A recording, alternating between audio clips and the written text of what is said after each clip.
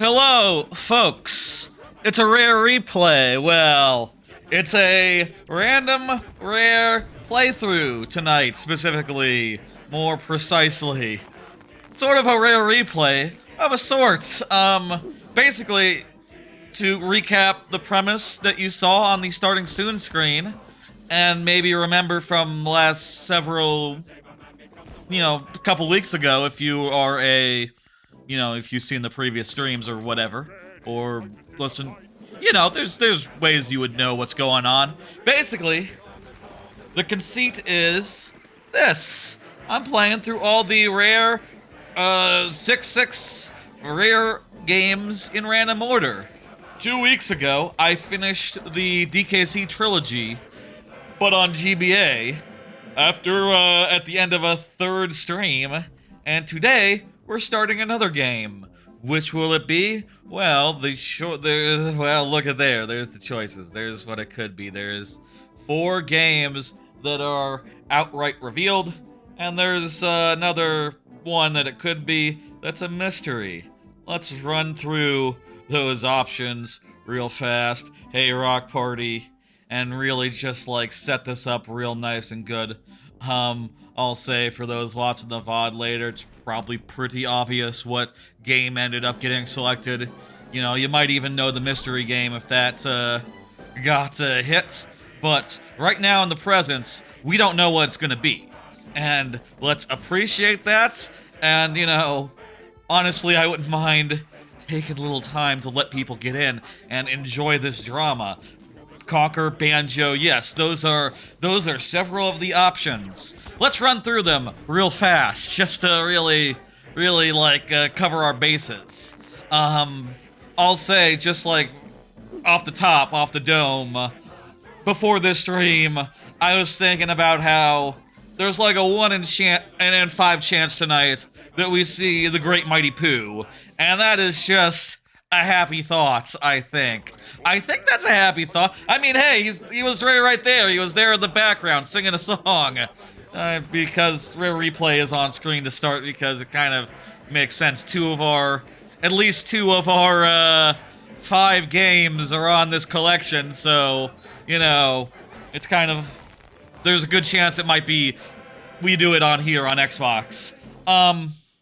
First off, on Xbox, Cameo Elements of Power, a really good launch game from early 360. It's a 360 launch title, in fact, where you play as a fairy who becomes one of 12 different elemental warriors. It's sort of like an action game.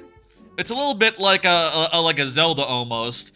And also, if you can imagine a Zelda, Majora's Mask, where you're transforming into forms, except there's no, basic Link gameplay. It's all forms, and you have 12 of them, and that's pretty cool.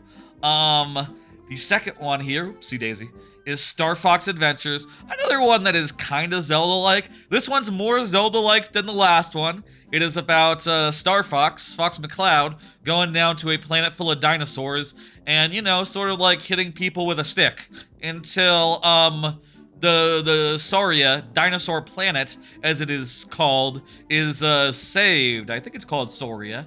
I think that's, the official name. I've heard that many a times. The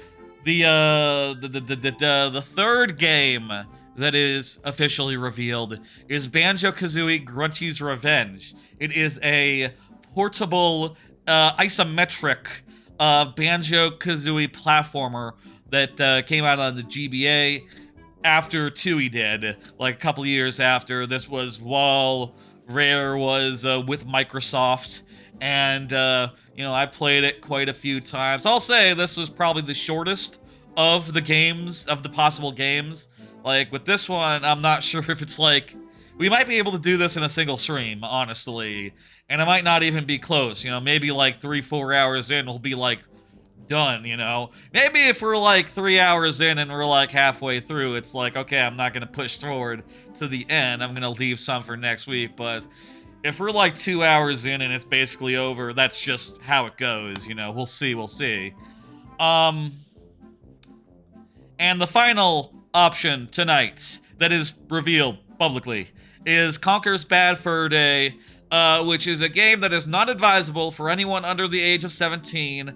It is a crude, 3D platformer sort of game. It's mostly a 3D platformer. It's kind of does some other stuff at times. You'll see. And it has just a foul sense of humor. It is lewd and crude. There is, famously a part where you fight a big fucking turd who sings, and there is a good possibility that we'll probably get there tonight. I think that's like 3-4 hours in. I think that is well within the scope of a single stream's amount of progress. I think we're getting Mighty Pooh tonight if Conker's Bad Fur Day comes up. Finally, there is a 5th game that I am not talking about, that I am not revealing publicly. You can see there it's represented by the Stop and Swap egg. It's an egg with a question mark. Seemed appropriate for the context. It being a mystery game. I'll say there is a twist for the mystery game. It is not just a mystery game. You'll see if it comes up, when it comes up. Eventually it'll come up. I think that that'll do us. Let's pull up the wheel. Hang on 1 second. Let me I gotta select the window the wheel is in and get that up. Okay, great. There we go. We have the wheel here. Wheel is right here. Let's spin the wheel and see what comes up. I feel like, yeah, Conker's the one that I feel in my gut like, oh, I feel like we might have Mighty Pooh tonight. There's a good chance of Mighty Pooh tonight. But also my gut says maybe it's Star Fox time. Or it might be time to reveal the mystery game. And he can't discount the GBA game, he can't discount Cameo. We did do... I'll say for my part, we did the 2D games, the DKC trilogy on GBA last time. I would like a game that is 3D this time, but if we get Grunty's Revenge, it is what it is, and, it's a good game, so I won't be complaining. Alright, here we go. Let's spin it! What do we got? Oh my... It is Grunty's Revenge. Look at that. It is, the second GBA game. What are the odds of that? 1 in 5. 1 in 5 are the odds of that. Okay, I'm gonna throw to a break. Get the game launched. Get the game changed on Twitch and YouTube. Also, now I have a second thumbnail for the YouTube for every game that it could be, so I'll update that as well. You'll have the VOD will have the VOD of the thumbnail of the game we're playing, rather than just, oh, it's a mystery, because it's no longer a mystery anymore. It's Conker's. It's not Conker. It's Banjo-Kazooie Grunty's Revenge. And I can turn off my Xbox as well. Alright, be back from a break in a minute here after setting up 3 things, and then we'll get right into the game. Alright. I did not... It's Grunty's Revenge. Let me adjust the audio real fast. How does it sound right now? Let me... Higher, a lot higher. How about that? How's this? Rock Party, what do you say you? Do you like? Gameplay higher? What's the deal? What do you think? This good?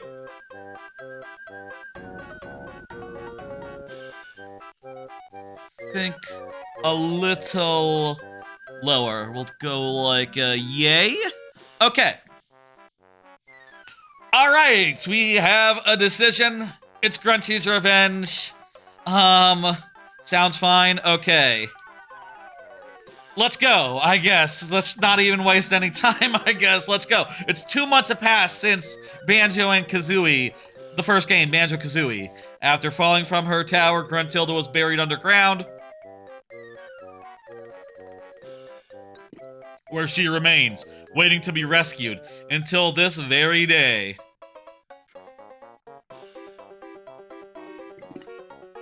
Ooh, water's good.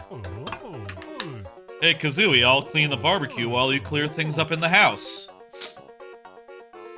Meanwhile, this is the intro, this is the story. This takes place between Banjo-Kazooie and Banjo-Tooie. But, you know, it was made after the fact. That's not terribly important, is it?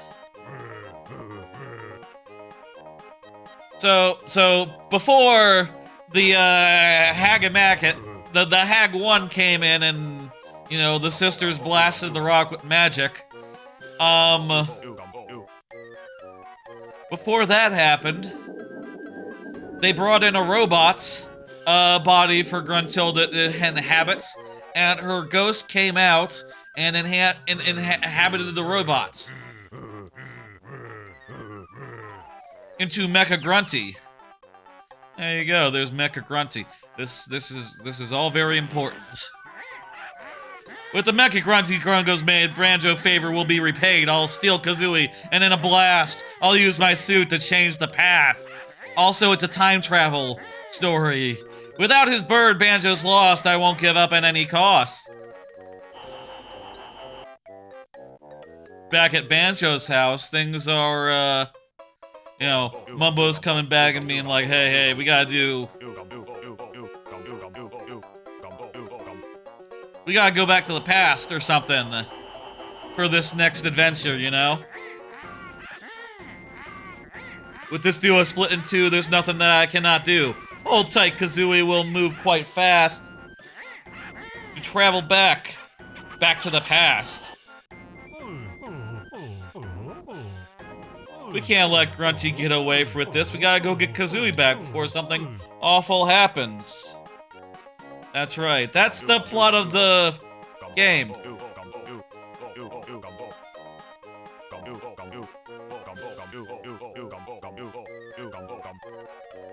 Yep.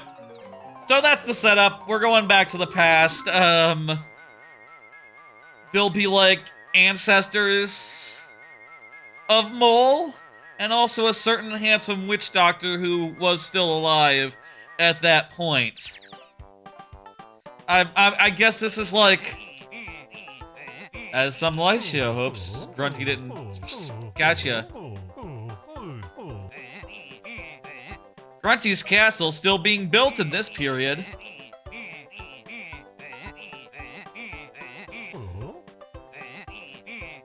No, it's true. You see, mumbo jumbo also means bullshit, so that's the joke there.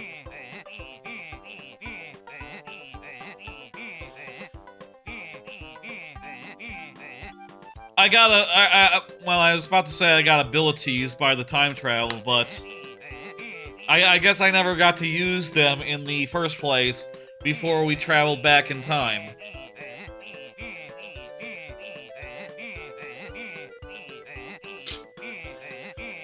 Alright, let's do it. So you can see, it's a 2D platformer, isometric style. We go in any direction we please. Yeah, it's pretty good. You can run behind trees, you can talk to moles, jump around, and you sort of explore worlds and do what you do in any Banjo game. You get jiggies, you get notes, you get everything.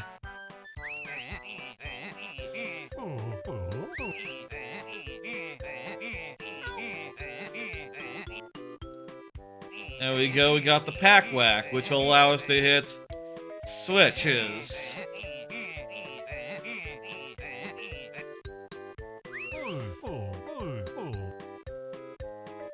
Cool.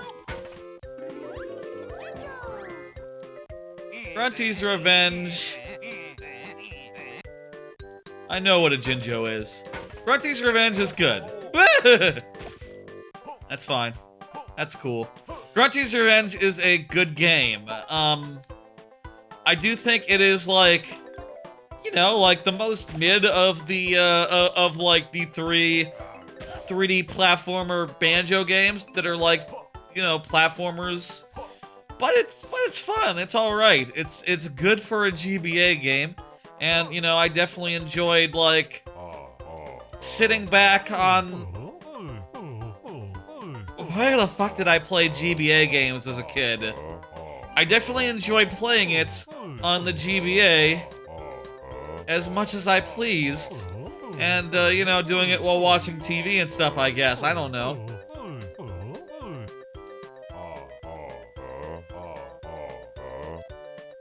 So this guy can tell you where you need to go, but I know where we need to go, so it won't be an issue. I'll say this game is a bit shorter than like, you know, a bit shorter than some other Banjo games. It's perhaps the shortest of the 4 main ones. Not counting Banjo Pilots, which I don't really know how you quantify Banjo Pilot's length. It's just, you know, racetracks that are okay. Banjo Pilot is the most mid of the Banjo games. I guess I should say. You know, it's not this one. This one's like a good solid.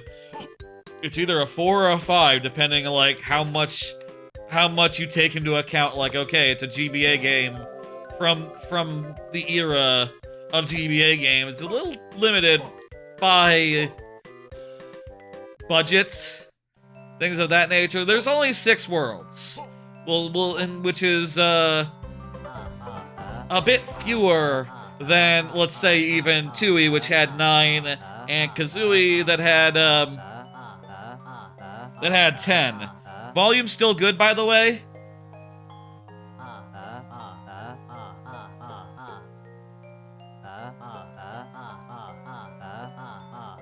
I'm gonna say, yeah, volume's fine.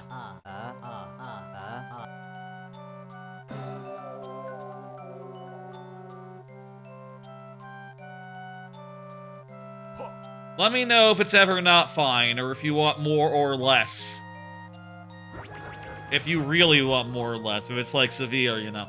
If it's fine, it's fine. I'll say one thing that is nice about this game compared to, you know, other games. A criticism people often lob at Banjo-Tooie, which I will not get behind. Cliff Farm. Cliff Farm. The first world, it's Cliff Farm. Unlike some of the other Banjo games, we're gonna be able to, at least specifically Banjo-Tooie, we're gonna be able to get through this game like one world at a time, getting everything in each world before proceeding.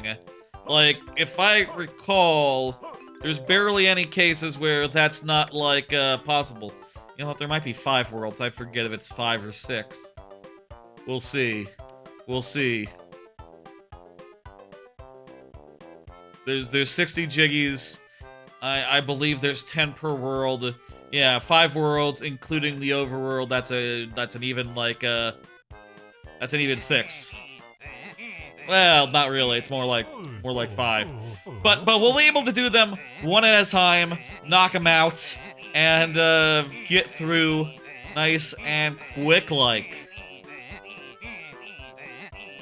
So that's fun. I'll also say, like, I did play this game on stream once before. I did it as part of a Rare Roulette, which was a gimmick where I was using BizHawk Shuffler, which is a thing where you can switch games like every couple of seconds. And I used that to like switch between 7 rare games every like couple of minutes. Every couple of seconds, you know, every minute or 2, I believe was the setup, was the conceit there. And during that stream, while I was playing 6 other games, and it was a long stream, mind you, I think we did get, like, most of the way through, like, the 2nd world or something. Maybe even... I believe we got to the 3rd world, so... You know, if you do the math and consider, like, well, that was probably like an hour of airtime, maybe 2 hours tops, between all the games I was playing. I just got the ability to climb, I know. I know what it was. If you consider that, probably looking at, like, a handful of hours, you know, just total. This could be a one and done, which, you know, hasn't really happened in, like, me doing playthrough series. I'll say, if this is a one and done, I'll forego a 1 week break. Next week we'll come back with another game, and we'll pick another. Because if it's one and done, that's not long enough to justify a break. Or I'll do something else for a break, you know, I'll play a randomizer or something. Oh, guess what? By the way, something I haven't mentioned about the nature of this game, there's a lot of minigames. Like, a good amount.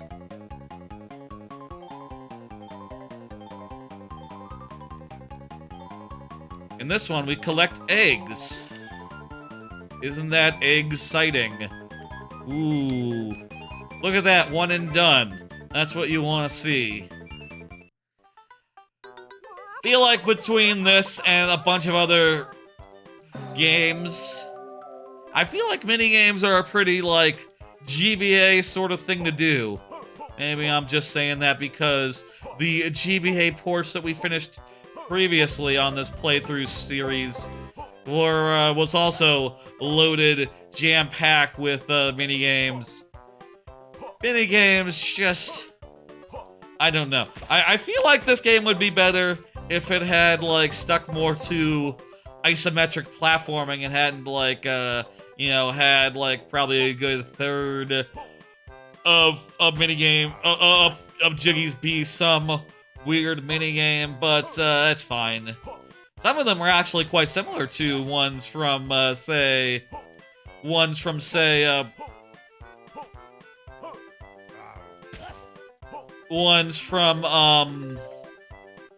Donkey Kong Country, the GBA ones. There's one game in particular, there's like a couple games in particular that we'll be seeing that, like, you know, some evidence of, like, shared work, I guess. You know, some, like, hey, can we just base our minigame off your minigame?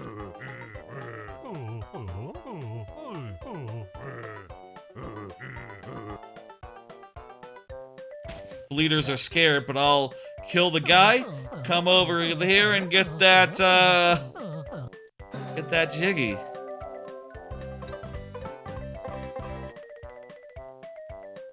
Oh, by the way, I'm just remembering I have cards. I was going to do one when we started. This first one has an emblem that's typically exclusive to ones that are at the top of streams. Oh, hang on, can I fix that? Maybe I can fix that real fast. Whatever. 1 second, I've just realized I forgot my, forgot to get my keyboard near me. Let me throw to a break for 2 seconds and grab my keyboard and some other things, and I'll be back in a second. Alright. That's, sorted out. The thing that I was doing for 2 seconds. Like to throw to breaks rather than just, like, leave the stream on. Because that way it gets caught up out of the VOD. And now I have spent, like, 10 seconds explaining a 10-second cutaway. That's not very efficient, I know. But, what are you gonna do? Here's, I also just edited the card to take away the, like, you know, I'm supposed to do it at the start, part of the, iconography of the card. Let's go. Happy belated March 10th. Mario Day, as it's called. Yesterday was March the 10th, Monday.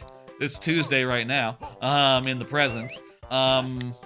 Yesterday was March 10th, which is famously the day that spells out Mario if you spell it out like that, you know, Mar 10, Mar 10. You get it. You understand.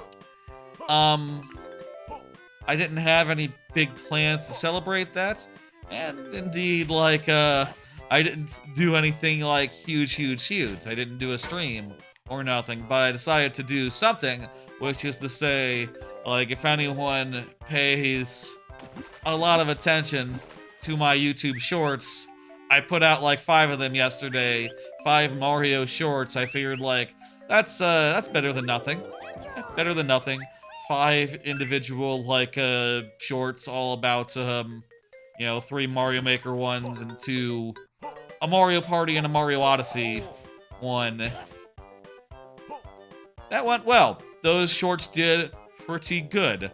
I'm kind of surprised that the third one seems to have done the best last I checked, which is just me playing a really tedious, repetitive level and saying, like, oh, this is fun, as I, like, mash buttons repeatedly for a minute. I guess everyone agreed that, that was as funny as I thought it was. It's funny to see someone play something a little miserable, you know, as a goof, as a whole thing. Everything looks good, yeah? Yeah, it all looks good, okay. Preview monitor looks weird, but probably just some weird frame rate stuff. I'll pay attention to my regular-ass monitor where I'm playing the game, and where it looks fine. Oh, that reminds me, I forgot at some point recently I had to, you know what, let me change something real fast that has been, wait, no, that wouldn't affect this, would it? Okay, never mind. I just remembered I set up something audio-wise, recently, which I can just change back, but it won't affect this stream because this is, you know, not coming from my, television, you know? This is captured off a, you know, a Game Boy Advance of some sorts. There must be a way to capture a native Game Boy Advance, like, natively, right? You know what, I bet some of those, like, Game Boy Advance, emulator things, I bet those must do it. Imagine, use your imagination to, imagine that I'm using one of those. I guess I'll say.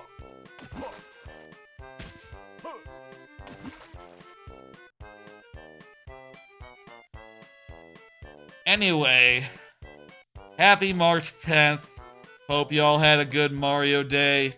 Played something Mario, whatever.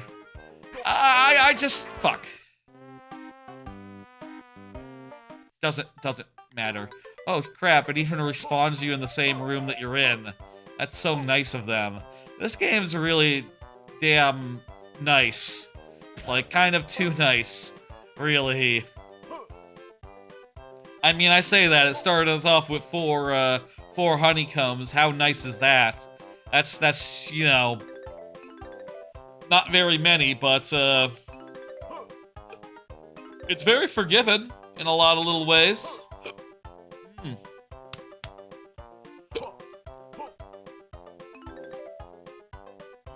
We can run up slopes, we can get, what is this ability? Bought enough of the glittery stuff. A roll attack.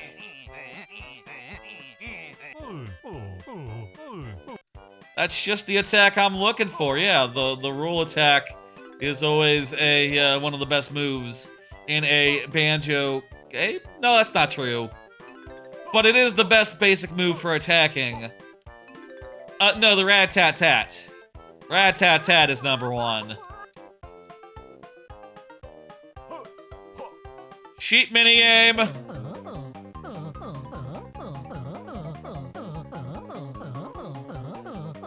By the way, this is, like, uncannily familiar. You know, 2 weeks ago, 3 weeks ago, we played... 4 weeks ago? We played, Donkey Kong Country, but for GBA, this is just literally... Oh, wait, no, it's different, it's different. This is very much the fishing minigame from that.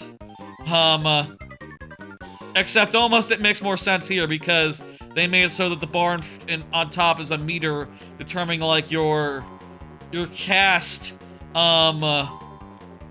distance, rather than it being the timer, which it was in Donkey Kong Country. And now there's a timer at the bottom of the screen. How about that?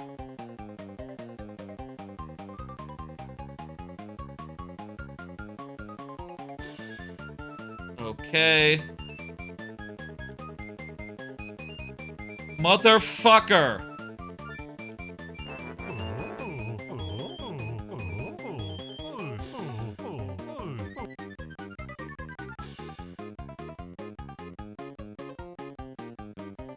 That last one was really annoying. You gotta get all of them in this minigame, not just, a certain amount. That's a whole thing.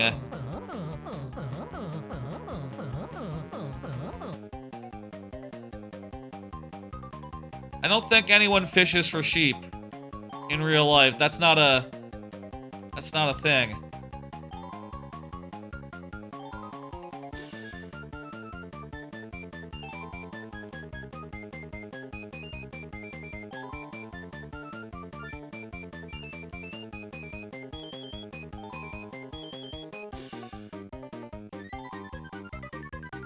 I feel like prioritizing the ones that are farther away makes more sense, but also, you know what, actually, they just come in at random rows. It's not like a set deal.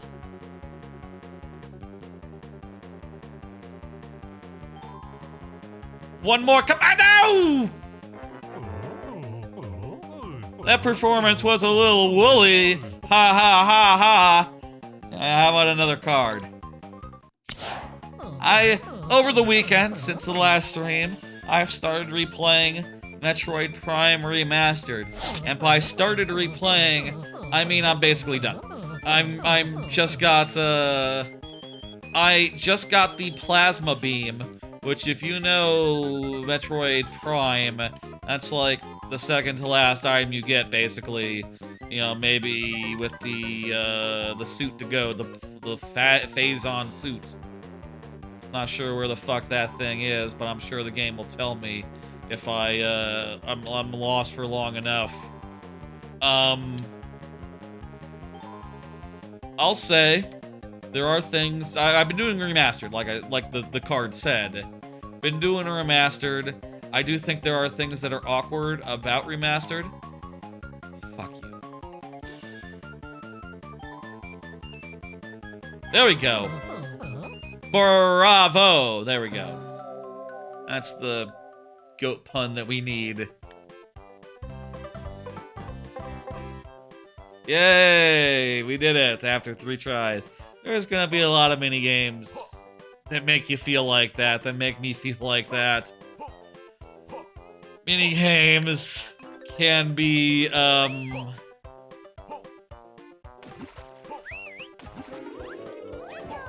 I don't have the words for how these minigames make me feel. Despondent. Despondent? I don't know. Anywho, things that are awkward about it, the controls are really different from, like, how they are on a GameCube. You know, with a GameCube, your bottom button is your main button for shooting. On the Switch version, they make it so that the B button, the right button, they make it so that the Nintendo A button is your shoot button, and the bottom button is your jump button, rather than, like, how I would map it onto, say, an Xbox controller or something. Which is a little, fucky, I think. and forced me to do some controller remapping to like make it feel more like a GameCube controller. You know, actually remapping the stuff on the system level, which is annoying and inconvenient. They should really make it so that you can set that up on a per game basis. You know, just like, okay, this game, make BA, but like,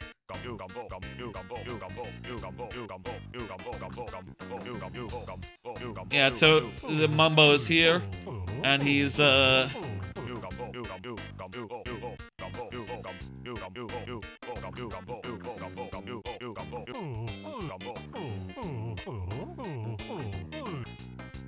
Do I have a totem?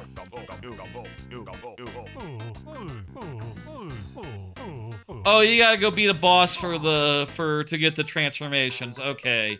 Right. That's, okay, we'll find the boss then. Oh, the boss is in the barn. The Bluff Barn. Man, I wish we were... I guess I'll... That's a bit rude to say that I wish I was in a different barn, seeing some, like, hay bale guys bounce around and a Terminator parody rather than just a perfectly good boss, but, this game's good. This game's good. There's no poo in this game. Well, let's... Am I 100% sure of that? It's been a minute since I played this game, but I think I am.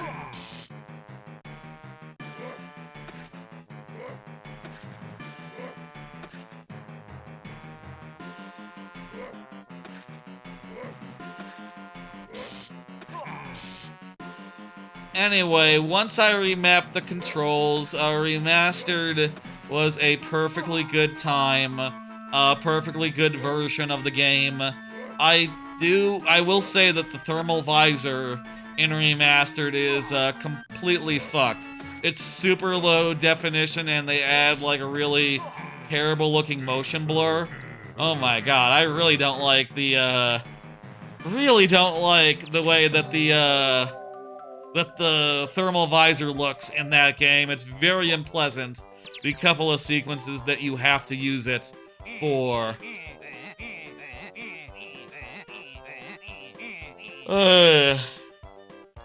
Very unpleasant indeed. But if I was a little smaller, I could go in there. That's right.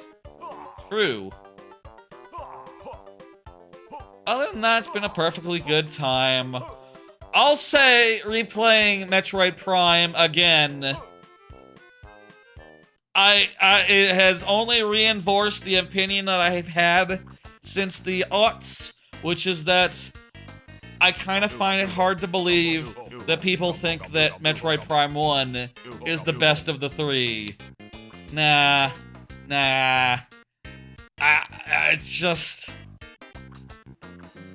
I like the later games. I like 2 and I like 3 both more.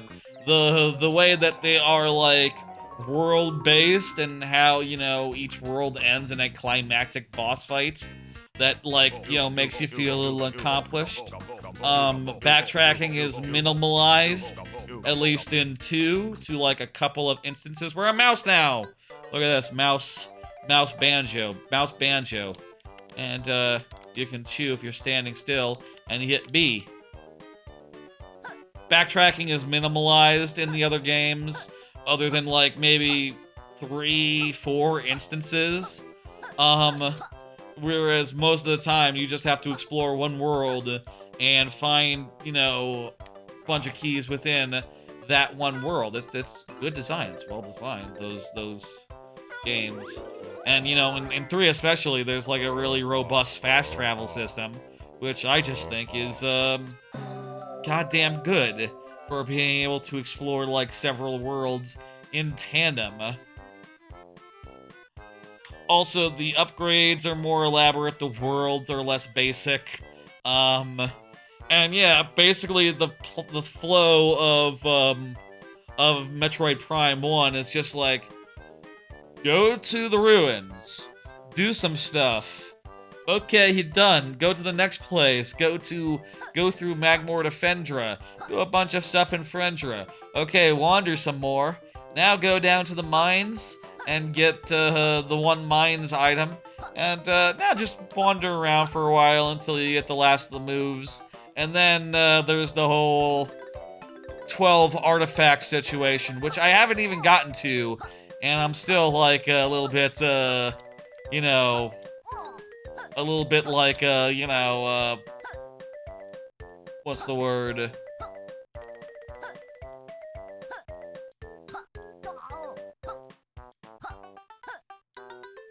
I don't think we go this way. We go through the lower passage or something.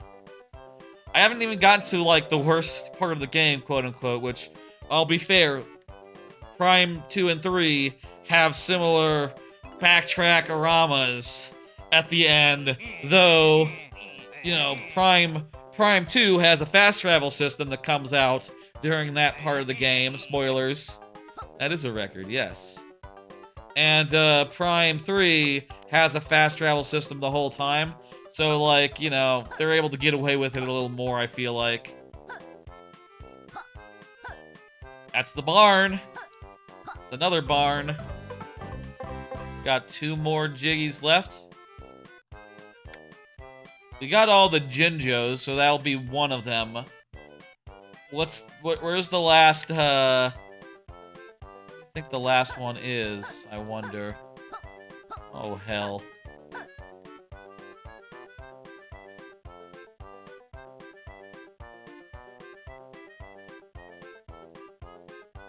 Okay, I got back out. I could have also just done a death warp, but didn't want to. Let's find that last one. I wonder if it's a mouse-related challenge, or if I need to be Banjo and just Banjo again.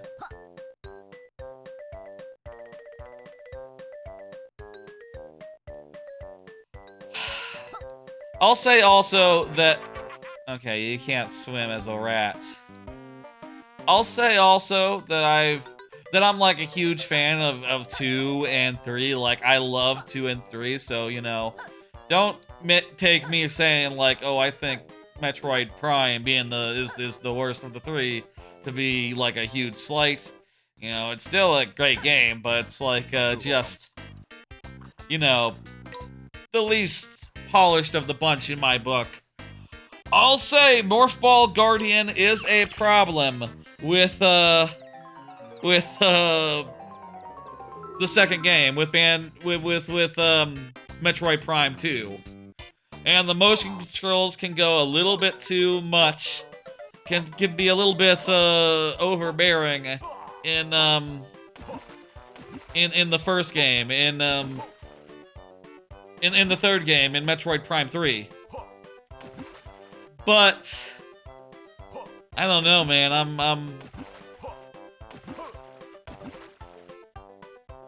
But like otherwise, like I love those games. I love the progression. I love the way that the worlds like unfold before you, one thing at a time. They're really fun to explore individually. I like a little bit of the pomp and circumstance that like you know, that like Metroid Prime 1 doesn't have, right? Where it's like, okay, you know, honestly, the Phase on Mines run might be the most actually hard run in the series, but like the one that feels like the most meaningful. Oh, right, the chicken. We gotta turn into the chicken. That's it. Turn in chickies. Is like all the Dark World runs where you're, you know, venturing into the Dark World and like making your way through what feels like an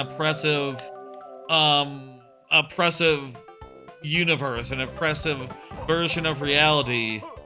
I find every one of those excursions to be just a lot of fun, and like the next best thing to like Metroid Dread's Emmy zones as far as horror in a Metroid game goes. Like the Dark World is just genuinely scary and genuinely like an ordeal to go through, even if it's not really that hard sometimes.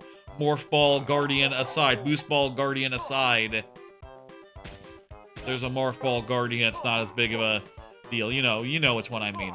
Everyone knows the Boost Ball Guardian. Really enjoying Metroid Prime 1. I hope to get the last item and then wander around and get the artifacts like, before too long. That'll be fun. That'll be a good time. And that'll be a,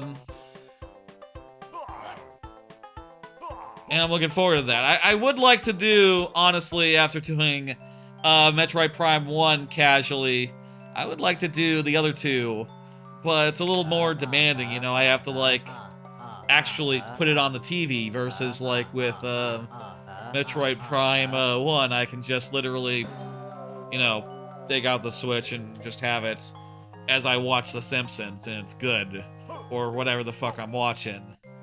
It's just... The Switch is just so convenient. Everything should be on the Switch, including Avowed, which I haven't played since the last stream, so I have nothing more to say about it. If Avowed was on Switch, I'd be much more, I play it a lot. I would have put more time into it, and maybe even finished it by now. Alas, alas.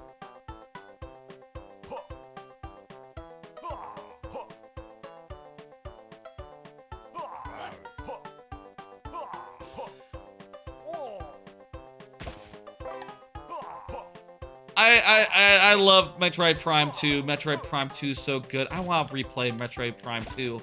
And, I'll say, like, that won't be a playthrough on the stream, on the channel, but honestly, I feel like for a lot of those games where I've done, like, randomizers of them a bunch of times, it's a little too late. It's a little too late to do them as on-stream, like, casual playthroughs. I've basically already played through them, like, multiple times, but in random orders, in, like, single streams. It's kind of weird to go from, like, a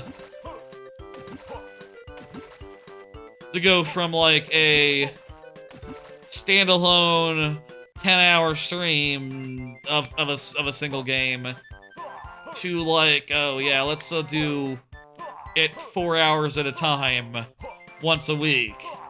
And just normally, like, I've already beaten the final boss of Metroid Prime 2 on stream. And 3, and the works, Wouldn't mind doing the randomizers for either of those again, and hell, I bet it would be really fun to also do Metroid Prime 1 randomizer, which, I'll be honest, I haven't actually done on stream. I've done 2, I've done 3, but I didn't do 1, because I'm just not that big a fan of 1. And I don't know, like, it gets more interesting when it's randomized. I don't know, maybe it does. Maybe that'd be a good idea. Where are my manners at? It's time to... This is the second world. It's Breegull Beach. I like a good, nice, sharp timestamp for the VOD. I shouldn't be, like, talking in the middle of, entering a world like that. Where am I gonna put the timestamp? The tangent is like, I collected a Jinjo while I was tangenting. It's fine. It's probably fine. I can probably just put it after when I said, oh, welcome to Breegull Beach. This is the second world. It is it a spoiler to say, like, I mean, it's called Breegull Beach.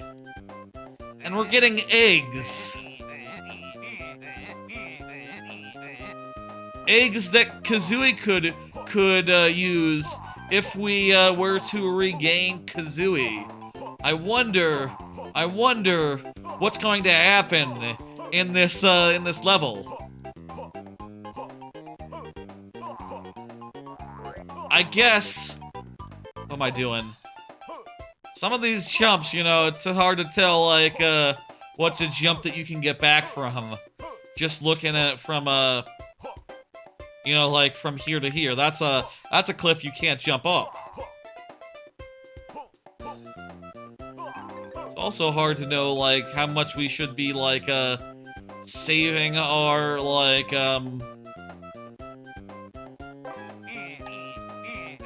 like, yeah, we'll have to come back here when we have Kazooie.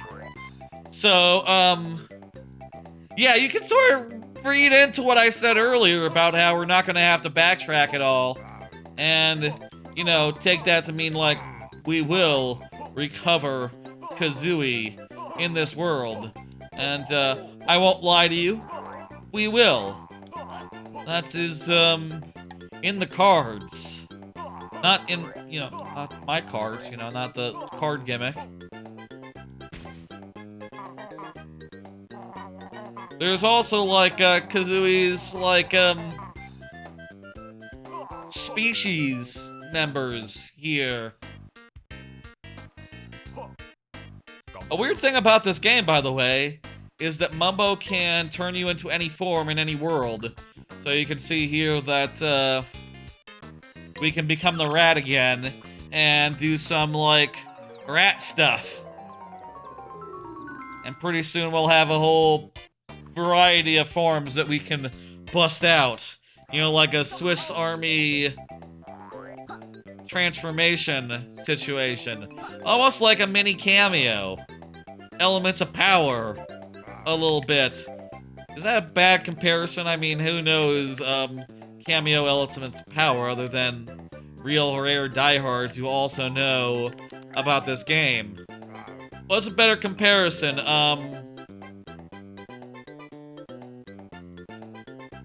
It's like a mini...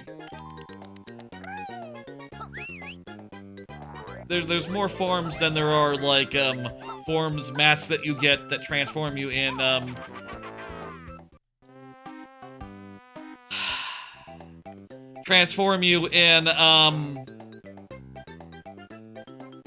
Majora's Mask. I don't have a good comparison, but we'll be able to...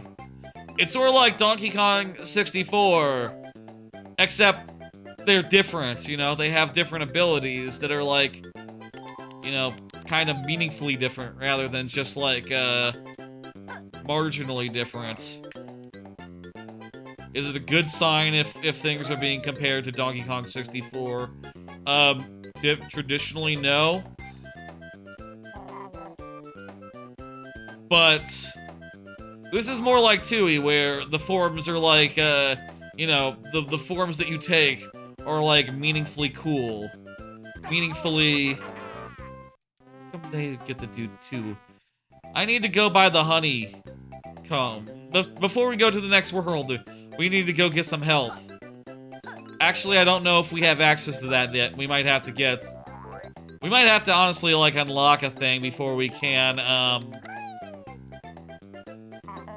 do that crap.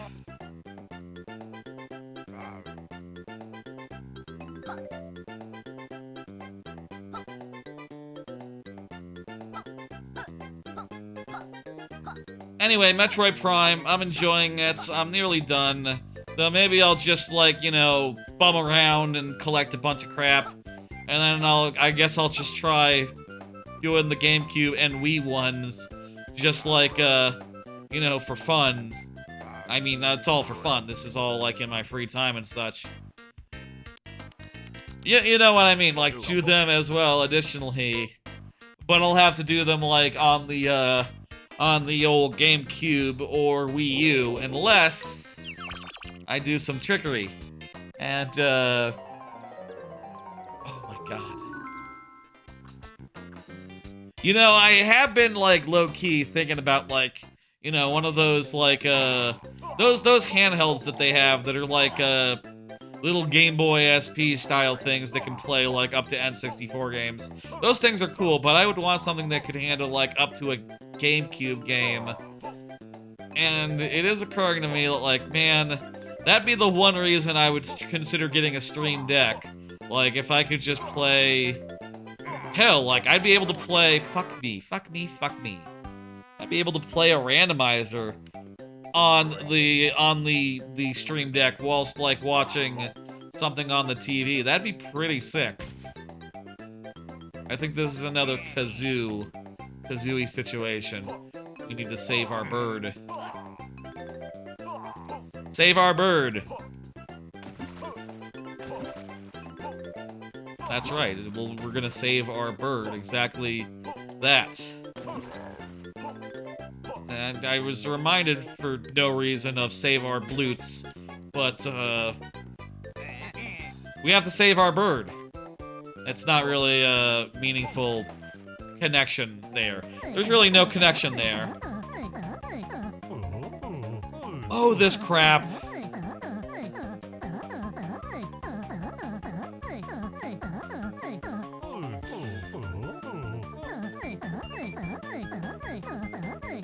Okay, we shoot cannonballs, and yeah. Man. Stream Deck must be pretty cool. I do feel like if I had one, it'd be like the end of the Nintendo Switch, you know? Like, man, why would you use a Nintendo Switch when there's, like, arguably stronger hardware that can handle, like, basically anything? You know, basically 90% of Steam games. Like, that is just a temptation you don't walk away from. Nice, I think we got it.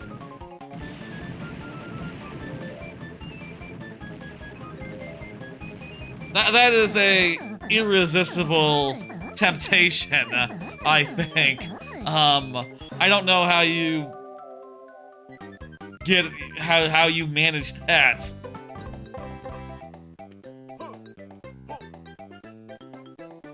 Another Jiggy. We really need to rescue Kazooie, or there's very little.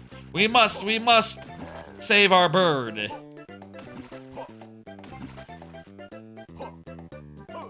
It's not funny, it's not a joke. I should stop saying save our bird. I'm gonna save our bird. We need to save our bird. Stop saying it, it's not funny. Okay. Our bird is over here and we will save her. In Grunty's quarry.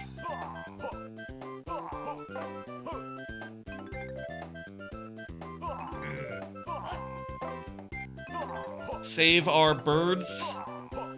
Again, it's obscure references to obscure episodes of Arrested Development. Do not, like, stream titles make. I guess I should tell myself right now. This stream, this VOD should not be called Save Our Birds. But maybe it'll be called Save Our Birds. I don't know. Hit the fucking switch. We're gonna go in there, we're gonna fight a Mecha Grunty, and then we're gonna save Bird. Bird will be saved, and, yeah. I suppose we also did save some other birds. So, plural kind of low-key works.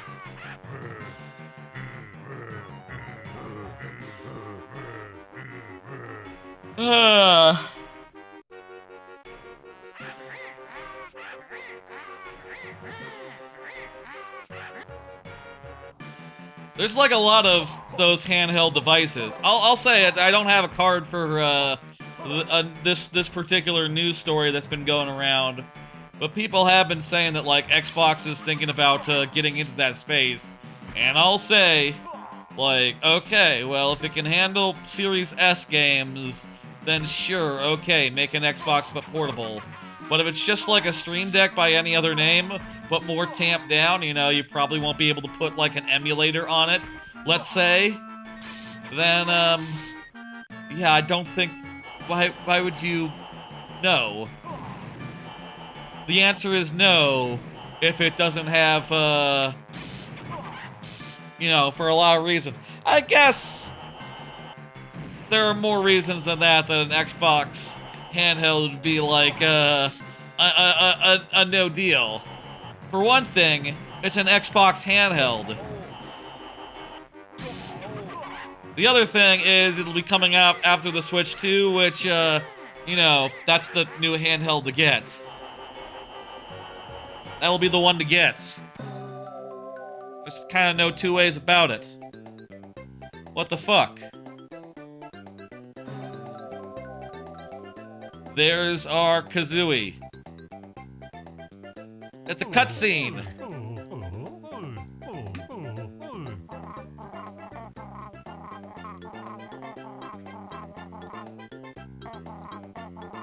Ah! She's trying to make sure we never meet in the future. Oh no. How did Banjo and Kazooie meet? We might never know. I'm pretty sure it doesn't actually come out.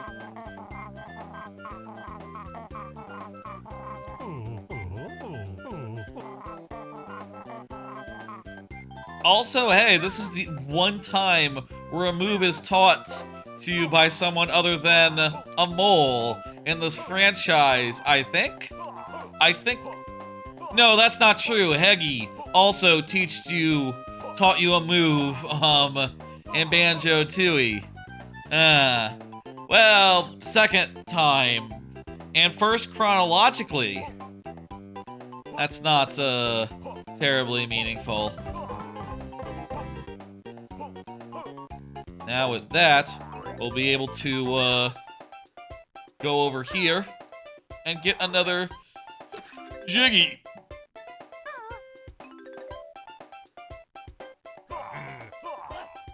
Wonderful.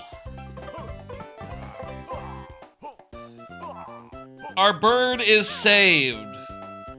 Yay. I always thought that cave entrance looked weird, perspective-wise, but, it's not important right now.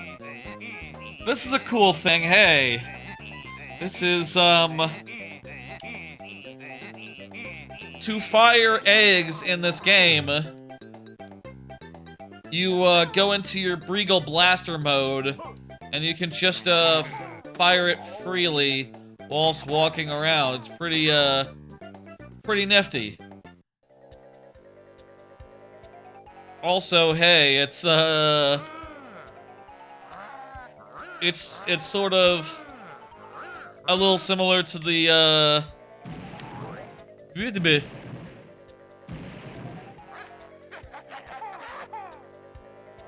it's similar to the snowball Bleak's house, from DKC3, but not as good. Y'all like Bleak's house? Well, this one's for you. I'm almost out of health. But fortunately, that's all that there is. We done it. It's like Bleak's house, but not as good. Bleak's house from Donkey Kong Country 3, end of K3, that world, you know. Y'all know Bleak's house.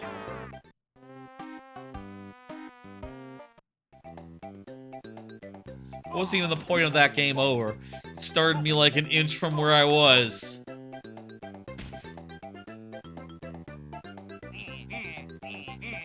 I found my friend!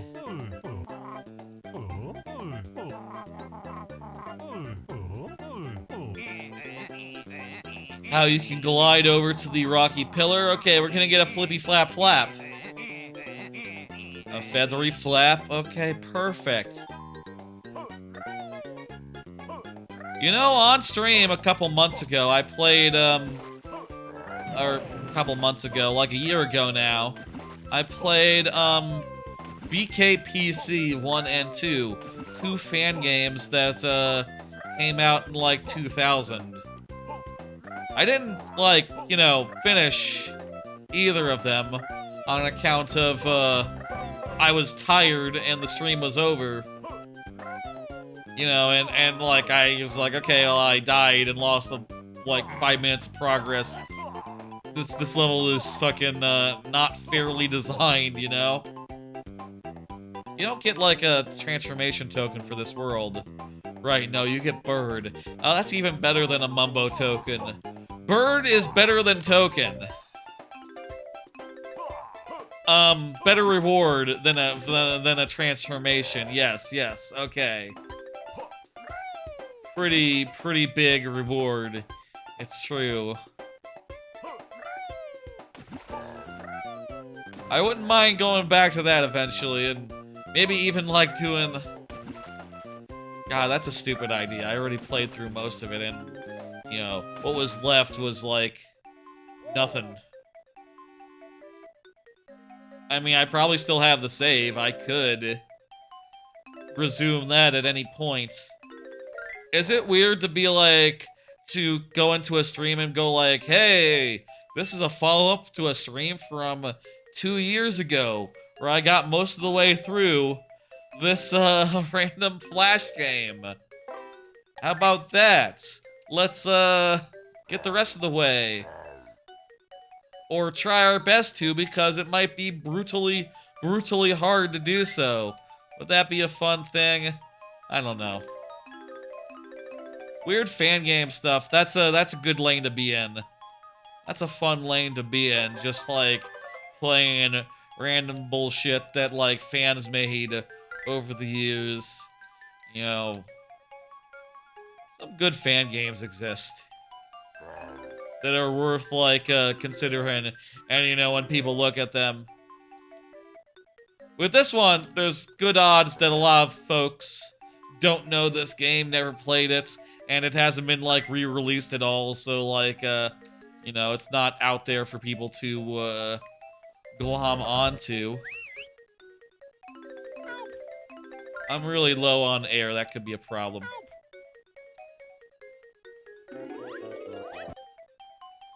I got the Genjo. Okay, I can just swim up and it'll be fine. Also, if I drown, I would just respawn outside the water probably, and it would also be fine.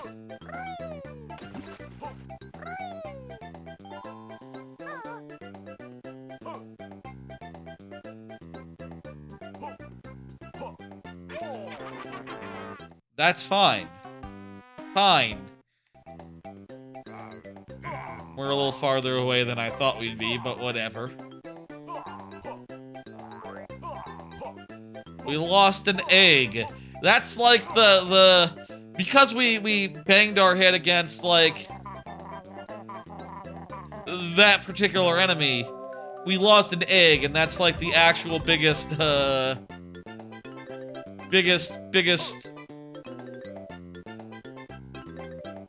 that's actually the biggest thing that we lost there. We have enough shells for this motherfucker? I think this motherfucker wants shells. No. Not enough shells.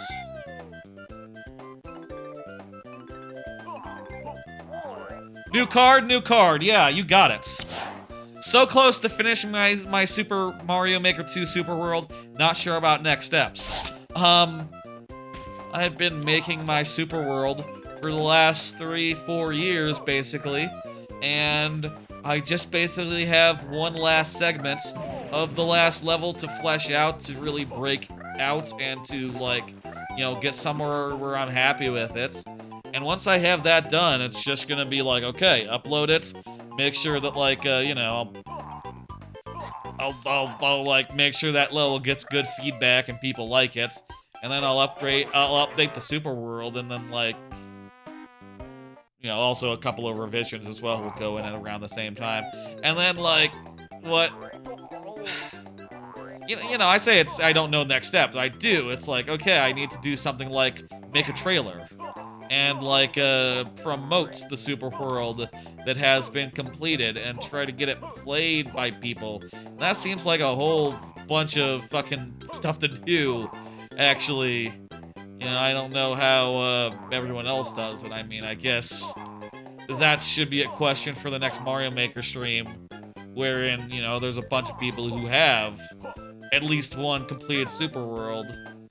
Like, you know, I'll be curious to hear, like, okay, what did you do? What was your, game plan for that? I heard someone say a couple weeks ago that there's like a Super World Direct that someone does where they show off, like, people's Super Worlds, and that sounds cool, but, like, I don't know, man. Gonna take a bit to, like, get that all together, get it so that it's, like, ready to go. And also, I got other stuff going on. You know, I got, other stream business, other, like, stuff that I've been working on, you know, work, for instance. Heard some, well, I shouldn't say. Work's going well. I'll say that much. Work's good. Work's good. And I'm happy with my work-life balance, which continues to be exceptional.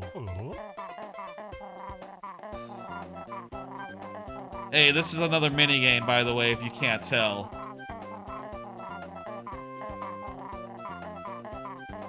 Hey, BL Raven Wizard, what's up?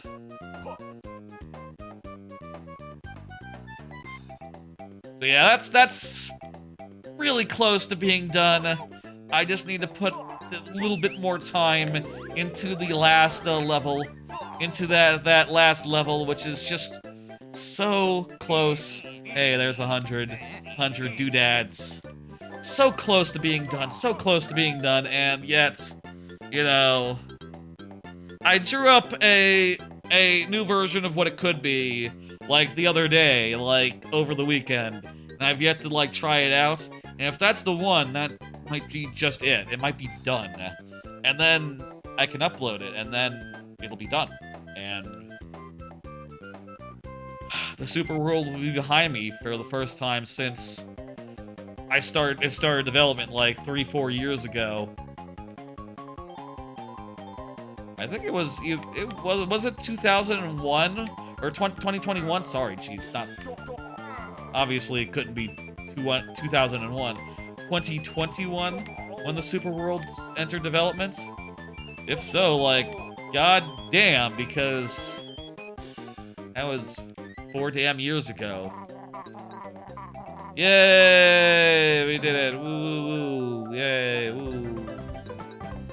Jiggy! Yay! Woo.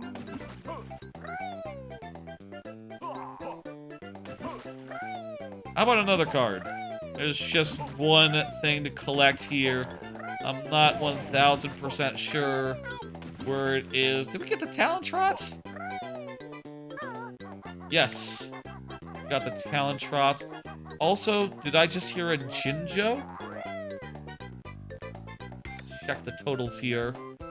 We have one more Jinjo here, as well as one more shell. At this point, what we're gonna have to do is just look around and find the shits. Oh, there's the Jinjo. So Jinjo's sorted. The shell's gotta be on the beach, right? Shell's somewhere on the beach. Let's just look around the beach. And then other than that, we should be... Yeah, we're good. How about another card? I'll say I don't have that many cards tonight. I have like 6, you know, for these playthrough streams.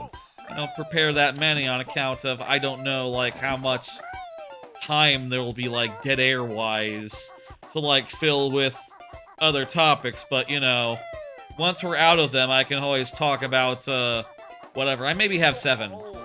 Maybe have 7, including the, ones that have already been pulled. Oh, hey.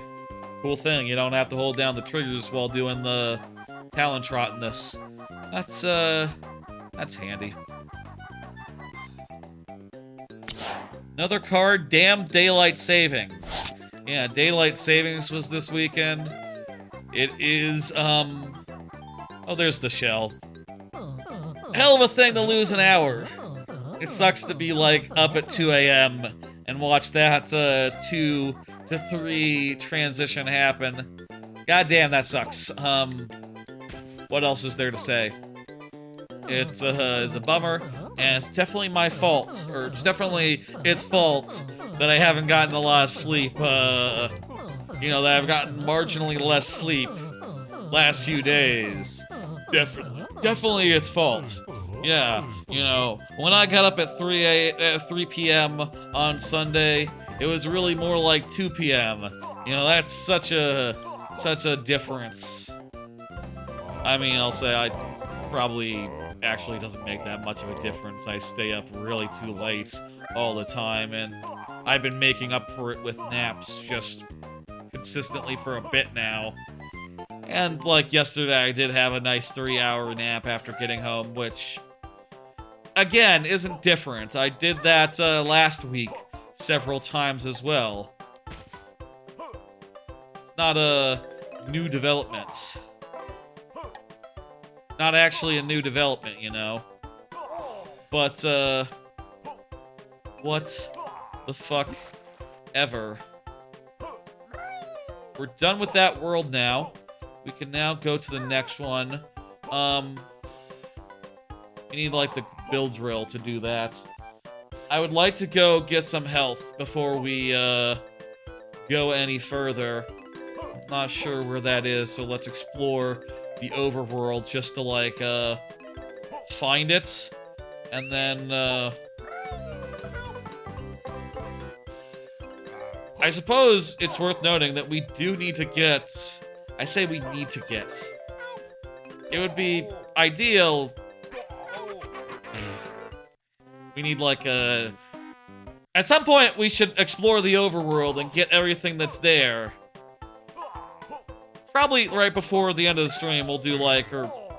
As one of the last things that I do, I'll do that, or, you know, maybe between levels it'll make sense. That one in particular, that'll require, like, the ice eggs, which, you know, will become a thing soon. Some of these might require new abilities. Here's our health situation. Yeah, no, there's no way we can get in there.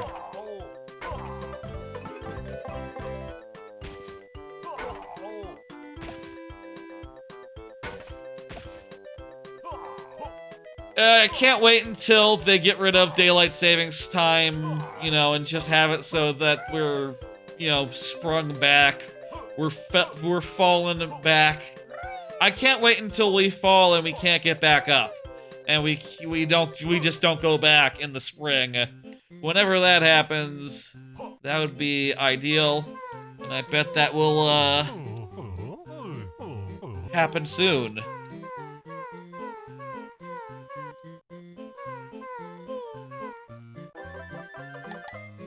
All right, we got two more health. That's perfect. That's great. That'll really help with us dying, although, you know, it's kind of been established, not too terrible of an issue, all things considered. Oh, it's actually really easy to go there. You just climb the thing. I didn't realize that that was so easy. I had to go the long way around and try to swim my way into that part of the overworld. It's cool, it's good. Let's open up the next world. The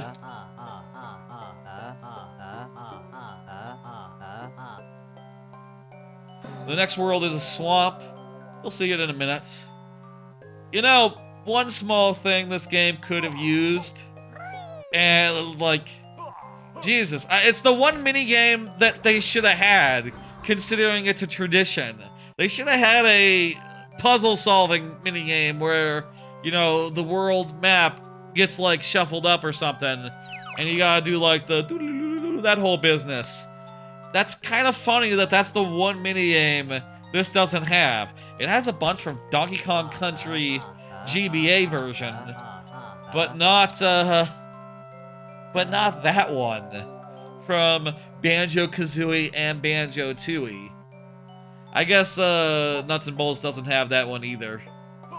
But, it doesn't have minigames at all, so feels different.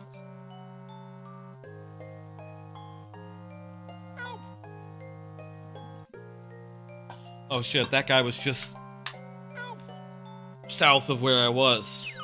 Spiller's Harbor is the fourth world. What time is it? We've been maybe going around an hour on this game. Maybe like an hour and 15, and we're 2 worlds in. We could do this in one. Could do this in one very easily, or we could call it at the after this next world. I wonder like, you know, these worlds might get a little bit meatier, you know, when we have more transformations that we can do. And, you know, it's a matter of like, okay, let's try out this one. Let's do this, let's do that one. You know, puzzles will have more involved solutions. There could be that these levels are getting longer. What is this called? Big Bad Magic Bayou? What the fuck? I can check the total screen to find out. It's Bad Magic Bayou, the next world of this game. Sick. Good. And hey, now that we have our Kazooie friend, we can always just, get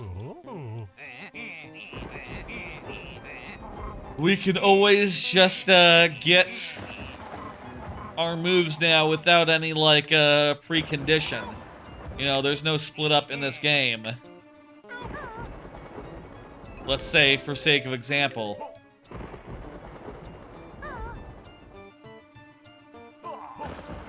This is as far as we got. I played this game on a stream once before with the conceit of I was switching between 6 other games every minute and a half. That's a thing that, if you don't know, that's a thing that BizHawk Shuffler. It's called BizHawk Shuffler, and it's cool. We got about this far, and it was good. We got like, what, to 25 jiggies?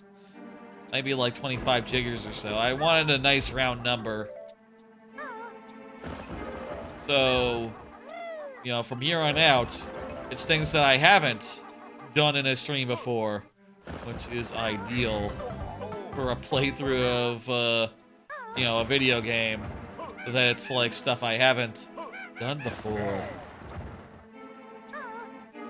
I mean, that stream, you know, you don't watch it for Grunty's Revenge. That's just one of 7 games, you know? And you can't just watch the Grunty's Revenge parts. You just have to, you know, take it as it comes.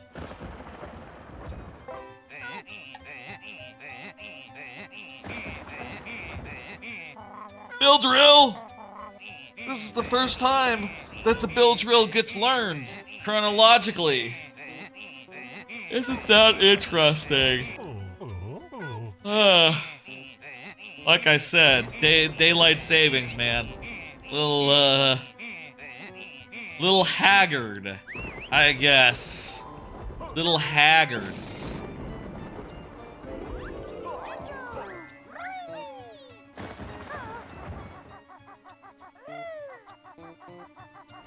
There's a haunted mansion here. I'm pretty sure we need another move before we can really do haunted mansion. I'm also not sure, like, if that move is in the haunted mansion. We'll just hold off on the haunted mansion for a minute.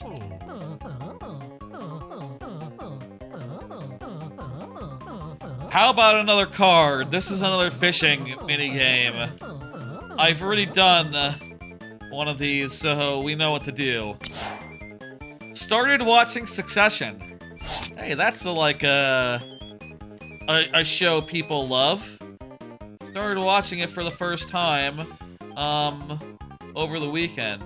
I said, I've talked about multiple times how I tend to go over to my folks' place, you know, for like dinner on Saturdays, and watch something, usually rewatch it, but I've never seen Succession, so, you know, this is like all new to me. We watched the first 2 episodes, and they were good.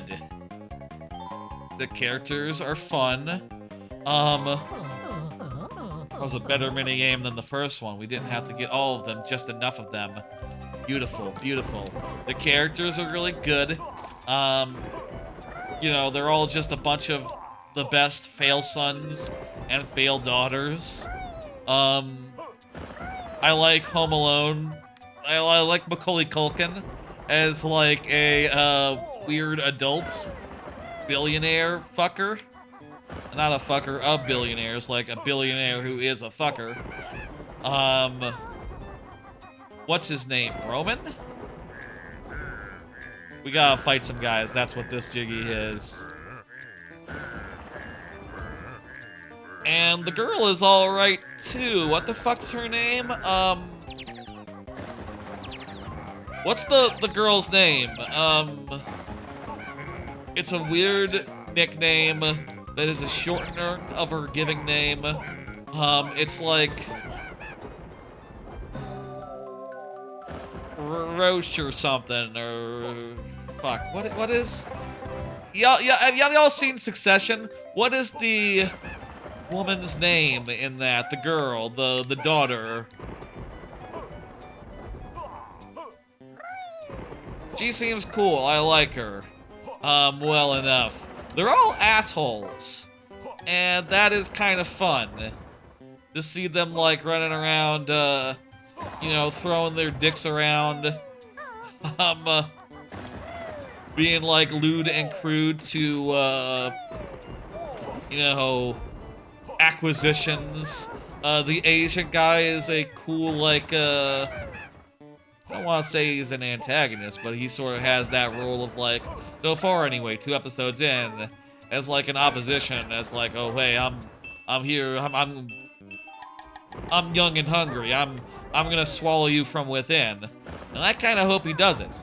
I think that would be good. It seems like he's like, you know, I don't know that necessarily these chuckle fucks should be running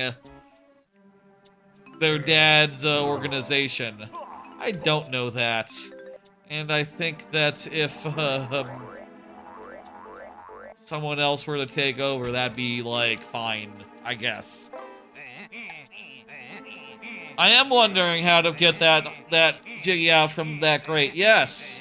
Okay, electric eggs, wonderful. I'll say, I did, like, just talk over his, like, explanation, because, you know, it's just, hey, they're eggs that are electric. But I do think electric eggs are a cool idea, and, you know, they're like the one type that this game introduces, and they're totally a type that, I think it would have been cool if, Tui had. And I think they stun enemies as well, right? Maybe not ghosts. Ineffective on ghosts. Unfortunate, because this area is, all ghosts. And those guys just die, so if there's a stunning effect, we don't see it. I guess if a egg effect is just strong enough to kill, it doesn't need to stun. Also, it doesn't.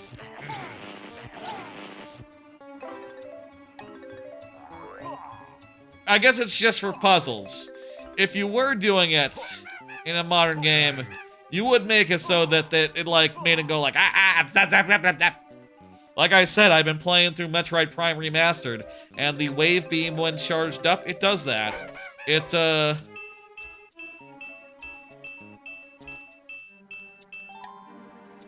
fuck. Bad panorama result there.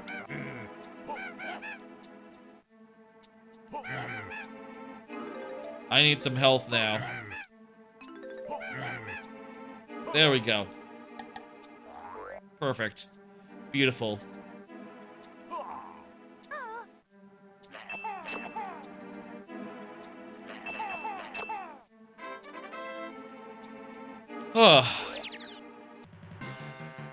Maybe it'll stun Klungo. Yeah, we'll probably just run into him. You know, this is just like Tui's, various boss fights. Yeah, keep on working out, Klungo. You'll get it by the time of Banjo-Tooie.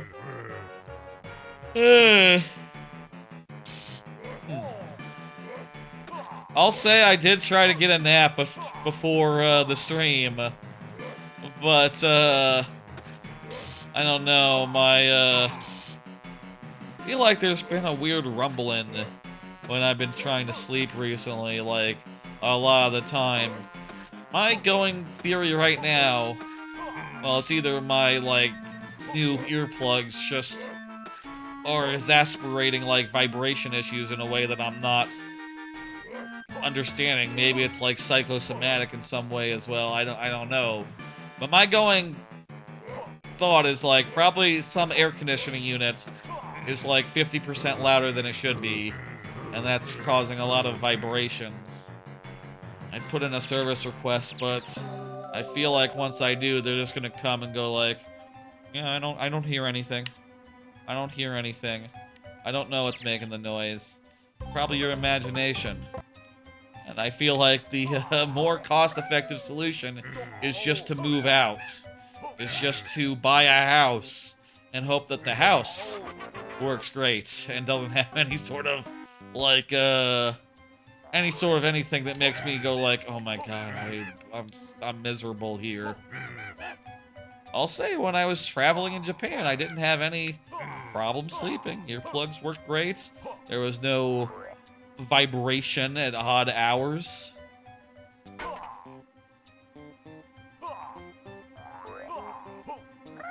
You know, it was sort of a reprieve from, the apartments for a while. Here, do you do build drill? Oh, you just jump up there. It's not too high. I don't know, maybe that's silly. I know it's silly. I know it's silly to be like, yeah, let's get those plans for moving out, like, in the process, you know, versus just, like, talking to the people and having them sort it out. But I know apartment complexes, they ain't sorting out shit. That, I know that sure as I know anything.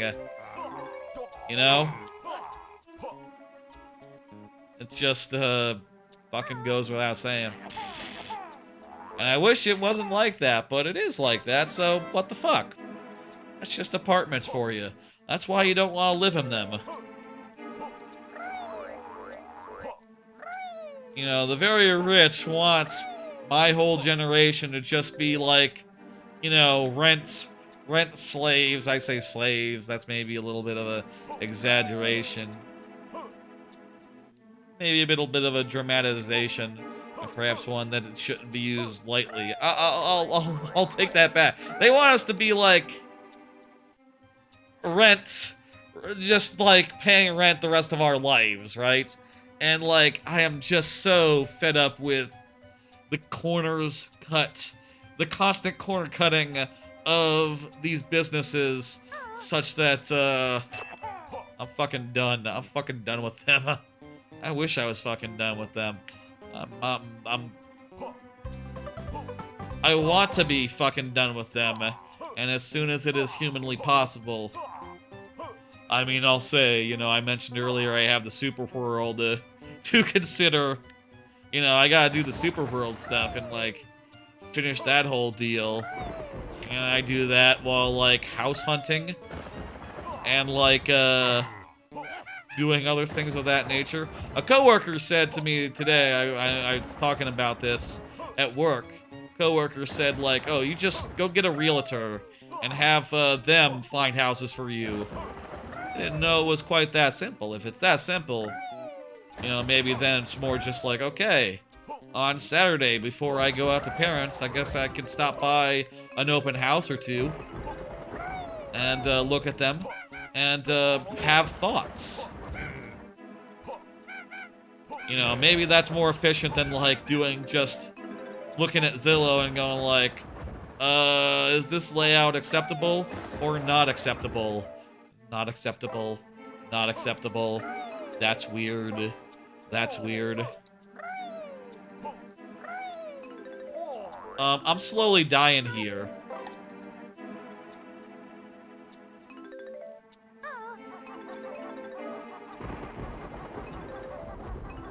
There's Mumbo.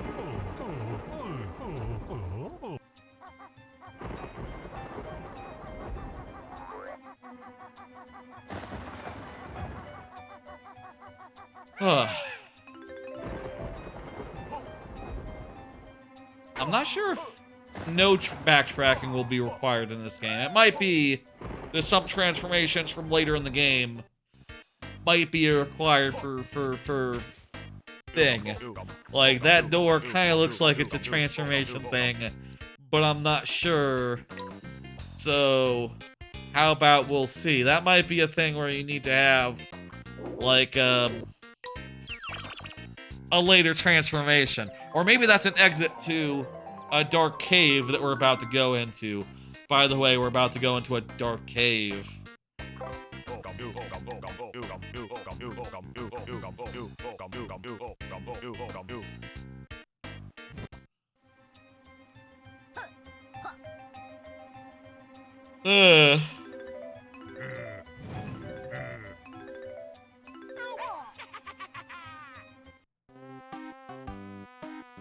Okay, don't fall in the poop. Don't fall in the poop. It's a bad idea.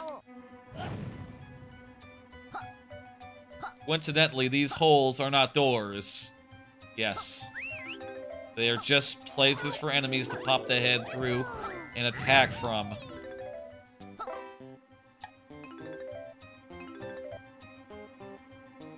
Ugh. Oh, hey, we can kill those guys with the candle. Isn't that something? Isn't that nice? The candle is a good form. I'll say one thing that's great about this game, one of the best things about this game, maybe, is that the transformations, you know, you can use them in each world, which is weird, but also they're all very good. Diagonal for circle, diagonal for circle. Let's, like, follow the, oh, wait a minute. Triangle, upper left. We're on a timer here. We're on a clock. Okay. The lower 3 for square.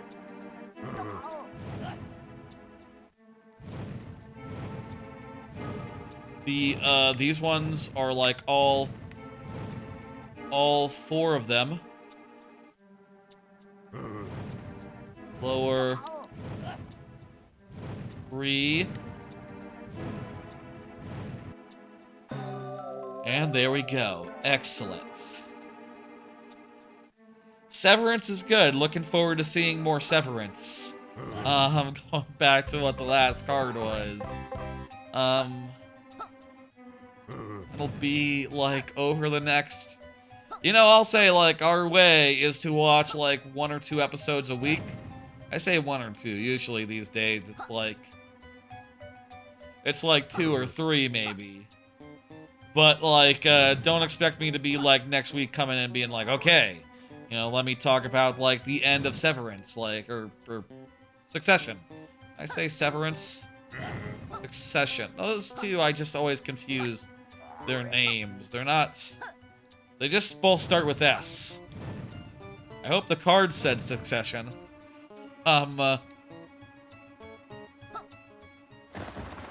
stop you for a bit before you can move. Fun.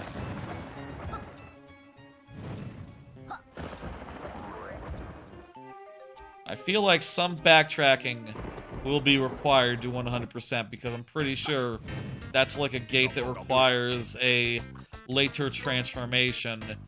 But that's fine. You know what? Hey, we'll come back later.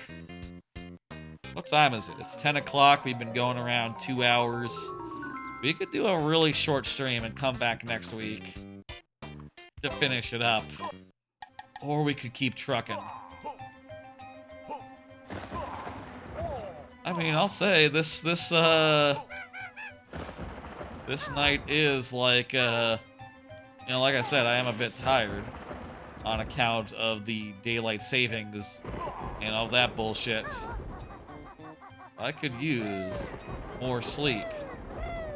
But like the question I guess then is like, are you gonna get more sleep? And I'd have to think and go like, no. I would probably, well, I already watched the anime for today. I'd probably watch some Simpsons. Maybe I could get some stuff done other than, like, maybe I could get some stuff done in my free time. I could play more Metroid Prime. Get, like, that sorted out. Try to find that, Phazon suit. Motherfucker.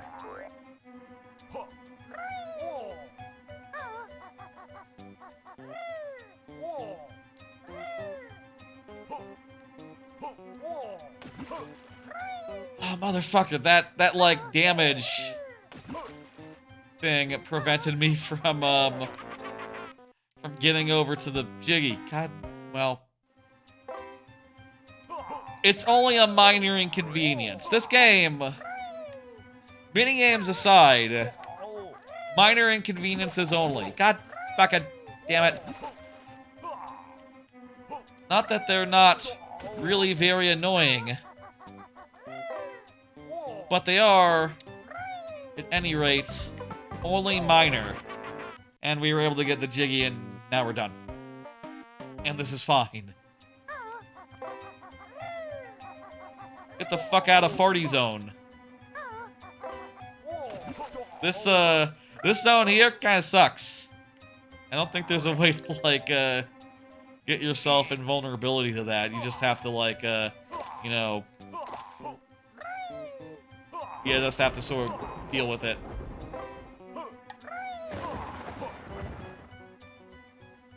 What are we looking at right now? Where are we at on this level? We got one Jinjo left. We got two non-Jinjo Jiggies. One of them is probably behind another transformation, so we can't get all of them right now, but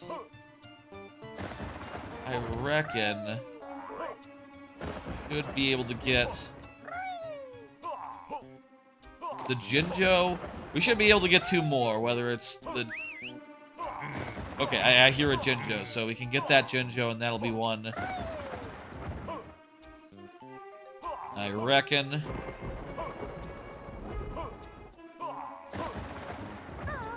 I heard a Jinjo. Where the fuck was that Jinjo?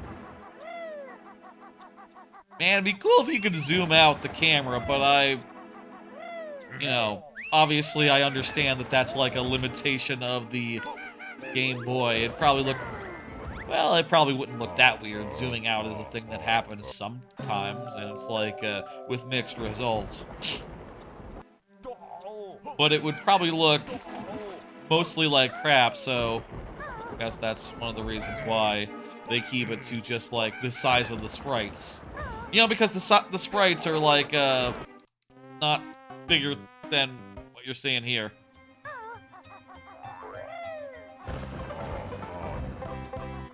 What's up? Yeah, Spiller's Harbor is the next world.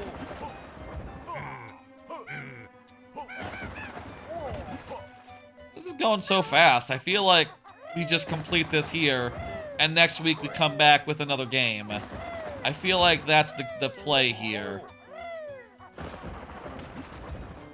You know, like I knew for a start that this would be like one of the shorter games. You know, so it's not really a surprise, but it is interesting.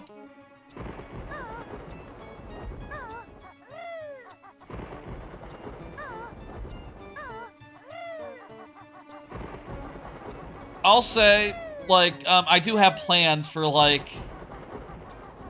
Well, like, obviously, I've mentioned before, it's clear by the premise of this that there are... There's the last one. How do you deal with... Oh! Bill Drill. There we go. This will be the second to last.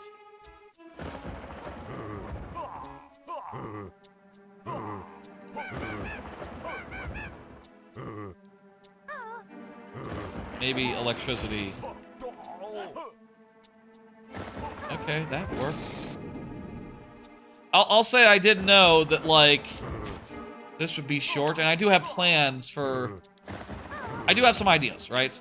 Like, one thing I've said before is that, like, you know, there will be a birthday stream in like May, and during that, I would like to have some sub incentives, you know, incentives for subscriptions, and those incentives will include like adding additional games to the randomization pool.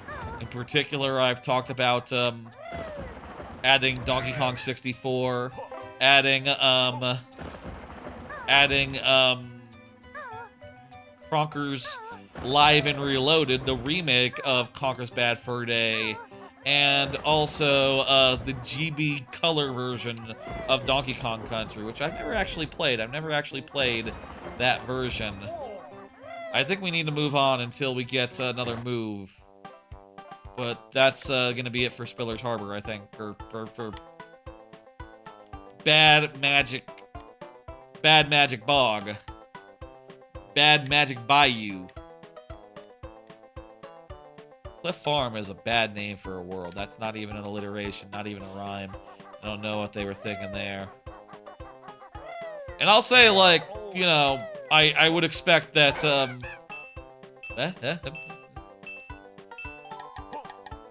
I would expect that, let's collect some stuff while we're here. I would expect that a playthrough of a Donkey Kong Country Game Boy Color would also be a one-stream affair. But, and it'd be good now to set the precedent of, like, okay, for a one-stream affair like that, god damn it. For a one-stream affair like that, we beat it in one, we come back the next week.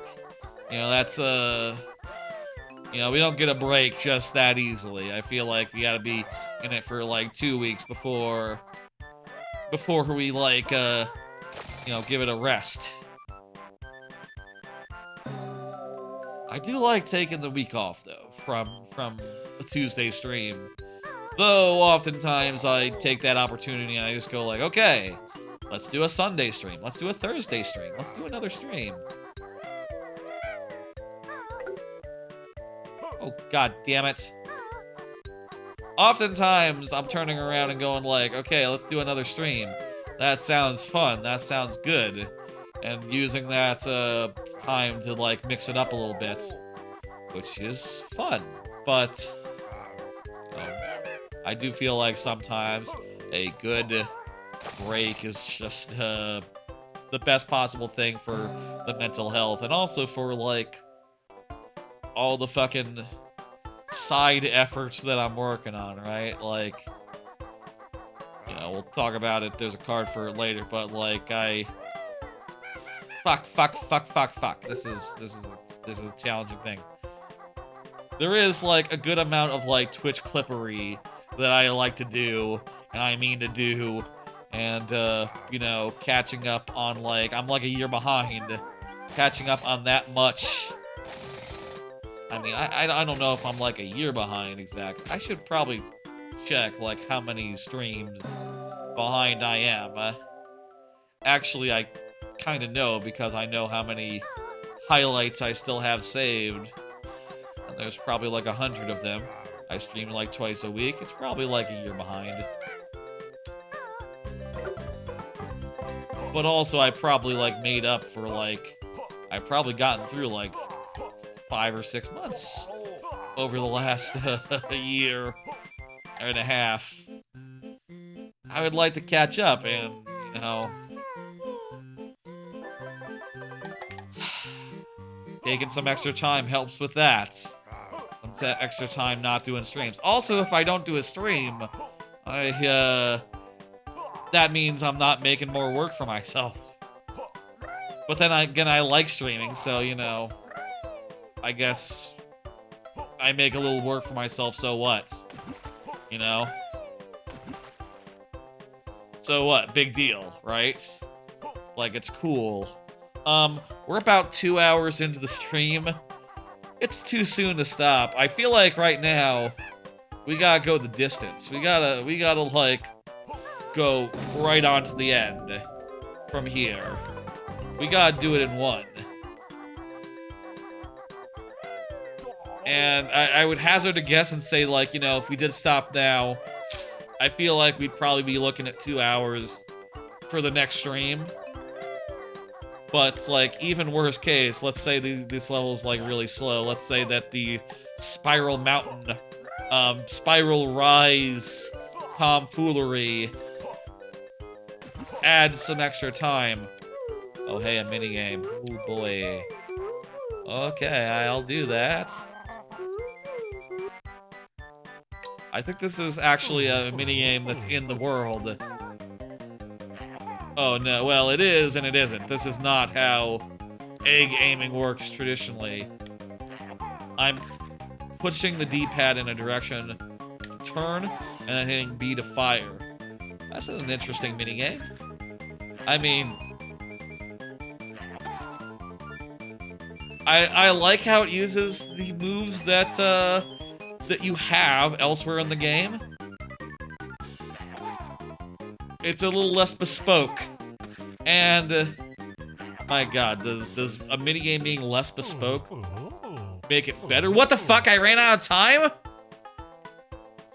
Yes, I do think a minigame being more in the world makes it more bespoke. That's why the minigames in Tui where you run around and hit things are cool. Like Guffo's trash can. This is like Guffo's trash can.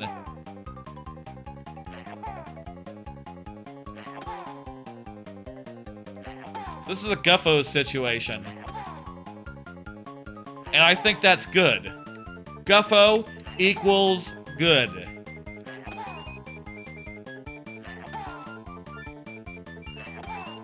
For the birthday stream, I also want to have a, big old...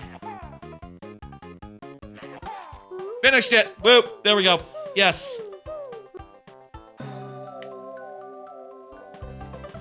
Second try was the charm.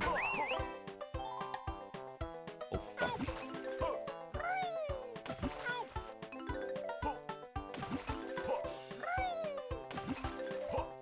For the birthday stream, I want to have another incentive for like a stretch goal for like, you know, an insane amount of subs, you know what I mean? Just for like a full playthrough separate from the Tuesday streams of Sonic 06. I think that would be good content, if not fun. Definitely not fun, I'll say that much, but well, it might be fun just in the way that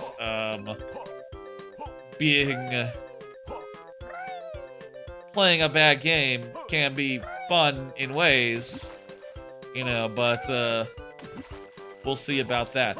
You know, I feel like it'll be at an amount where if it gets hit, you know, I'll feel like doing an extra stream every week for a while until I get through it would be like you know, reasonable. Would be fun. Maybe we do that like Saturday morning or like Sunday morning. I don't know. That's something to think about in May. Like when I'm pitching. What is this lava field situation? Full of gremlins. Oh, this is something to do with once you have the invulnerability. Let's see if we can just do it without the invulnerability. One more try. One more try, just like raw dogging it.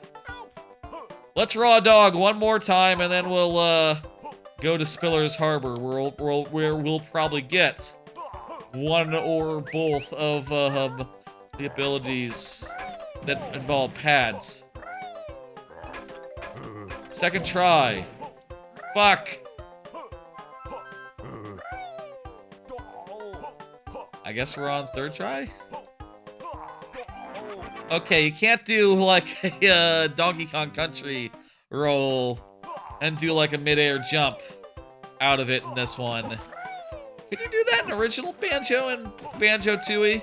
Did it have the same like roll gimmick? There's no swimming in that water. That's not a diveable pool.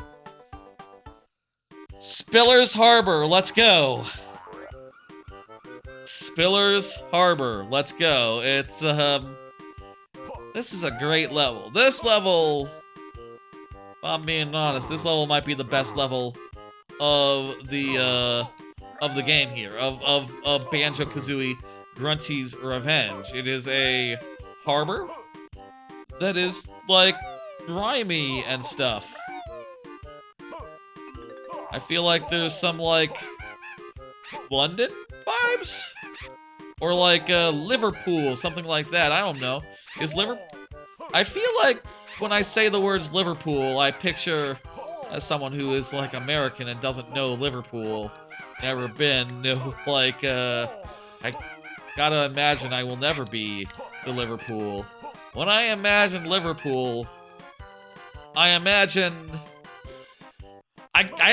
this, I guess. I imagine oil slicks just in the middle of the road, cobble streets, quaint checkerboard tables, industrial grungy style buildings. Oh hey, check this shit out. This is Tip Top Sweet. Fun fact, you see this wallpaper? You see this this carpet? I remade both of these things in two fun facts. I remade both of these things in Animal Crossing before, in the past, like over the last you know, 2 decades.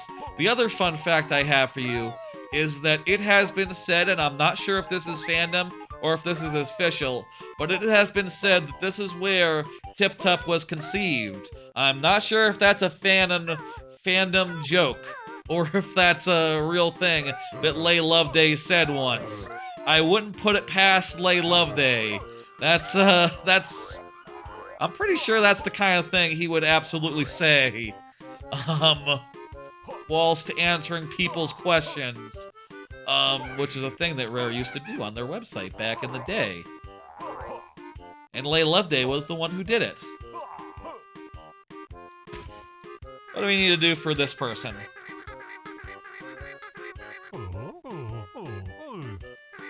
Is Liverpool like this? I don't know. Maybe it just has a grungy sounding name. Does it even sound grungy, or is that just my, like, prejudice? I don't want to say prejudice, but, like, my, like, is that just... Is that just me who just hears, you know, something like this? There's gotta be a town that looks kind of like this, a city that looks kind of like this. I mean, there's gotta be loads of them, right? I mean, maybe not exactly like this with the green water and the black oil. I mean, I'll say it's beautiful. It's one of the best industrial fucking shithole themed worlds that have been in a Banjo-Kazooie. Is that a hot take? I mean, I guess they're all great. You know, your Rusty Bucket Bays, your like your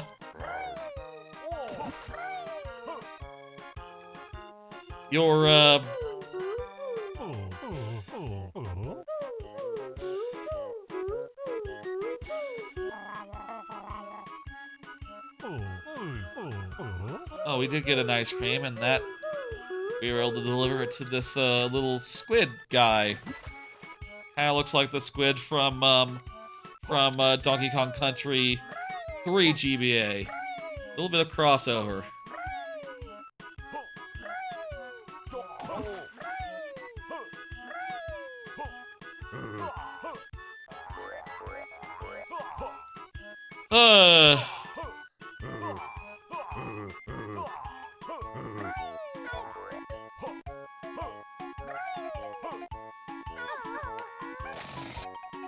There we go, get this Jinjo.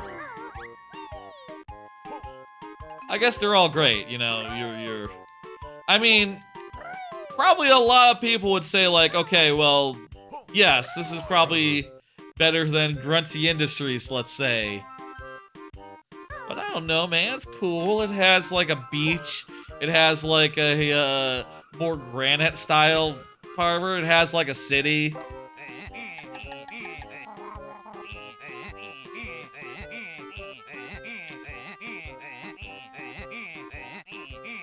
I guess probably...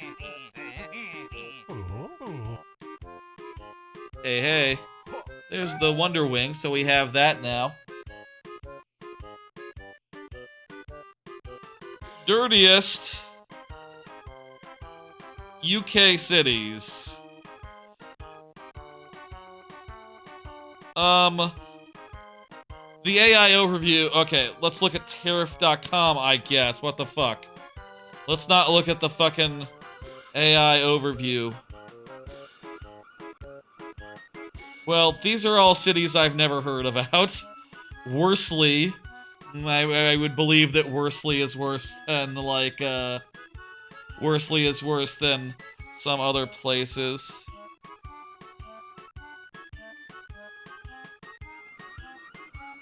Most polluted cities. Nottingham. That's where Robin Hood is from, isn't it? You wouldn't think that Robin Hood City would be, Brighton? You wouldn't think that the Bright City would be terribly polluted. Medway, London, Manchester, Thurrock, Cranberry, Portsmouth. Portsmouth? Portsmouth?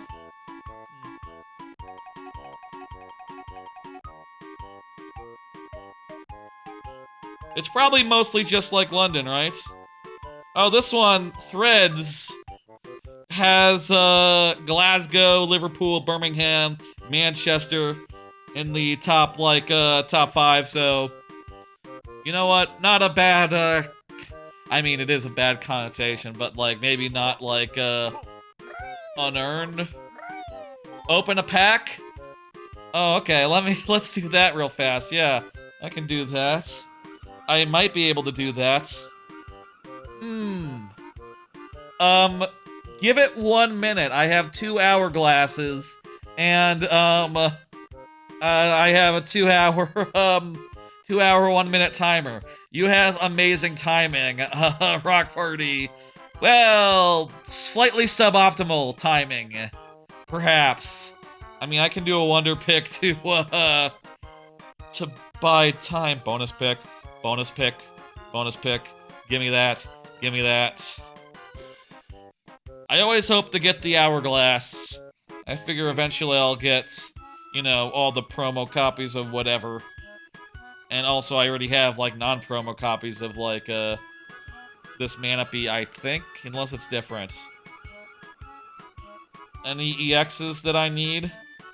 How many Leafeons do I have? I have 1 Leafeon. Is Leafeon good enough to roll the dice on? What say you? Should I try for that Leafeon? I don't have that many hourglasses, so I should really reserve. I got like 3 Pro Pass EXs now. It's ridiculous. I also got 3 gods. I got 3 Arceuses. Or Arceuses? I think I read that originally it was supposed to be Arceus, and they retconned it later to be Arceus. I like Arceus. I don't know. Maybe that's just me. Oh, let's roll the dice. If we don't get it... Oh, I can't afford it. I can't afford it. Okay, never mind.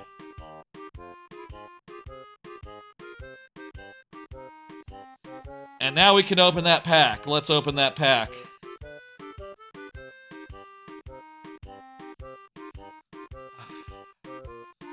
I had a really good pack this morning.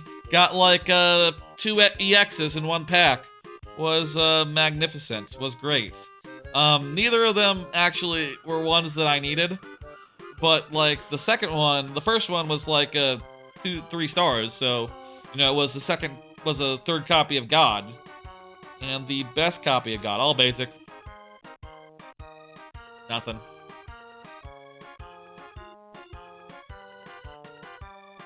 Pokemon Pocket is such a slow roll. It's like, you know...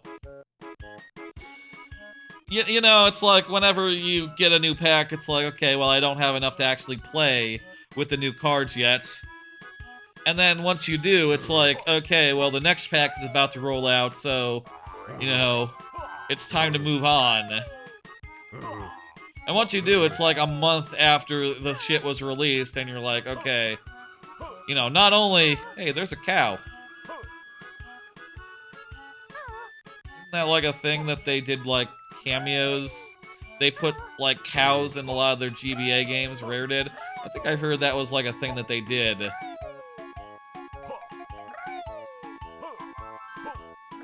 Whatever. I need to become a rat to go into the thing. Also need to get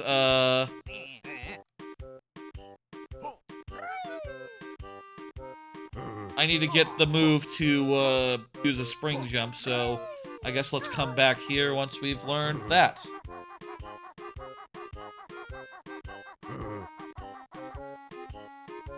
Beautiful. Oh, this is probably our spring jump. Look at that, we have a perfect amount of notes. You should be lucky to see anything. Ice eggs, okay, that's fine. That's good. Ice eggs are a classic. Man, I miss Banjo-Kazooie, Banjo-Tooie. You know, I'll say, like, this game, you know, you might look at it and go, like, well, it's a little bit... Definitely no Banjo-Kazooie or Banjo-Tooie, but, man, it kind of hits the spots. Just running around collecting things. It's, you know, as far as Banjo-Kazooie goes, it's, like, the most... The most, like, the appetite has been sated for this sort of collectathon since, like, fuck, this is... Since, like, the original Banjo-Kazooie, since Banjo-Tooie, you know, those two games. And, you know, it was just a few years later, so... At that point, there was every expectation of, like, okay, well, Banjo's their big series, and Banjo's a platformer. There'll be another one that's, like, you know, this same sort of game, but... They didn't really want to, They didn't really want to make another one after, doing Grunty's Revenge, I guess. And that's fine, like, you know, I replayed through, Nuts and Bolts on the channel, and, Nuts and Bolts is damn good. But it's not one of these, you know what I mean? Nature Buckets. Yeah, this game hits the spots. It really hits the spot, man. The only thing is, like, it's maybe like a 4-hour game, you know? And I feel like, you know, at this point we're in the second-to-last world. We will be getting through. I can't imagine we won't do.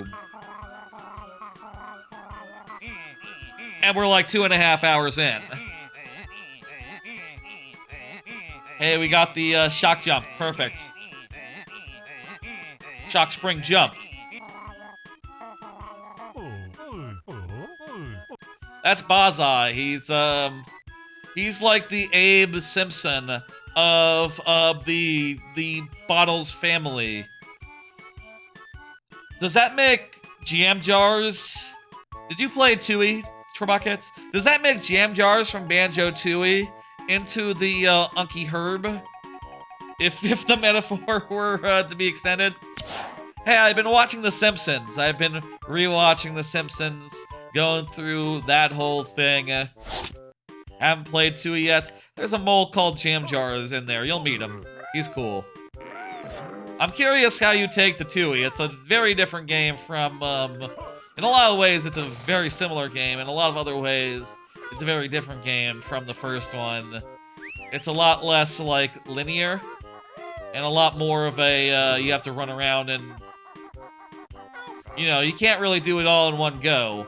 Unlike the original and, you know, mostly unlike this game as well.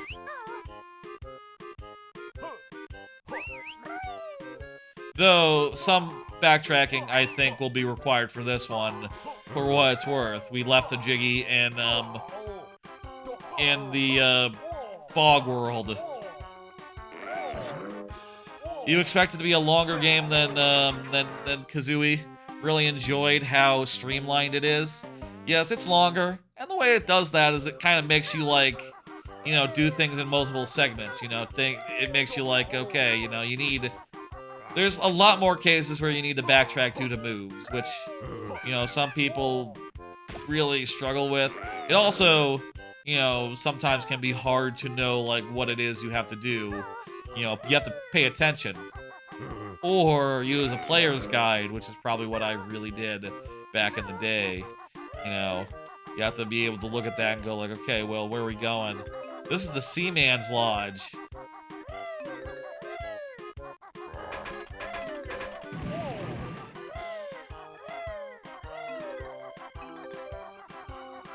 I've seen, like, some people really bounce off it, like, when they came to it, like, years and years later. Like, you know, I remember when Dan Reichert played it on his channel, like, he just got lost, didn't know where to go, and just, like, bailed out. You know, and that really felt like a, you know, like a bummer. You know, I'll say when Dan did, like, Dan Reichert, big streamer, big, like, content guy on the giantbomb.com, you know, who works for that outlet. When he did, like, Banjo-Kazooie, he also had a lot of trouble, like, finding the worlds, you know, knowing where to go at any point during the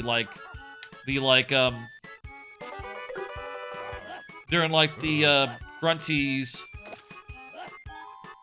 you know, the part of where you go through the mansion, and you have to be like, okay, or the lair, and you gotta be like, okay, well, here's this, here's that, here's, okay, I found this warp thing, here's the puzzle. And he just relied on chat, just like, okay, just tell me where I need to go for these purposes. I can't help but think, if I had been around for the Banjo-Tooie segments, I might have been able to just, like, help out a little bit, you know? The thought still, like, makes me regret that I forget what I had going on that day. Maybe I was streaming. Maybe I was a streamer at that point. Or maybe by around that point I was just, like, you know, out of town on vacation. I think I was at a theme park, actually. I was at a theme park that day. And I came back like, oh, hey, I'm just back from Universal, and what's that? You, Dan, failed to get into Tooie? Oh, that's a bummer. I feel like, you know, a co-pilot... I feel like someone who knows what they're doing maybe could, like, expedite anyone who, or, like, help in cases where, you know, otherwise you might burn out. I don't know. Maybe that's silly to say that a game would need, but some people might struggle with it. And, like, you know, it's kind of a shame when you bail out versus just pushing through, versus, like, you know, getting the help you need to manage.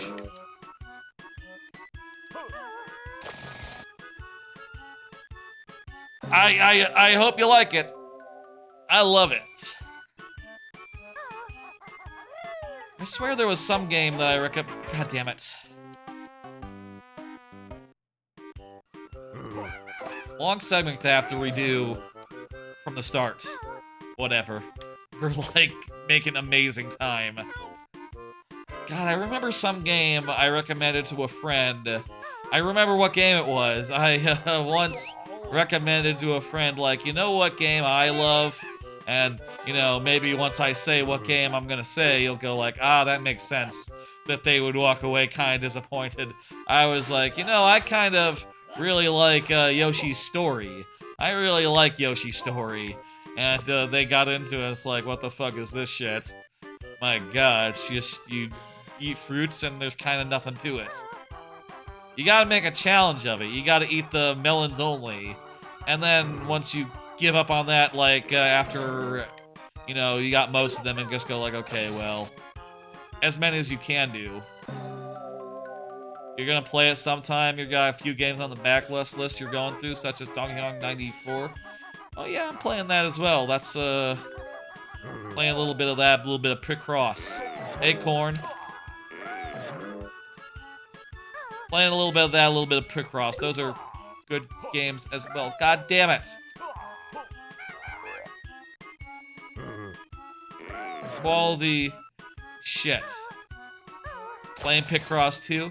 Yeah, I don't know why I am, because that version, you know, you gotta admit, like, it'd be better to dig out my copy of the DS version that has, like, the thing where Rose, like, shade...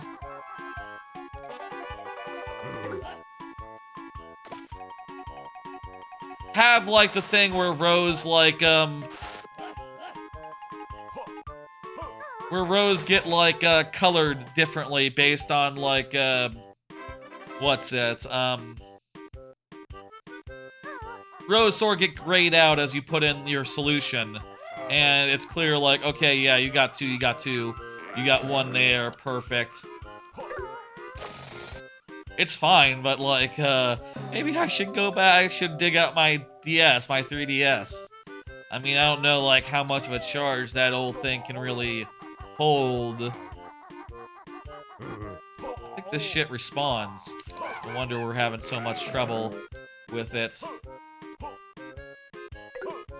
Fuck. Simpsons! I did a card that said I was been watching The Simpsons, and then I didn't make any sort of elongated comment on it, did I? Motherfucker.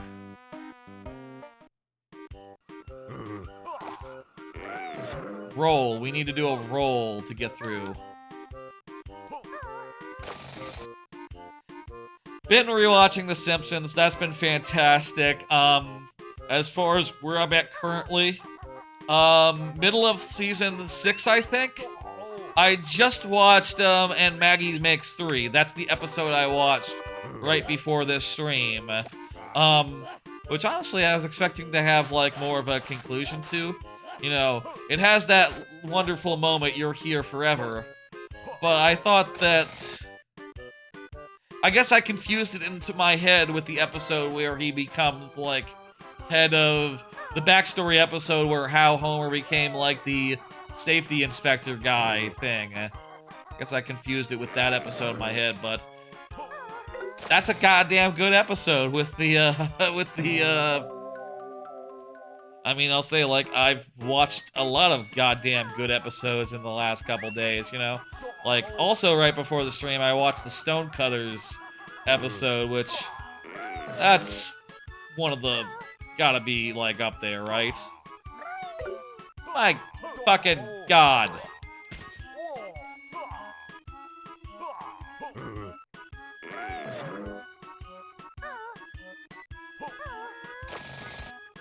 Blammo indeed. How many times do we have to do this? How many times is this gonna take? Fucking fuck. I have 1 health too, so that's not good.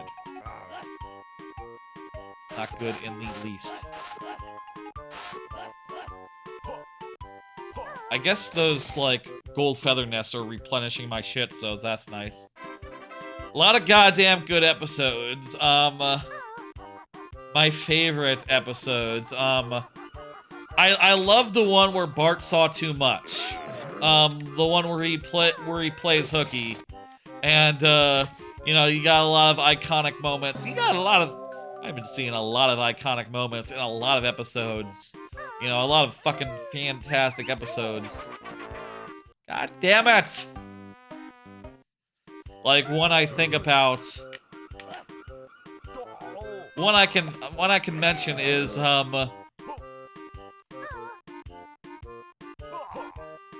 let's try this. Okay, just jump and run. Okay, it's not hard. Jump and flap. Jump and flap.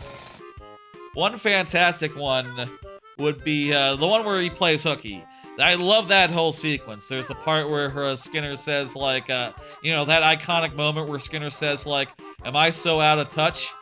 No, it's the children who are wrong. That's just as good as it is when you see it independently. That bit. There's also a equally hilarious bit where you know, Bart's playing hooky, right?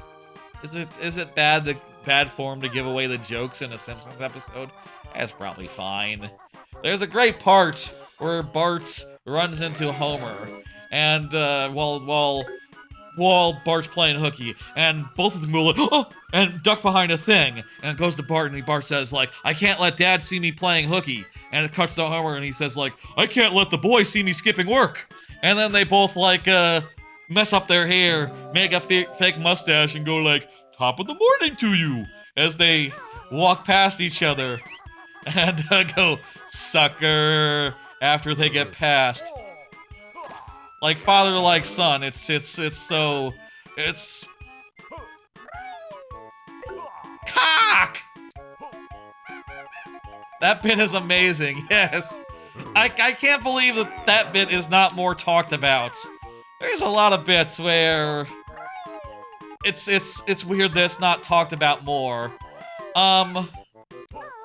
Other favorites, and y'all can remind me of your favorites. Season 5, Season 4, Season 6 episodes, if you want to, like, refresh my memory. I loved, Homer Loves Flanders. That episode where Homer and Flanders become tight. And, the joke is that, like, oh, now Ned is suffocated. And it's just, like, can't stand Homer. Like, that is just moi. That's chef kiss. That's just a perfect dynamic, and it's almost a shame that, far as I know, that dynamic, never came back, never comes back. You know what I mean?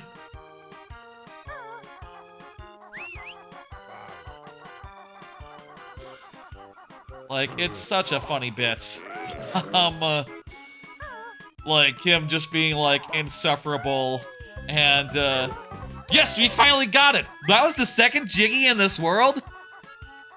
Oh my god. We've been in this world probably what feels like, well, maybe it's only been like 10-20 minutes, but it feels like we've been in here for a half hour. We only have 2 Jiggies? Well, these last 2 worlds might take a bit.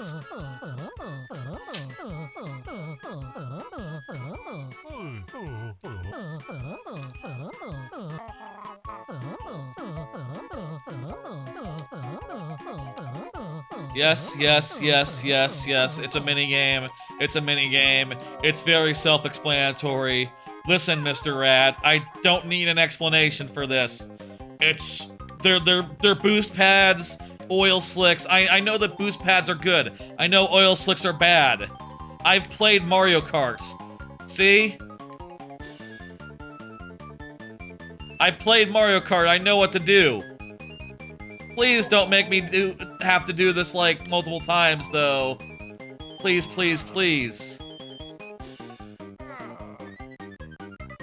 Oh, I think the thing on the right is, like, whether he's... We're going downwards, but the higher you are, the more ahead you are, so... We're not in good shape. Fuck. No. I understand how to do it, Mr. Rat. It's just, a little difficult. This is it. This is the time. Let's go. Let's prove to the rat. Fuck you! Let's prove to the rat. Fuck you! Fuck! Let's prove to the rat that we don't need his love and advice. Yes, this is how they did 3D. It's a little bootsy. A little bit of an illusion. I just think it's neat. This illusion. I just think it's neat. Another great moment from a great episode of Simpsons that I watched the other day. We did it! Potato!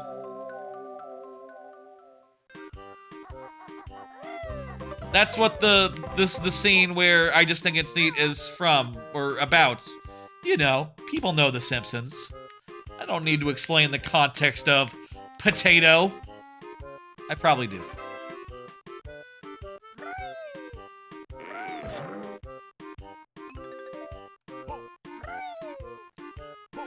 This is like some of the most platforming in this game, where you have to like flip or flap around some like kind of hard to perceive isometric like cliffs. And it's just a little bit awkward, but also it's fun and you shouldn't worry about it. It's cool. This is cool. Look at us, we're platforming.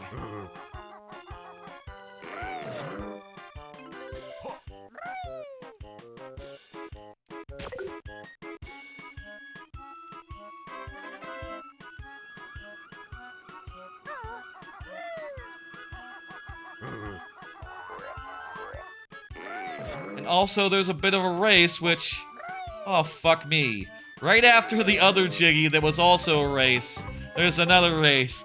We might be seeing a lot of like point-to-point races for these last like 20 Jiggies in this game. Or how many Jiggies are left? 20 Jiggies, exactly. Exactly 20 Jiggies. Or maybe we won't, and those are the last two. Let's find out by playing the game.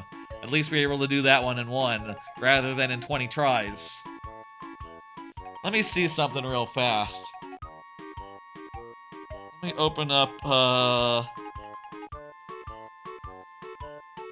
I'm opening up Disney Plus on my phone. I guess I can continue platforming while it loads. And... okay. Here it is.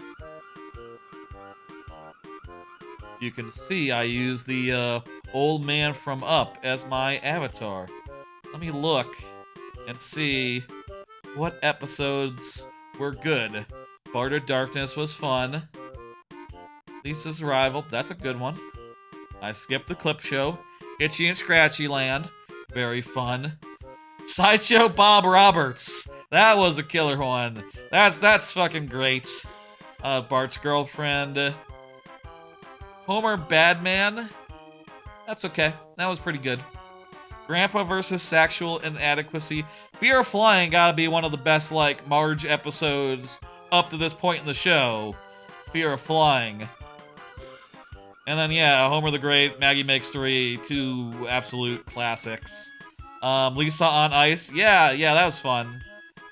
With the hockey. Lisa getting into hockey. I think I said last time Cape Fear fucking ruled.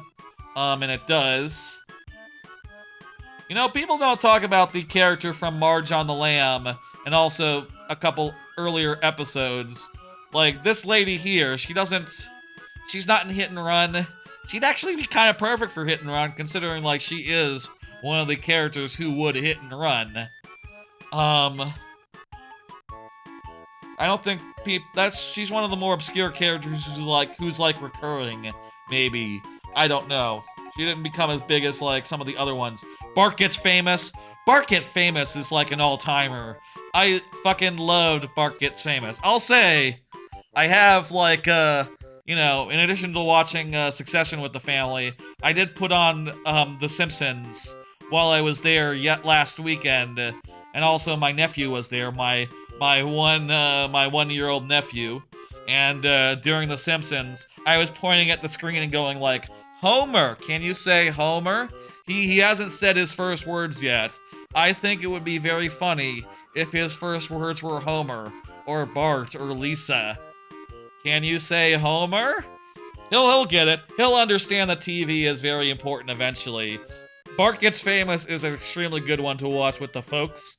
Homer and Apu, on the other hand, like, you know, kind of an awkward one to watch with people who are, you know the generation, boomers, you know, with the parents, you know, and to have them discover in real time, like, oh, Apu got canceled like 3 years ago? Like, yeah, Apu got canceled 3 years ago. He hasn't been seen in 3 years. It's old news. Can we not discuss it? You know? That was my feeling when that came up, like, oh geez, you didn't know that? Oh my god.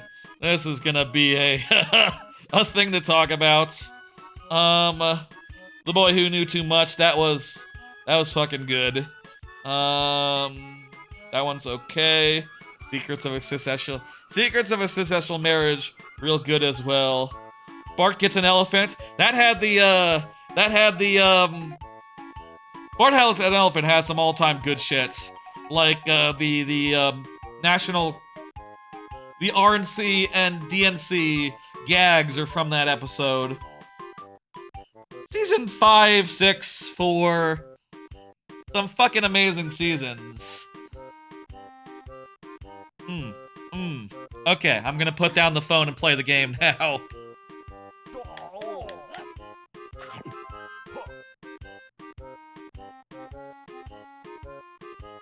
We got that in one. We're done with that business. Good, okay. I think we're done here until we get some transformations and come back.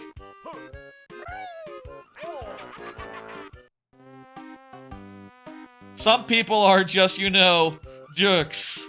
Stop that, Mr. Simpsons. Stop that, Mr. Simpson. Oh yeah, the headbutting, the elephants bit. Yes, that. Yeah, that's a good bit.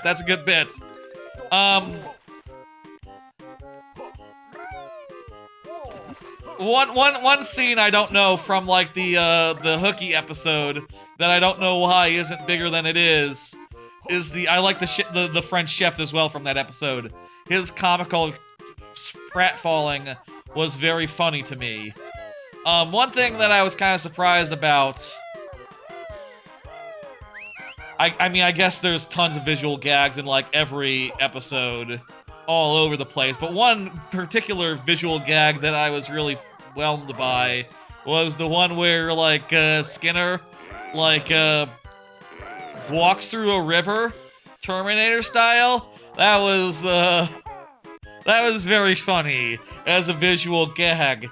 And then Bart's like, oh, he's like some sort of, never giving up man. I don't know. Very, doesn't stop for nothing. Dude, what the fuck was that shit? I dropped through I mean, it doesn't matter, but I fell through the gap between the lighthouse and the platform. That's not how physics are supposed to work. Doesn't matter. Because I really didn't need to go back up there.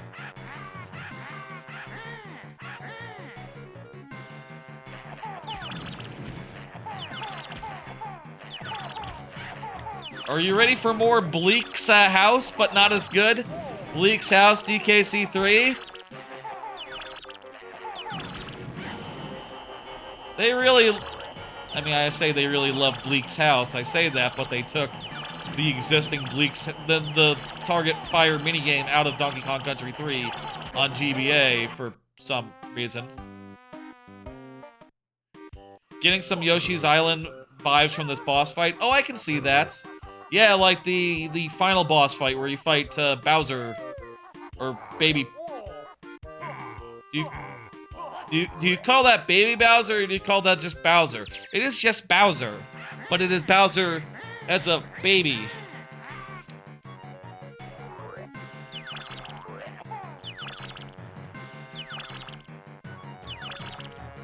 These things are sort of scaling, based on how close they are to me. Yeah, I guess you call that Baby Bowser.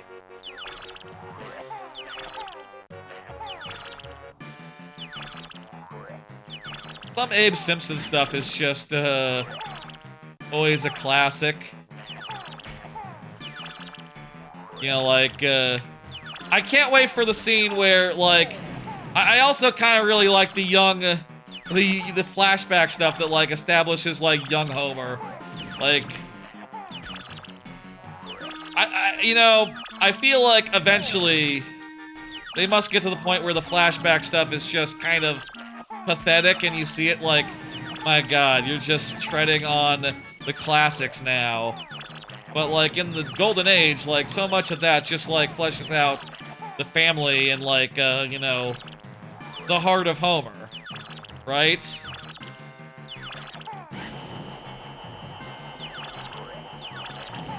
Whereas, like, eventually it's maybe more a little bit, like, cringe.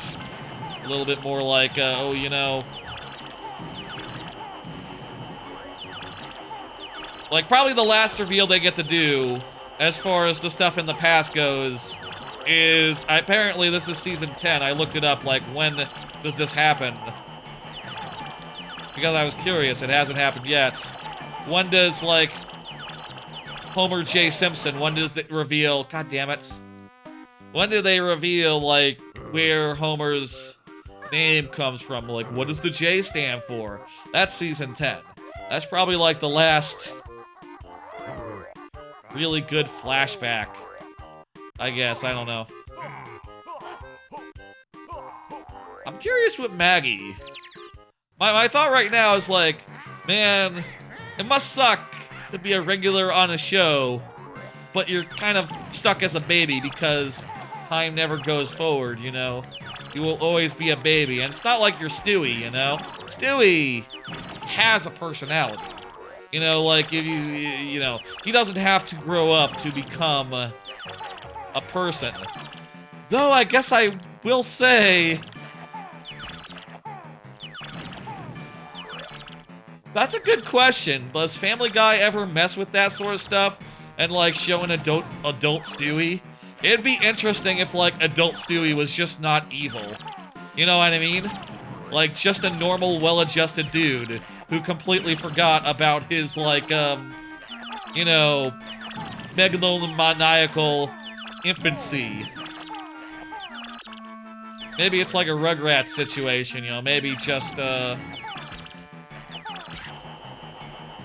like, you're not supposed to take it literally, like, the things that Stewie says and does. It's like a metaphor or something. Someone Google. What's the... Oh, adults Stewie. Does it happen?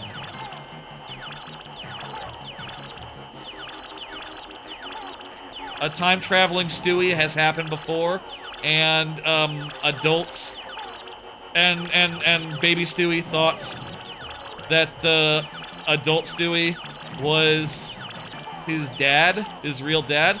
Oh, well, that's a scenario. Sure. That's a comic situation with the potential for comedy. That's a sitcom. That's a good premise for an episode of a sitcom. If I ever did hear one. Beautiful! Finally! Woo! Oh! Ah! That's the only time you've seen Adult Stewie from your short time? Was Adult Stewie like... Was he like megalomaniacal, or was he just like a normal dude who looked like Stewie?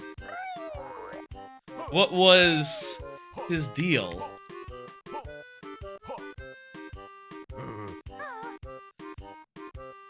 It's kind of a bummer that like Maggie... That Maggie, like, just can't have too much of a personality other than, like, baby. Like, that's the personality you get by default when you're born. You know, you can be a different type of baby, I guess, but... He was a normal dude who wanted to go back for its clothes stores? That's a premise. A normal dude who wanted to go back to modern San Francisco for clothes. Well, I guess clothes are getting cheaper and cheaper. Maybe just like, you know, you buy some clothes in the past, it's higher quality, stays good for longer. Again, a joke that I've heard about Tip Top Sweet is it's where Tip Top was conceived. I don't know if this is a joke that the fandom made up, or if it's something Lay Loveday made up. I wouldn't put it past him. Repeating that again, and now we'll never hear it again. Is that canon? I don't know. I want to know too. When they do like flash forwards, right? And show like, oh, Lisa in the future canonically became president instead of Joe Biden, I think is the canonical thing that happened in the golden age era of The Simpsons, you know? Canonically, Bart becomes a Supreme Court justice. Oh, fuck. I know. Rat buddy. I don't need to be here. I really don't need to be here today.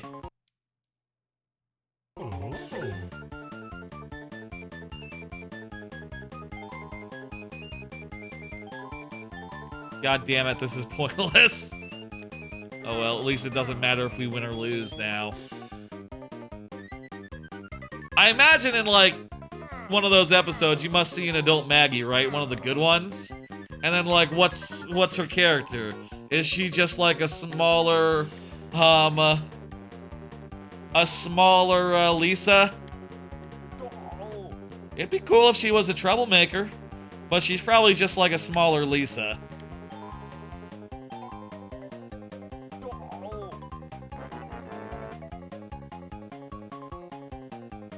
They must have messed around with that more recently. We see adult Maggie in one episode where Lisa sees her future from a fortune teller. In the golden era or in the what they call zombie Simpsons. I really don't know if that term is, like, widely accepted or if it's just, like, a couple of video essays keep on saying, like, or I say keep on saying, said once, like, what the fans call zombie Simpsons.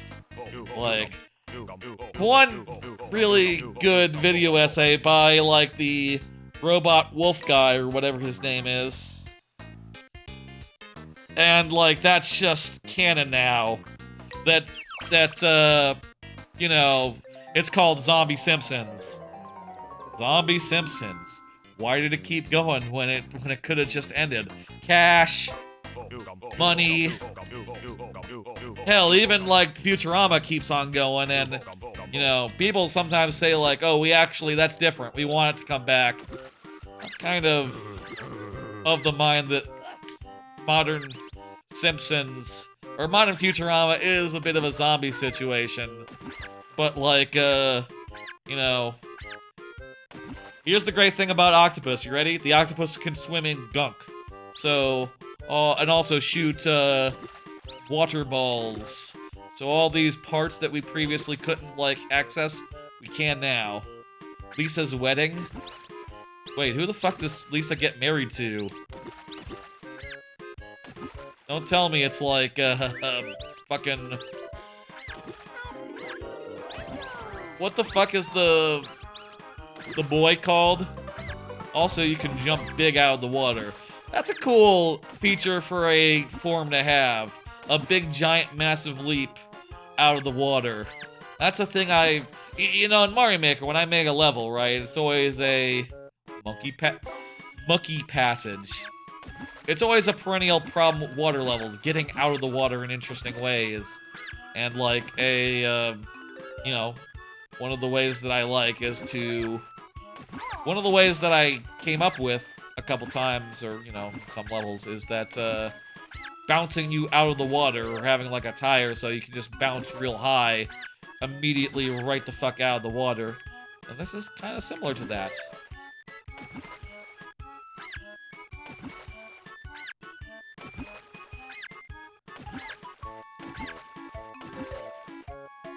I've said before recently, and I'll say it again, there should be a, like, a modern Donkey Kong Country game. They should put out another Donkey Kong Country game, or someone should indie develop a similar sort of game, but have it so that there's, like, countless animal buddies. You know, like, basically one-off animal buddies, similar to, like, how Astrobot or Mario Wonder do. And one that was, like, a swimmer who could jump out of water real big. That'd be a cool one. That'd be a good one. That would, like, recontextualize bodies of water. And hell, you could make it so that you made your way through the level once with, you know, with your just normal form, swimming and stuff. And then you got your buddy and, you know, you can go places you couldn't do before. Cases like that are kind of rare, like a little bit of Metroidvania type progression. Kind of rare in Donkey Kong Country. Like, Squeals on Wheels is the one time. But in Mario Maker, you see it, like, often enough where I kind of feel like it's normal now.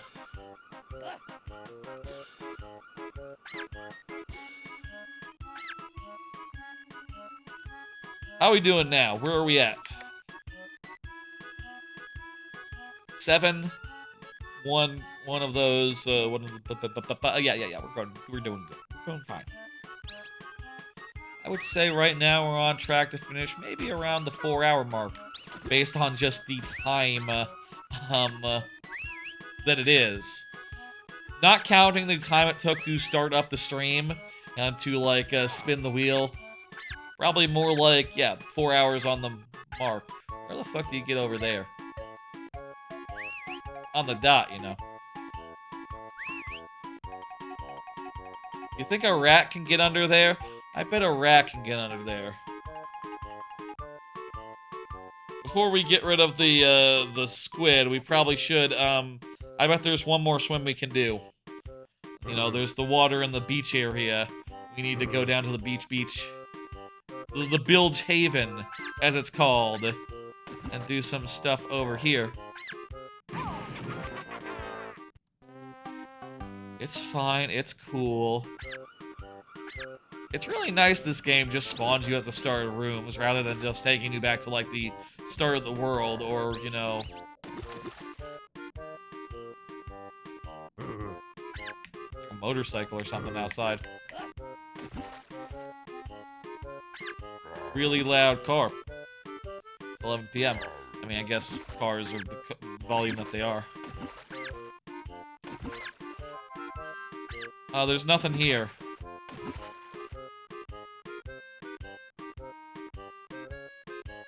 It is pretty, though. I guess there's no swimming in this one. Like, underwater. I mean, that makes sense. Oh, it's dirty here.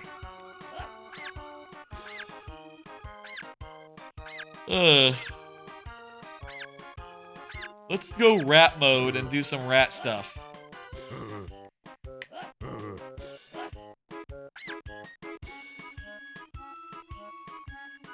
I got 1 more card, 2 more cards, not that many more cards.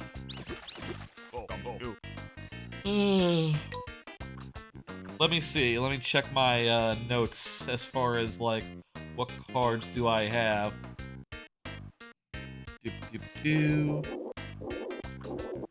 Rat mode, thank you. Yep, just 1. Let's hold off on it for now. Just sort of, you know, enjoy being a rat, I guess.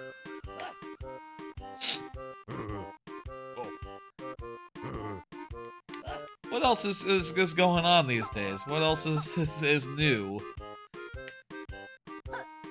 I mean, this is just a maze where we'll get a Jinjo, we'll get some notes. These might be the last notes in the level. In fact, last Jiggies in the level too? There's just 2 Jiggies left, so I should. One of them is one Jiggy is the Jinjos. I'm not quite sure what the other one will be, but one of them is here, and then there'll be 1 more. Do you beat Link to the Past today? That's really nice. I've never done that, actually, and I'll say I've said that before, and like you know, low-key before I floated like you know, doing a full playthrough of that, like on stream, versus, and I'm not really sure, right, if I want to do that versus just doing it off stream and, you know, maybe doing like a randomizer of it on stream. I'm really curious about the combo randomizer where it's you can nibble ropes as a rat. Where it's, you know, Super Metroid and Link to the Past.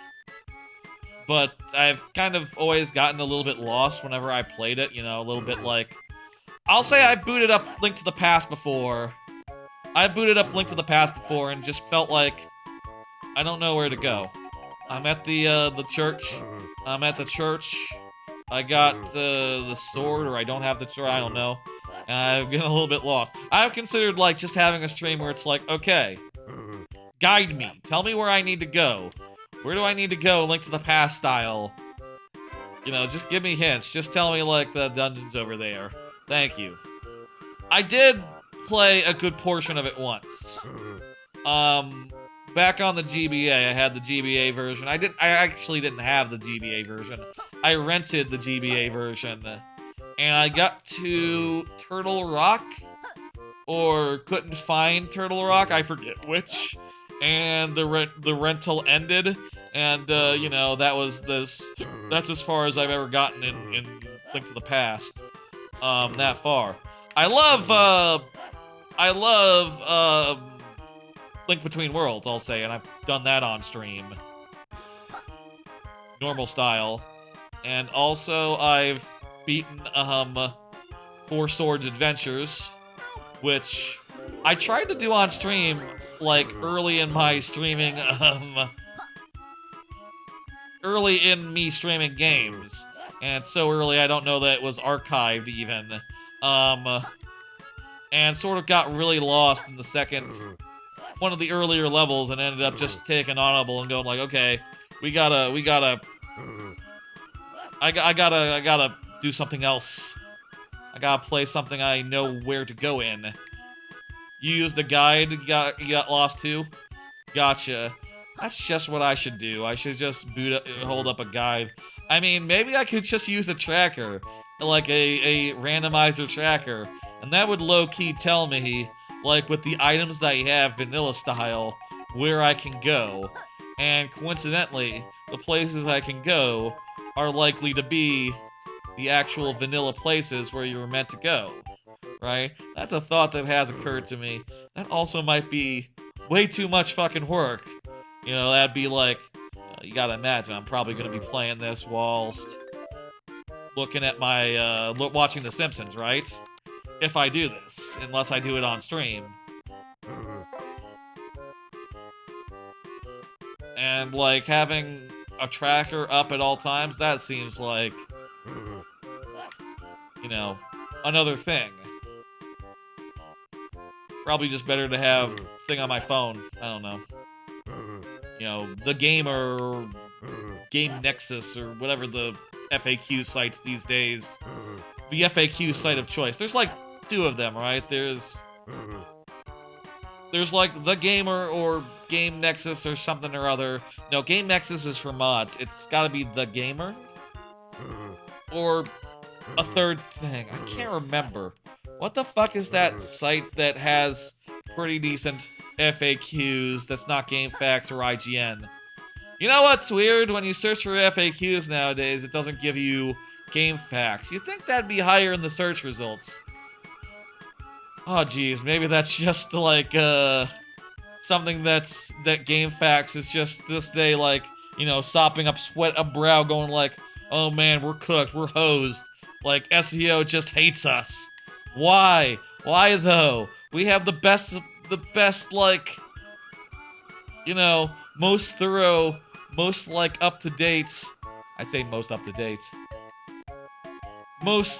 We have the most, like, tutorials and FAQs of anyone. How can anyone, like, say no to that? Why is that not, like, always being served to people? I guess people don't like to read. And they also don't like plain text anymore. They don't get it. The kids these days, they don't get it. They don't get ASCII art. And they don't quite, you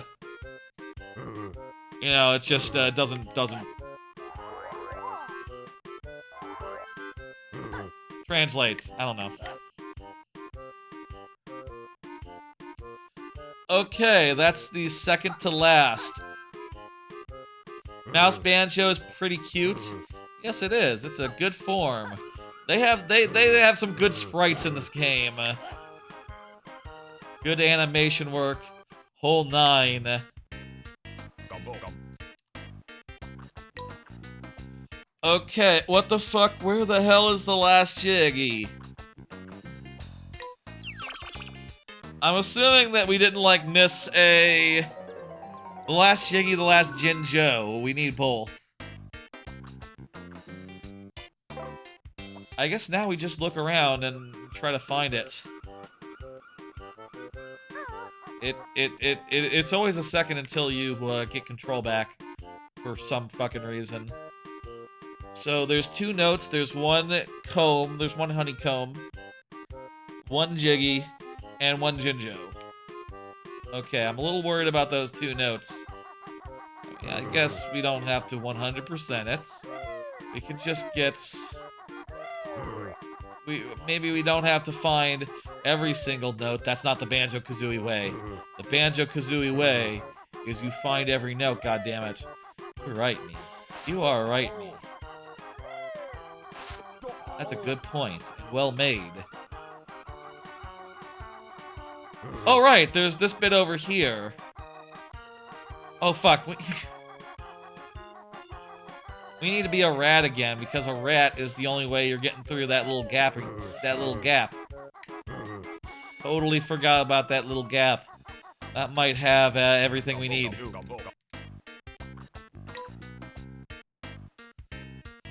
Let me do the last card while I turn into a rat and run over there. Annoying YouTube Shorts consistency issue. I'll say I've been working on catching up on a Twitch clip backlog where I like to clip up the best moments of like every stream that I do. And I've been behind on that by a factor by like a year for like a year.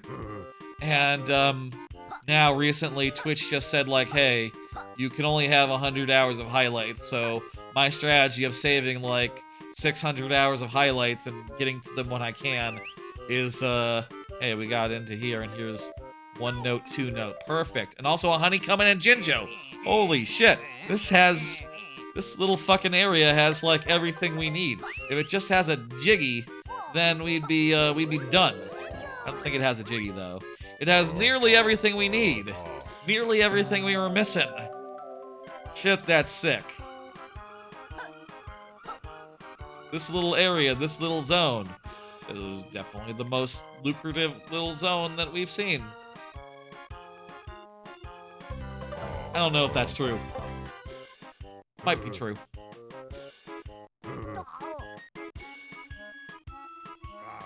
Now, where's the last Jiggy? I feel like we need to turn in our mouse. And then,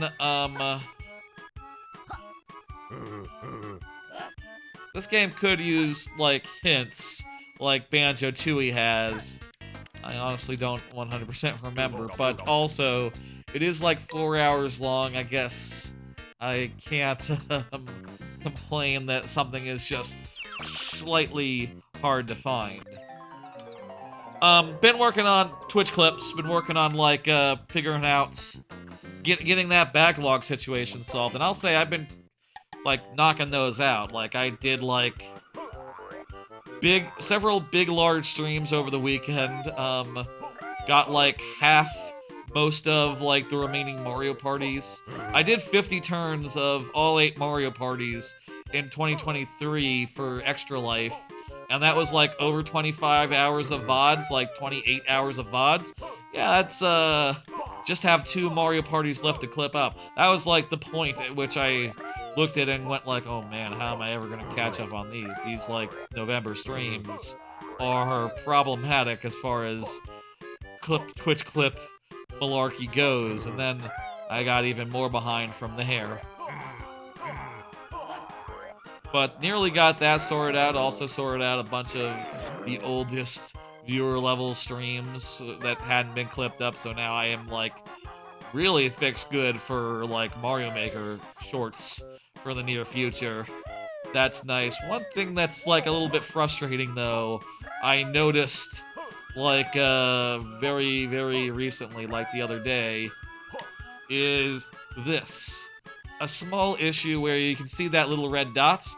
Yeah, so the aspect ratio of the me part of the short versus the gameplay part of the short changed at some point. I guess I must have clicked on the thing on Twitch's end that, like, moves that up and down, I guess I accidentally moved it down a little bit and never moved it back where it was. So, like, a good, like,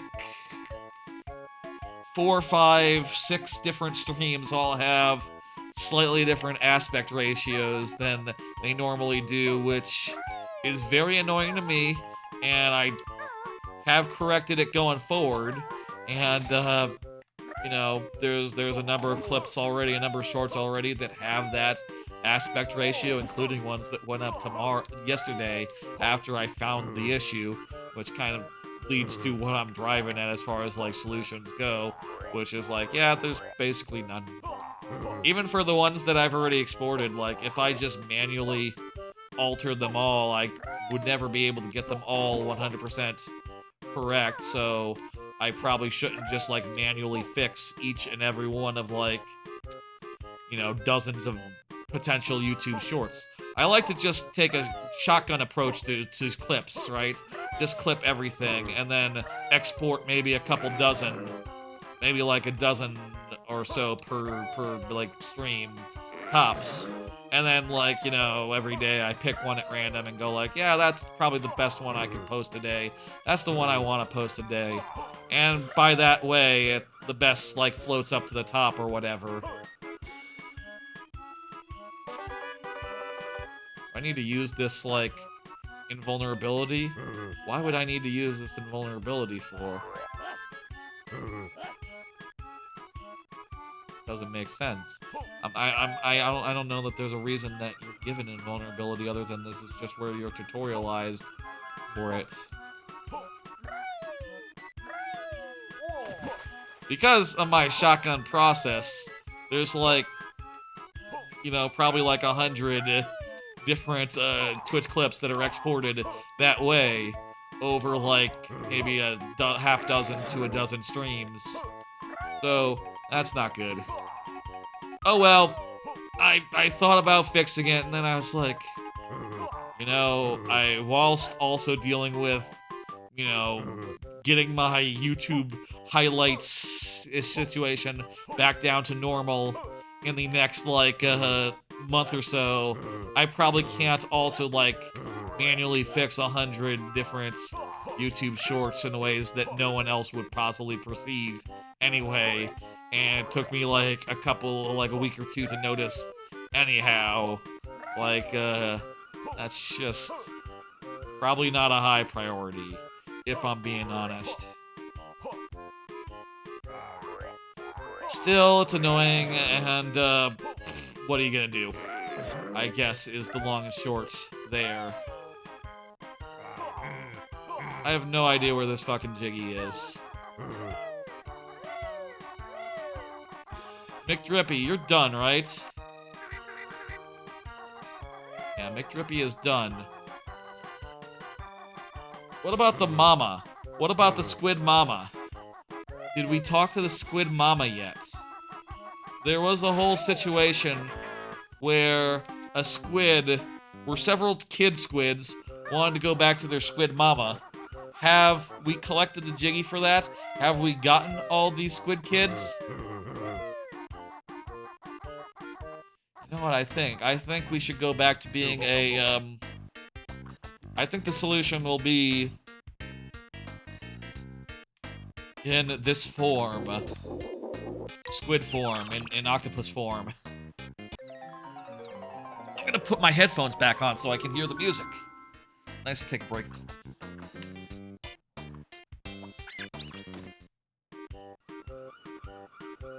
It's interesting. I'll say it's really interesting just going through old streams sometimes, you know. A lot of it is just, you know, efficiency, right? It's like, okay, I'm talking about 100 girlfriends. Skip, skip, skip. I'm talking about a certain boys VR MMO adventure, a mid-anime from 2023. Okay, skip, skip, skip. I don't need to hear about that one again. But then there's times where it's like, okay, you know, I'll sit back and just listen to myself talk about whatever was going on a couple of, you know, in 2023, early 2024, and go like, oh shit. You know, one example of that, I was listening to myself talk about, like, we can double check this passage again. Actually, no, nothing would be in here. I mean, it doesn't hurt to go through it again. Listening to myself talk about, like, you know, at the time, it had been a while since the last time I had gotten a, oh crap, we can't exit out this end? Oh shit. It had been a while since the last time I had gotten a, new Rubik's Cube, and listening to that and going like, oh crap, it's been a while now since I got another Rubik's Cube. Like, yeah, since basically this stream a year and a half ago. How about that? Let's get a new one. And I ordered a couple of new cubes from the cubicle. Apparently they make a 2x2 face-turning octahedron now, which wasn't a thing when last time I bought some cubes, and you know, I got a 4x4 octahedron, FTO octahedron, and FTO as it's called, and I thought like, oh man, you can kind of use this as a 2x2 if you don't turn don't turn the outer edges, and you know, it would have been nice to fool around with that in that form, if not for the fact that that thing pops like a motherfucker. So now they have, like, one with magnets in it that, like, is a 2x2 FTO, is like, oh, I can't wait to tinker around with that. That'll arrive at some point. Oh, crap. Okay, here we go. We just need to find the NPC. And we can't do it as a squid. Squids can't talk to squids, apparently.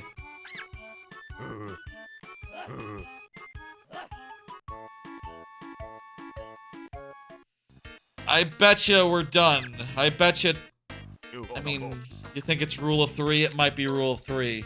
What if we need to be a squid to save the last child? What if there's, like, an underwater section in the goop somewhere, and we need to be a squid for that underwater section? That's very possible. I'm a little concerned, but also I'm not concerned at all, and I bet it'll be fine.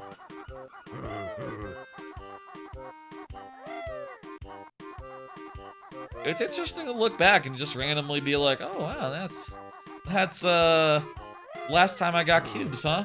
Yeah, I could go for more cubes. Or like, oh, this is where I talk about gushing over magical girls for the first time ever, like right after I saw the first episode of that. Oh, there we go, perfect, we're done. That's a hell of a thing. Oh boy. That's, yeah, that's... Okay, you know, noted. I didn't actually re-listen to myself. I didn't actually go through that segment. I mean, I know what I thought about it then, and I know what I think about it now, and it's like, okay, yep. Interesting to note, right? Just like, oh, right, that's what was going on at the time. That's what was new.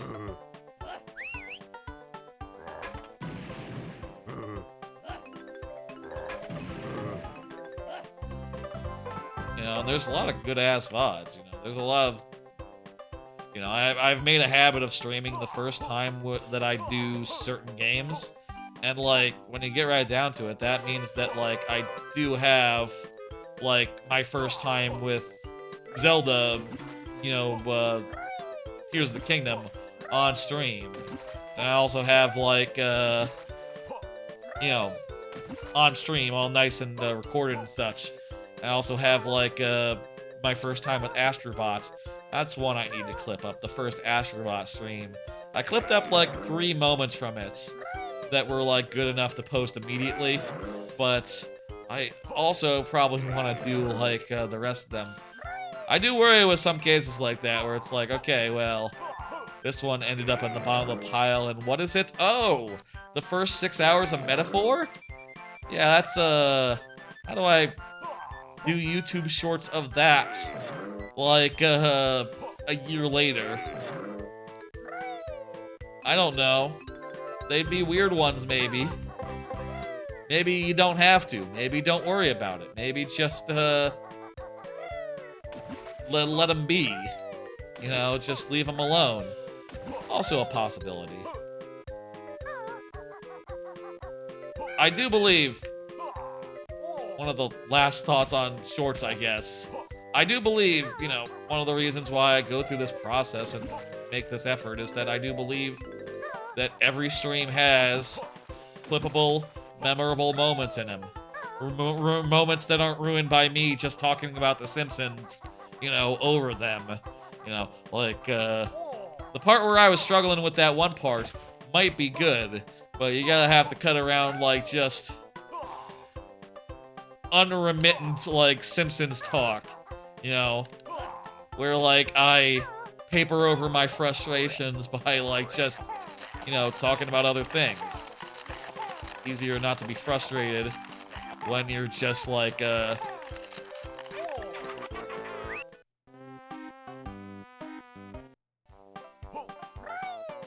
Yippee! Okay, we got it this time.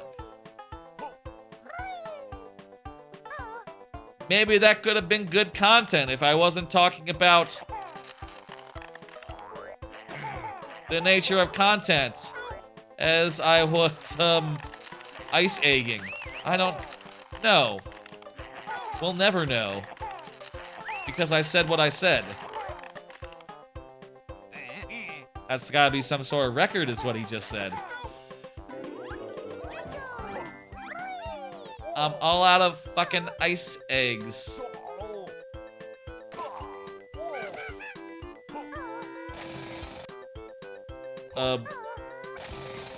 What?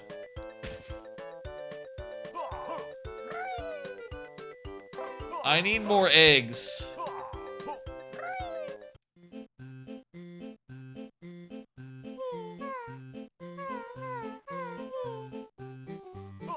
Oh, we need all 12 for the next one? Wait, I think we... When did we cash in the 8? Oh, I'm not gonna worry about that. Also, the fire's regenerated.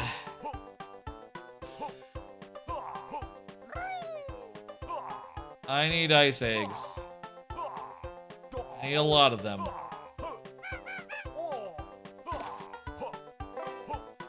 Well, we only have one more Jiggy in the spiral mountain, spiral rise, spiral lake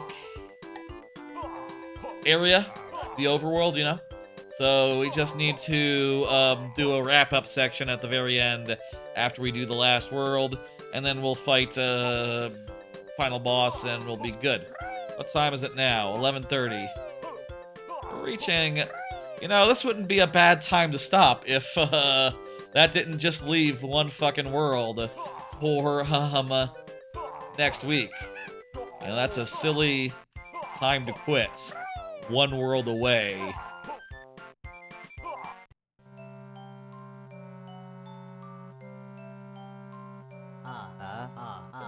I think at this point we gotta go. We gotta keep going.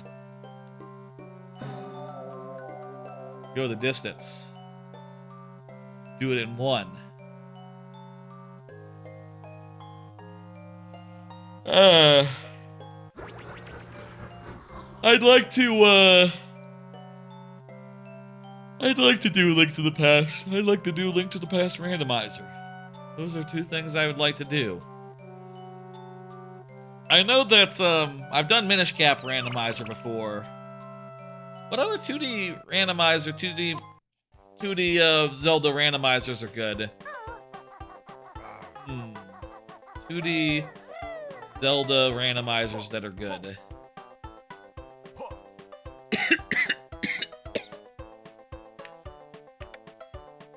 It's a great game.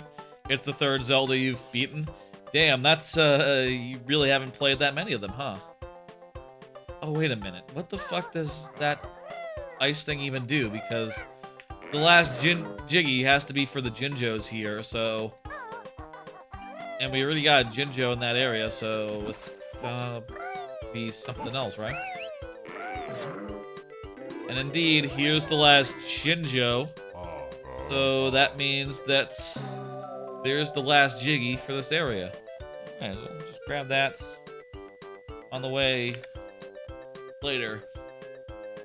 Sadly, no, but you're making an effort to beat more of them with Link to the Past done.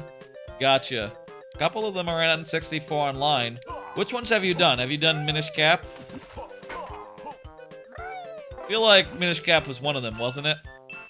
And, Ocarina? The 3D ones on... wrong level. I mean, actually... they can grind a little bit. The 3D ones on, Minish Cap, Tears of the Kingdom, and now, Link to the Past. Oh, so you got, like, both of the ones that are on, N64 Online in front of you. Enjoy them.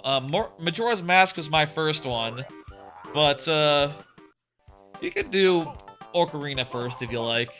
That's probably the more traditional order. And, you know, Ocarina is definitely the more approachable game. And the more, like, vanilla game. I'm sort of curious what's up with that ice thing. You know what, it probably unlocks the final boss or something, because we got everything else that's in this, this area.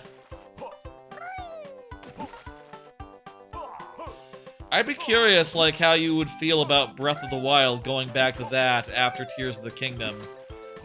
Like, that would be a curious one, too, but you gotta check out the 3D ones, and they're free, so, you know, that would be my, thoughts. Go in chronological order.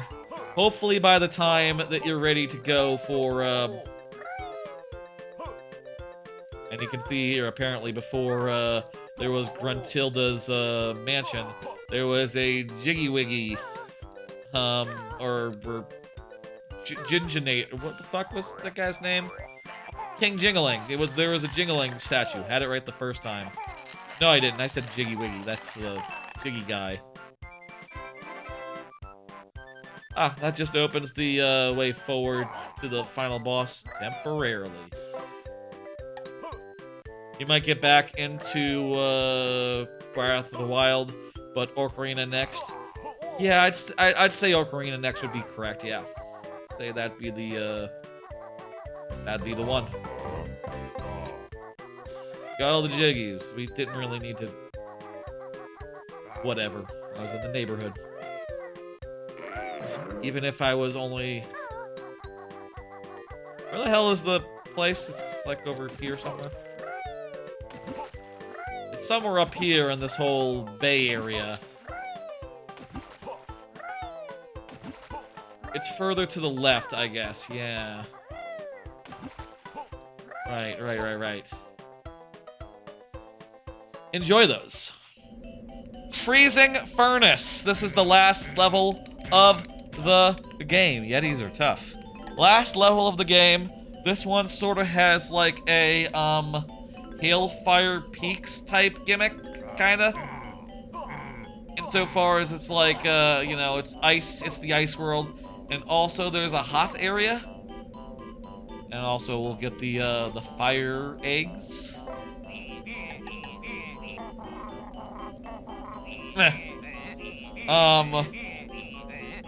We'll get these fire eggs, and then,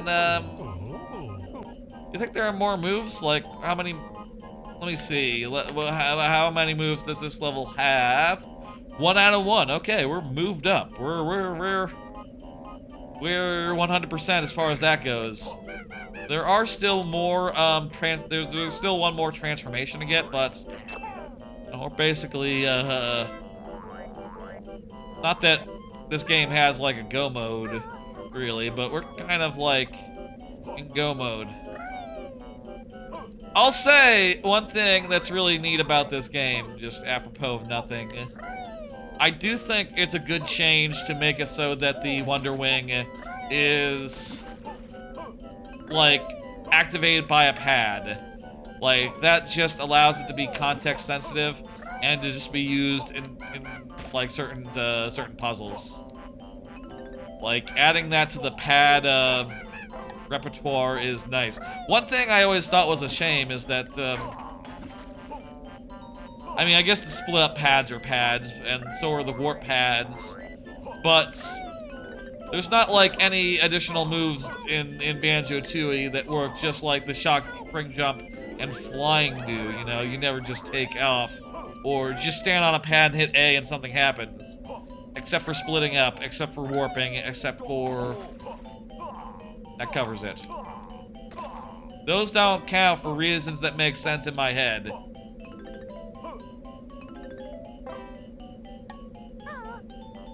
I also do think with this level, it kind of to me has the vibe of like a, it doesn't have the same like Hailfire Peaks vibe to me where it's like, okay, Hailfire Peaks is like a very well composed like, okay, ice side, fire side. You'll see about that when you get to it in time. Oh boy, another minigame.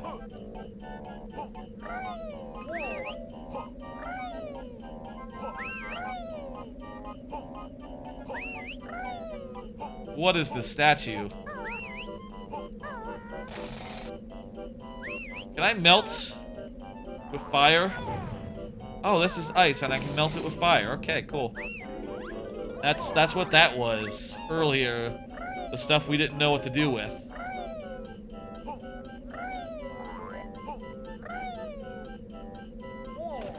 Is that swimmy stuff? No, that's not swimmy bubbles.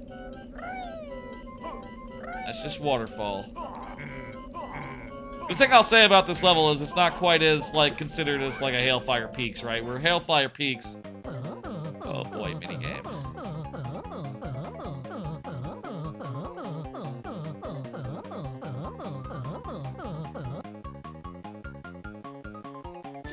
Oh, fuck off. How are you supposed to know which ones are snippets and which ones are... Okay. Fuck the fuck off. Let's just hope to get lucky. I got a snippet. Oh my god, if I get one more snippet, I will die. Ah! And, I'm at the start of the level. This is the one time this game's been mean to me. What the hell? Oh, actually, it's not that far from the thing. It's fine, okay. Okay. It's not that bad. Well, actually, it is that bad. But, at least now we can try again and we have full health. We can catch, like, a bunch of fucking snippets. And it won't, be the most suck-ass thing in the world.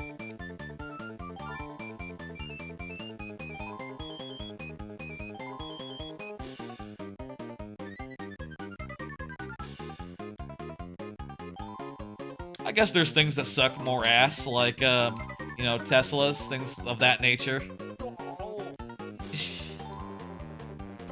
Can you tell based on the way they move? Maybe you can tell based on the way they move, like the ones that are moving placidly are not fish. The music is solid. Yeah, original games on GBA had good music. It's just like SNS conversions struggled. Did Mario Galaxy get inspiration from Hailfire Peaks with Freeze Flame Galaxy? Oh yeah, that's another good one of those. That I'm gonna say probably. But also it's a trope that exists, you know. There's a fuck.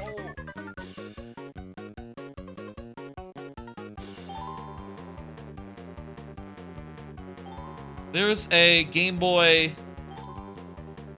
There's the Donkey Kong game where you Donkey Kong King of Swing, or Jungle Climber, where there's totally a world that has that same gimmick. It's been done before. I don't know it's necessarily unique to like Banjo-Kazooie, you know, or I don't know that's like the first time it even happened. Let's say for sake of example.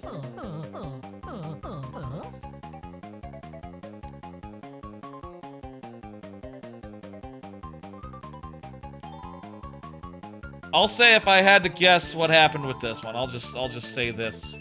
Now, I feel like, and there might be evidence to support this or not, I don't know. I feel like what happened with this one is that they had two worlds that they wanted to do, and they ended up having to merge them into one because of development issues, you know? I feel like I originally had a glacier, and they originally had like a furnace, and they ended up having to mix the two. Yes.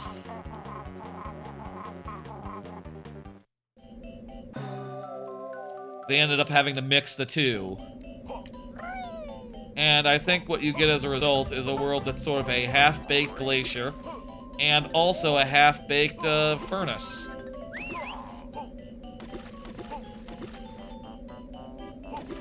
Here's a question, you don't have to do this, it's a lot of work, but you ever thought of doing a personal top 100 stream?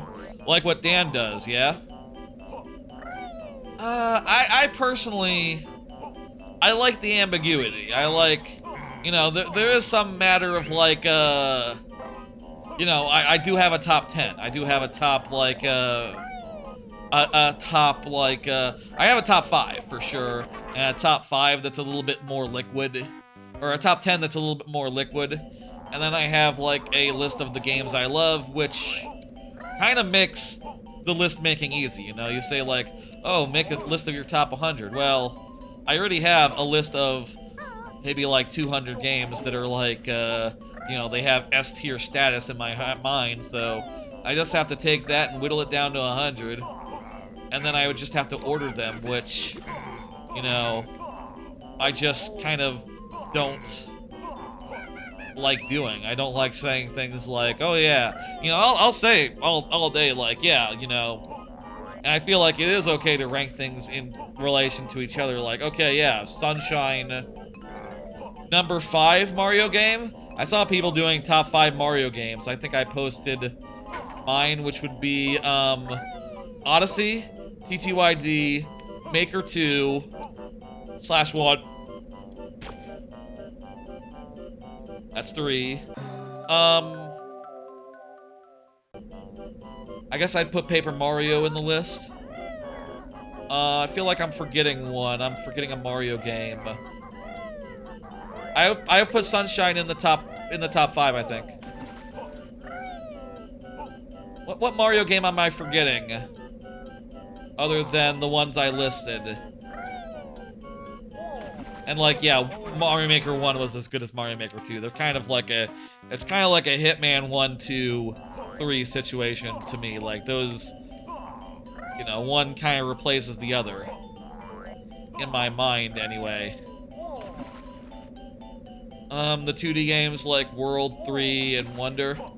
I'd probably put Wonder as the top of those, but I would also not put it in top 5. I feel like Maker is like the best of those for sure, just insofar as like it's infinite content and like my favorite like creation tool. Hey, let me show you what I was talking about earlier with the furnace. This is the furnace area, which, you know what, I'm just realizing is called Grunty Industries. And it's just sort of like a generic industrial zone. Not really that much of a connection to the glacier outside. I feel like, again, I feel like what they had is they had 2 worlds that were halfway done, and they said, like, you know what, we have to make this into one world. There's just a door that leads inside and it's hot. World, TTYD, Galaxy, Odyssey, in release order. That's a good list. Galaxy's up there. I like Sunshine more than Galaxy. I'm impartial to it. God, I feel like I had another game. I saw a thumbnail that was like, if you had to get rid of all the Mario games other than 5, which ones would you do? I think I have a different answer for that. For that, I do Super Mario Maker 2, you gotta do Odyssey, TTYD. I would really like to do Paper Mario, but if we're being, like, conservative, if we're being, like, you know, like, oh, don't save 2 Paper Marios, come on, then, you gotta do Mario Kart, and, you gotta save Mario Kart 8. Does that also just leave room for Paper Mario, actually? If so, then Paper Mario. I lost count at some points. It's fine.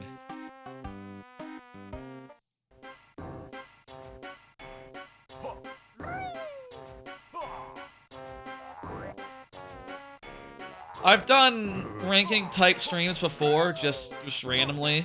Like, there is a stream where I deliberated over my top 25 anime, which I've changed since that stream, by the way, for what it's worth. That was like 2 years ago.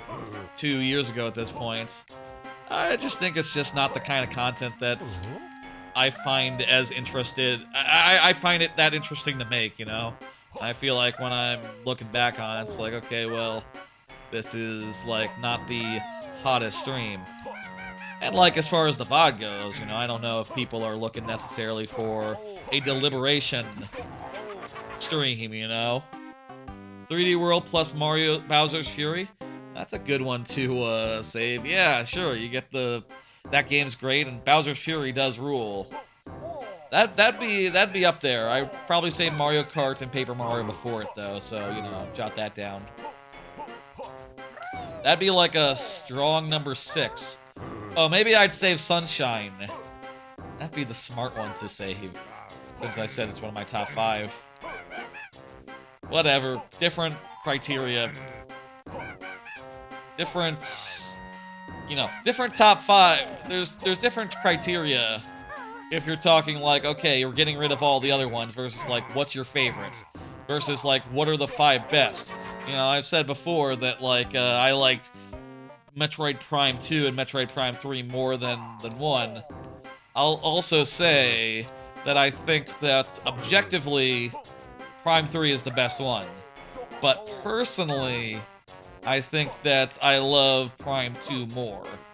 Like, Prime 2 just has like a fucking outsized place in my heart. I'm just like... I love that fucking game, man.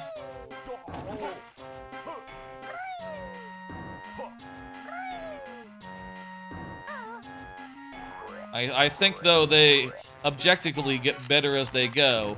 You know, more interesting progression, more interesting worlds, more like, I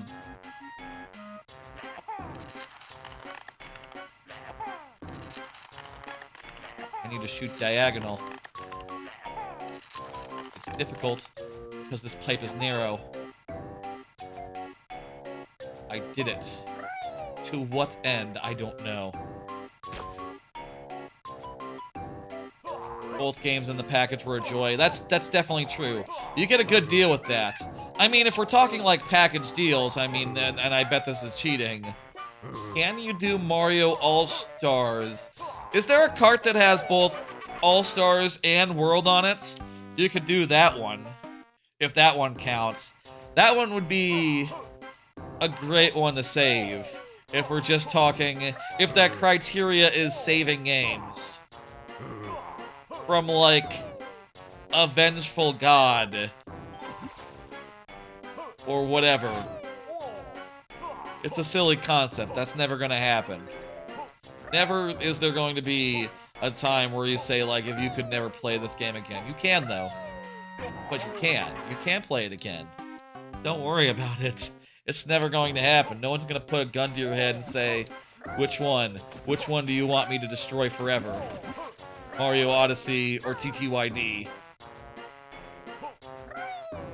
That would be like Sophie's choice. Odyssey or TTYD? My god, don't make me choose. What fucking monster would make someone choose between 2 perfect games? We need 7 of the nuggets. That'd be brutal. Yeah, it would be. Get away from me, Red Man.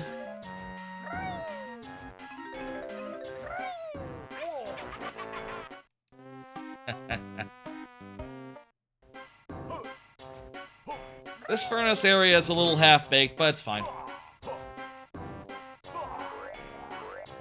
Has sort of a remix of Grunty's Industries from Banjo-Tooie. Spoilers for Banjo-Tooie. You haven't gotten there yet, but eventually you'll play that, and you'll enjoy Grunty Industries, which is, by the way, and this is true, a level that everyone loves.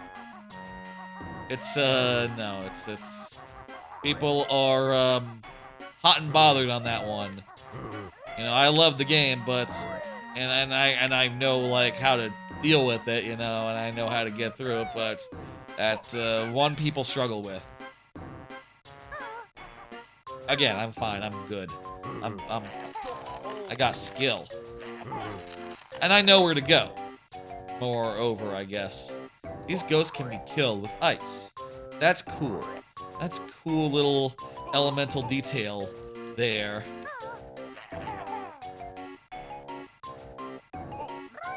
One thing I've been thinking about, like, idly recently, as I've been, like, playing through Prime again, and I so recently did, like, good to know it's a challenge. Yeah, its reputation often precedes it. It's not really a terrible spoiler, I guess. One thing I've been thinking about just idly for fun is that I would love... I've been thinking about, like, what it would be like if you took, like, Wait, is that platform on? Oh shit, that platform's on. I've been thinking idly about, like, what it would be like if you took, like, Metroid Prime's structure, right? Open exploration, maybe more like Metroid Prime 2, honestly, if I'm the one deciding, right? You take that structure, you mix it with your Zelda, you know, like your Ocarina of Time behind the back, sword in hand, variety of items equipped to C buttons or whatever buttons you have, you know, X and Y and Z, that whole GameCube triangle. And I think you'd have, like, a pretty amazing game, you know, and I've just been, like, idly thinking, like, about things that some of those games, some things that, oh, vulnerability, cool. I've been idly thinking about some of the things that those games do that are cool, and thinking, like, oh man, that's something that you would want to do in your, like, in, like, your, you know, Ocarina of Prime or whatever.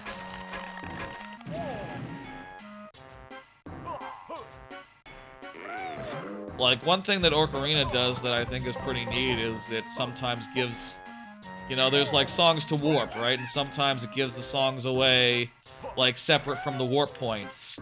So, you know, you'll be able to get a song and go, like, okay, now we can go somewhere we couldn't go before. And that's just pretty cool. I think that's just pretty cool.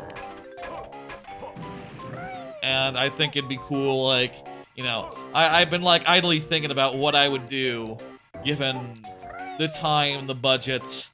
I don't know, I probably would, you know, have to not have a job considering I already have a side hustle. I can't exactly, like, make anything really elaborate like that. But I've been idly thinking, like, oh man, it'd be cool. I'd do it like a sci-fi type thing, you know, but with a swordsman. And I'd have it so that, like, you know, they were finding, like, warp points, but, you know, it wouldn't be like, I'll say I wouldn't have it be like Ocarina, where it's just, like, one song per, warp destination. But I think I would have it so that you had to, like, you know, find an item to warp places, and it probably would, like, get you up to a ledge you otherwise couldn't get to, you know, it'd give you, like, okay, now that you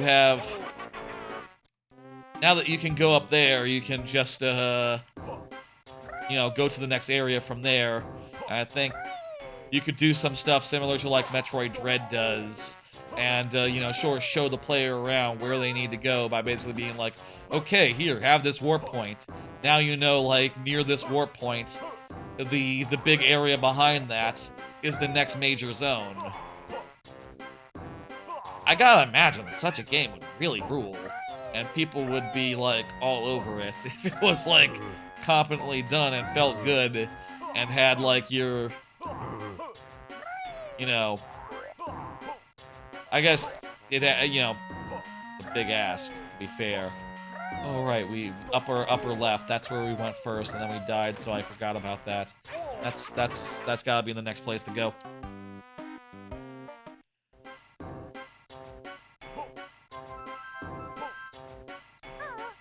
So I've been, like, idly thinking about that sort of stuff. And having a good time doing so. You know, this game that will never get made. I mean, I'll say, like, if I were to... I guess the thing is, like, you know, I got a full-time job that pays pretty damn well, you know? It's like...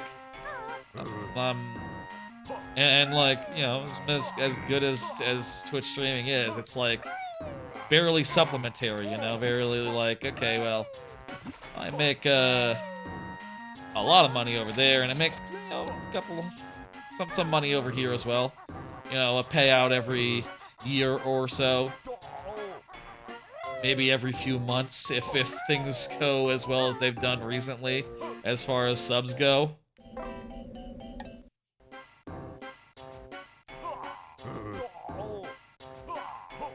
Like, it would have to be, like, orders of magnitude, and probably orders of magnitude, if, like, I had the leverage, the free way to, like, just do whatever I want creatively, right? If it was a situation where it's like, okay, well, now the streaming can I can get by on that, and, ooh, you know, this is a fantasy scenario that, like, not even big giant streamers can manage that are, like, 100 times bigger than I am. You know, the fantasy situation there would be like, okay, now let me just take all this free time and turn it towards, like, working on some games or whatever. And then I can actually, like, make something that's not in Mario Maker. Which would be cool. And I would like to do that.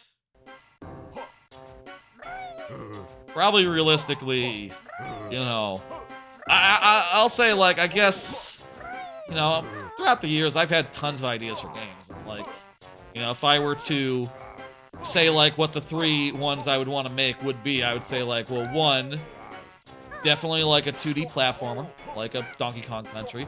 I have a lot of ideas for that.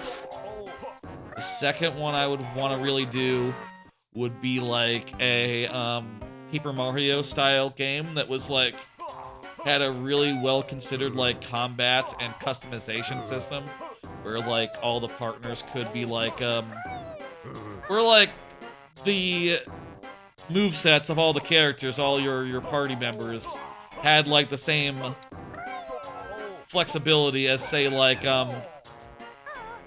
units in StarCraft 2, where it's like, okay, you can upgrade them this way or that way. You can give this guy this move or that move, or this perk or this perk. Maybe it'd be badge-based. Maybe you would have badges for specific partners. I think that would be just, kind of rad. Hey, is this the only time in the series where we're not spelling Banjo-Kazooie, but instead, I'm about to die. Let me, die, and then I'll say that again. Hey, is this the only time in the series where we are spelling something other than Banjo-Kazooie? We're spelling Gruntilda. Well, I imagine that might be because, like, fitting a whole Gruntilda. Okay, there we go. It's fitting in a whole, like, enough of the alphabet to spell Banjo-Kazooie would be kind of hard, I bet. I bet that's the reason why this. Where's the exit? I do that Paper Mario thing. That'd be like one of the, I guess just, like, do this. Seriously, where's the fucking exit? Where's the fucking exit?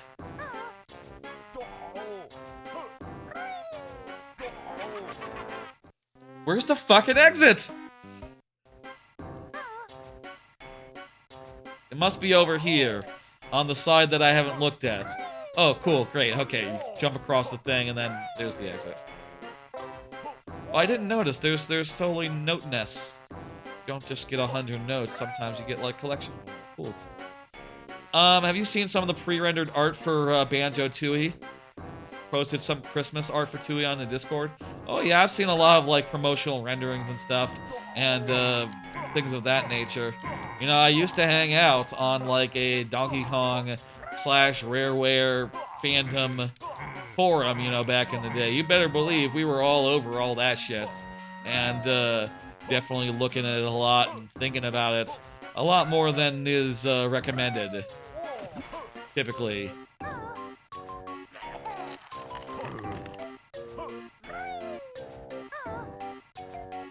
And of course, the last one would probably be, I guess, Ocarina, like an Ocarina Prime thing.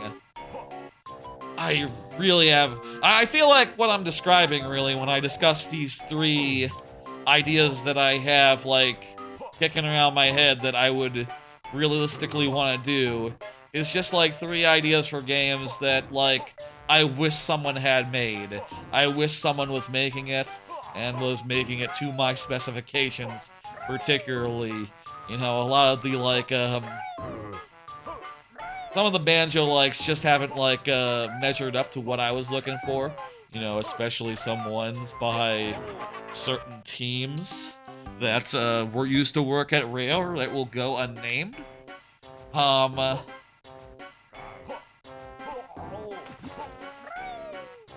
Where's the last, ice thing? I need the last ice thing. The pre-rendered Rare art is the best. Silicon graphics renders. Yeah, they're cool. It was a good time. My childhood, you know. Oh, wait a minute. Do those... It's looking like that crap reset after I died. Do... the switch. There. Maybe I have to switch them both. Oh, wait, no. There's a second switch. That's a different switch. Okay, let's ride this platform. Kind of reminds me of, Gobi's, carpets in, You get the fuck away from me, man! Eat ice. Those guys are fuckers. Alright, now the boss area is open.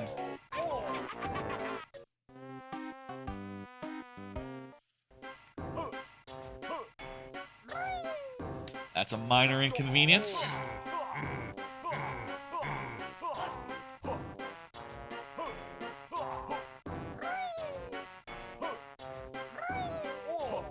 Not a big deal. We'll just go in with 2 health. That'll be fine. I do genuinely hope that somewhere out there, someone is making the Donkey Kong Country style platformer that makes it big and is as, like, ambitious as I dream. You know, I do hope someone out there is making the Paper Mario one that's, like, better than, like,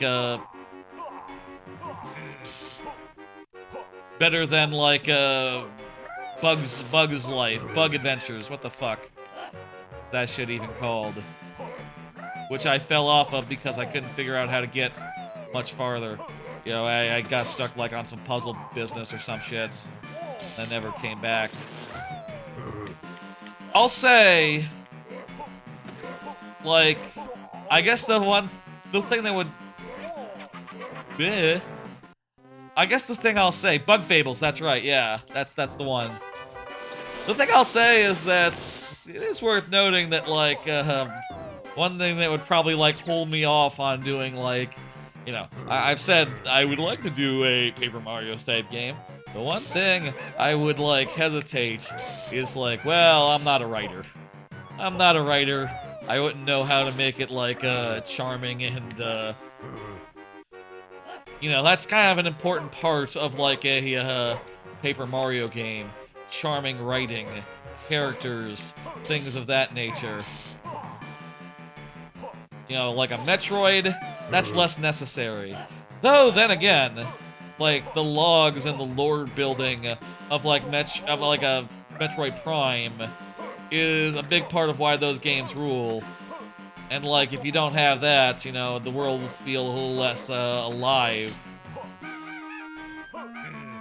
There we go. Got him. Got him.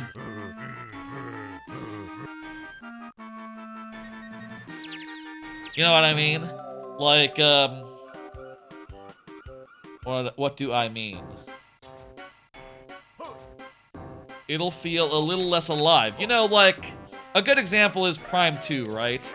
I talked about how much I love Prime 2. One thing I really like is how much thought went into the world, and, like, you can read, like, lore files about, like, and I guess you can in 1 as well, but I remember the ones from Prime 2 a lot more, where, like, you'll read, like, oh, you know, this is Torvis Vog. Torvis Vog only flooded when the disaster happened. You know, it used to be a mighty forest, and then the impact happened, and the waves came, and now it's fucking underwater. You know, here used to be the beautiful plain of Argon. Now it is a desolate wasteland.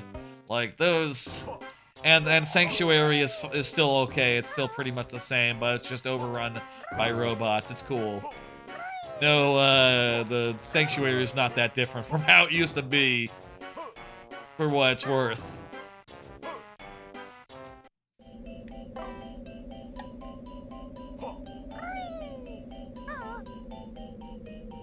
You know, like, let's go talk to Mumbo and get the last transformation and do that business. Also, I think this is another puzzle, another minigame. Let's do it.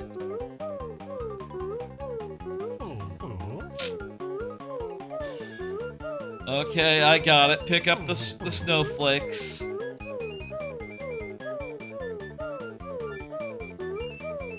I understand. And we can throw snowballs. This is the boat minigame, but it's like reskinned a little bit.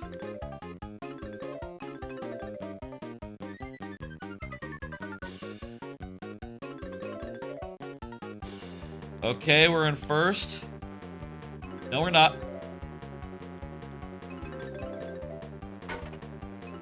Keep up the rate of snowflake acquisition.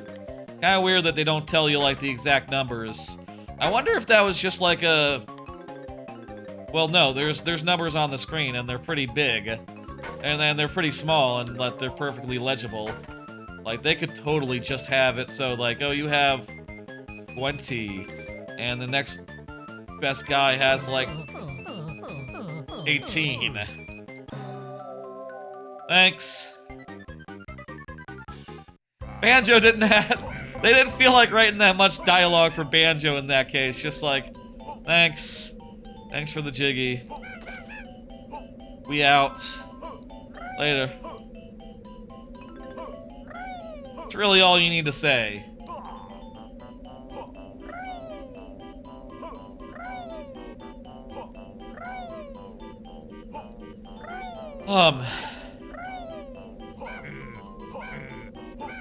It's fun thinking about ideas for games. I'll say again. It's fun thinking about that shit. And really just like, Banjo, okay. Yeah, thanks for the jig. Yeah, that's exactly what he said.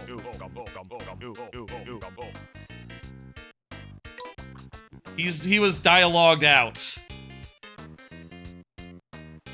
So, the last one is the tank. Let's go ahead and take the tank for a spin. There's, like, an area in this world, and also we need to take this to another world and do back to the bog and get, like, one backtrack jiggy that exists for the tank specifically. And, then we'll be, like, 100%, and we'll just have to beat, the lady, you know?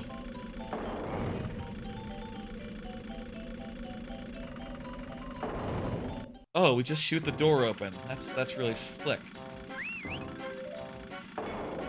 Oh, here's that switch. So we now know where the switch is, and we can come back later and hit it. You can also see that the tank can drive on bullshit. Very nice. Ah! Cannot survive a fall into lava. Oh, hey, it's one of these. You know, these. This type of minigame. And that's it, that's it. That's all there is. That's great. That's all the tank? Is that all the tank? Is that all we can do with tank? Yeah, I can see why they did the backtracking, Jiggy. If this was the only time that you used the tank, that'd be fairly, underwhelming, wouldn't it? Yeah, I can't get anywhere else.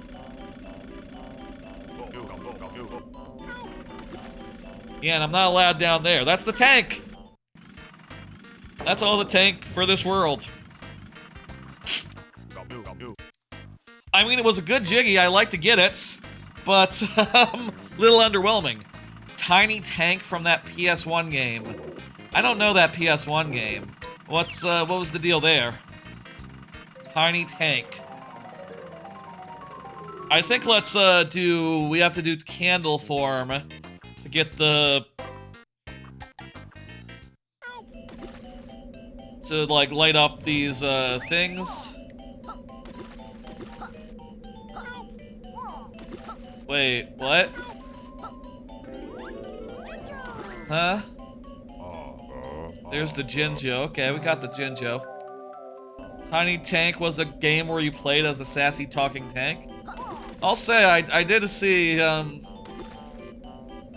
Riker was doing a stream earlier this week where he was talking about how he had a Magic PlayStation 2, which you know, if you don't know what that means, it's basically a PS2 that, like, literally has every game on it.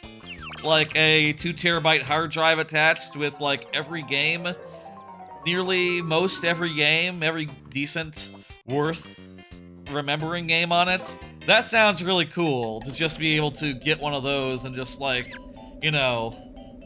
I guess that's, like, the ideal PlayStation Classic, right? If you could just, like, you know, have the entire library on near actual hardware. Like, that just sounds really dope. And, okay, we're allowed to come down here. I bet you there's something for this fella in the water here. I don't think we can swim as a bear because it's ice cold, you know, cold ice.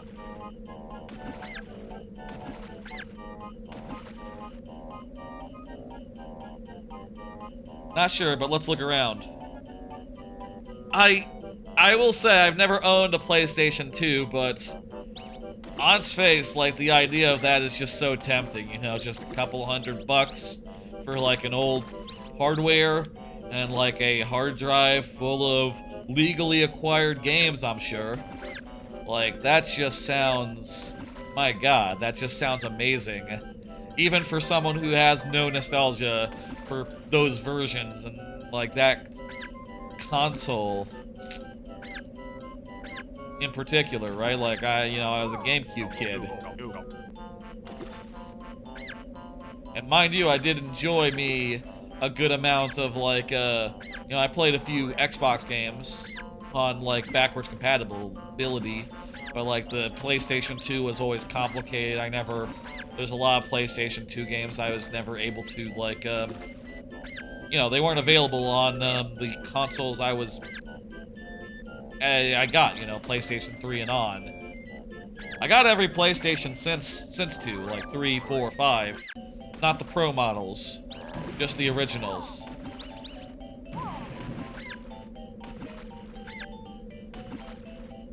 Ah, here we go. Hey, Chili Chasm. Beautiful, beautiful.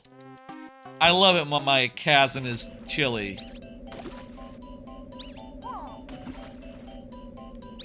Do I... Thinking about the sensations that I like or don't like with my chasm. I mean, if I could just roll back the, whatever the fuck I was saying and go like, oh, I meant my mouth, then, like, that could mean ice cream. In which case, that is a nice experience. I don't know. I guess it's also possible you could put ice cream.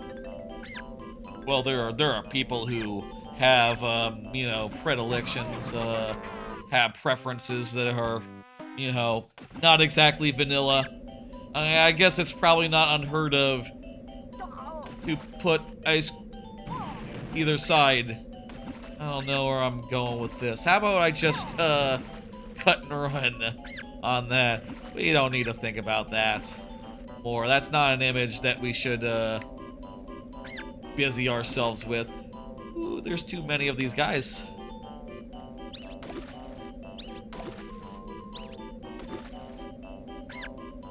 Sick.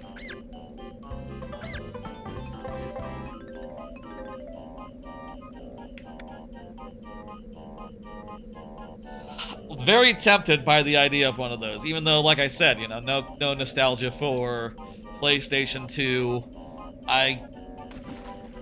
You know, I would really go for a GameCube version of that, but also, like, realistically speaking, you know, I already have nearly all the GameCube games that I really need, right? I bought them at the time. I don't exactly go around going like, ooh, you know, that Wario World game that I never got. Oh, I want to get that. And if I did, I would maybe just buy it. You know, like, just one Wario World game? Like, sure, why not? That'd be good. The only exception is like, yeah, no, it's like literally impossible to buy Cubivore. I mean, with Cubivore, I literally have the box. I literally paid money. I just don't know where it went. I don't know how exactly I lost it. I'll say again, I have a box. I had Cubivore as a kid. But at some point, if you look inside the Cubivore box now, there's just a copy of Mario Party 5 or 6 in there. And I don't know how that happened. Obviously, I owned Mario Party 6, so why would I have rented it? You know, was it a case where it went back in the rental box? By mistake? What the fuck? Did someone borrow our copy of Cubivore at some point and just didn't return it? That shit is worth, like, hundreds of dollars now. Like, and I just had it as a kid. A damn shame. You know? Just like, my god, what a fucking loss. Oh well. I won't let it stop me from playing Cubivore, I'll say that much. Like, no, I totally still paid for it. And by rights, I consider it still, like, a thing that, I consider it still, like, something that I own. Even if fuck knows where it's ended up, really.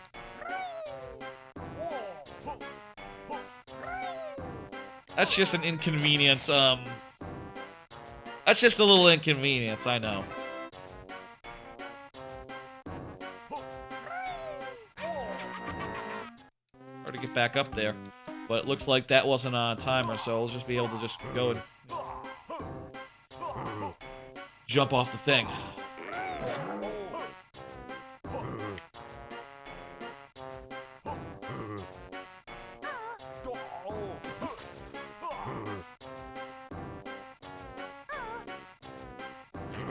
Alright, buddies. Let me just, ice egg ya. Do that. Done. Okay, good.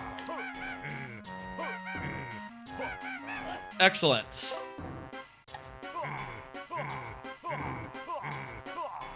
That'd be cool. I don't know. I do like to keep things on the level, you know. And I'm sure the people who do these hard drives, you know, they're definitely like destroying one copy for everything they put onto the thing, I'm sure. You know, I'm sure they're doing that, haha. But you know, like, goddamn, that would be that would give me access to so many games I missed as a kid. And I bet there would be a lot that it'd be curious to go back to. You know, like that whole PS2 generation was one of the. I guess I should also consider like a PS1 as well. I guess I don't know. Can their PS2 play PS2 can play PS1 games, right? So do you think like when they do these Magic PlayStations, do you think they include like every as many PS1 games as they can as well? Probably like the classics. Probably like, you know, you get your Metal Gears, you get your legally, you get your Spyros, you get your like Crash Bandicoots legally. You get all those and legally as well. That's a damn tempting thing. Also, it'd be fun to like just be able to, you know, legally, as far as I know, pop around and just play a bunch of different games, you know, just have done, you know, there could be a bunch of streams where it's like, okay, let's just, I don't know, play the Sly Cooper games, whatever. It wouldn't even be a thing. Man, realistically, and, you know, obviously there's things that make this sort of proposition a tricky business, you know. You gotta speak in like deniabilities, right? If you're going to make this like a thing that you use on stream, right? You gotta be like, okay, well, as far as I know, it's cool. Who knows? Who can say? You know, you gotta sort of dance around it a little bit. People of like 100 years from now, when all this shit is public domain, oh my god, they're gonna have the best legacy systems ever conceived, right? I mean, people of 500 years from now, they're gonna have access to like some of the best media ever, and it's all gonna be like entirely free, and just on your 5,000 terabyte hard drive of Steam Stream Deck style device, just go ahead and we need to talent trap for that. Just go ahead and take your like your Stream Deck style device and just put on like every single video game made in the 21st century, and no one can stop you if you live in the 22nd century. You know, like that's just that's gonna be so cool once that's a thing in 100 years. I mean, I guess someone would say like, well, that's already a thing. They would probably like pull you aside and go like, well, you can do that already. You just you know, it's sort of just a wink and a nod thing at this point, right? Or you can live in a country where it's not as serious of a deal. Like I think in a lot of countries where just, you know, Nintendo never even bothered getting a foothold. Just, it goes without saying that you just do it that way, you know, and like in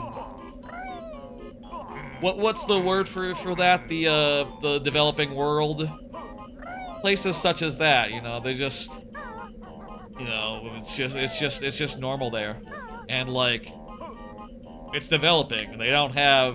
They can't really like there's not really that much of a market to begin with, I guess, so, you know, what are they gonna do?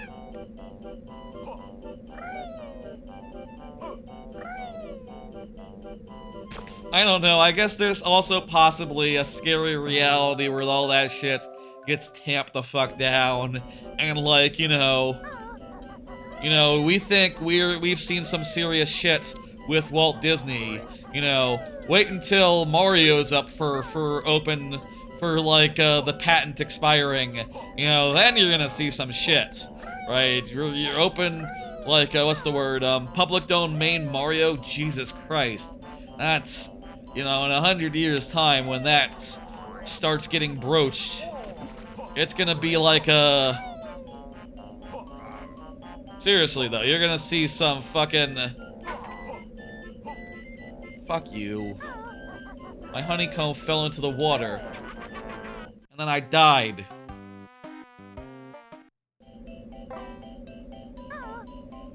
Seriously though, like, the future...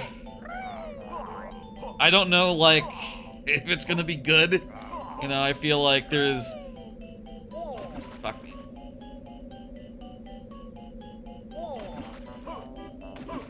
There's a very defeatist, like, attitude out there, right? People looking at the future and going like, oh, it's gonna be garbage. It's gonna be, you know, it's gonna be, there's gonna be no world, you know? There's gonna be no environments anymore. The rich are just gonna run amok. There's no avoiding this. You know, there's this slip towards fascism, towards, like, corporate rule, towards, like, crony... towards, like, the Elon Musks of the world just doing whatever the fuck they want. That's, it's not gonna stop. But, I don't know, man. If things were to continue unfucked, mostly, and did continue being as cool technology-wise and so forth as right now, well, I think we just need to get one more Jiggy, and I know where it is. It's the one that the Jinjo guy has. Where's the Jinjo place? That's a minigame. Don't go in there.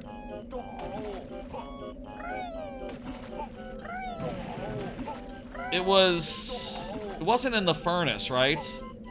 It was... Was it in the furnace? It might have been in the furnace. Was it in the area that was, like, over to the side here? Forget. Let's check over here real fast. It might have been. I don't remember what was down here. Yeah, here it is. Perfect. Oh!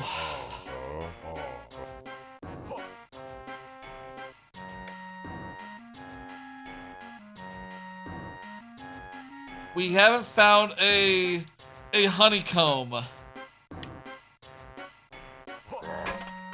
Wait, is that it right there?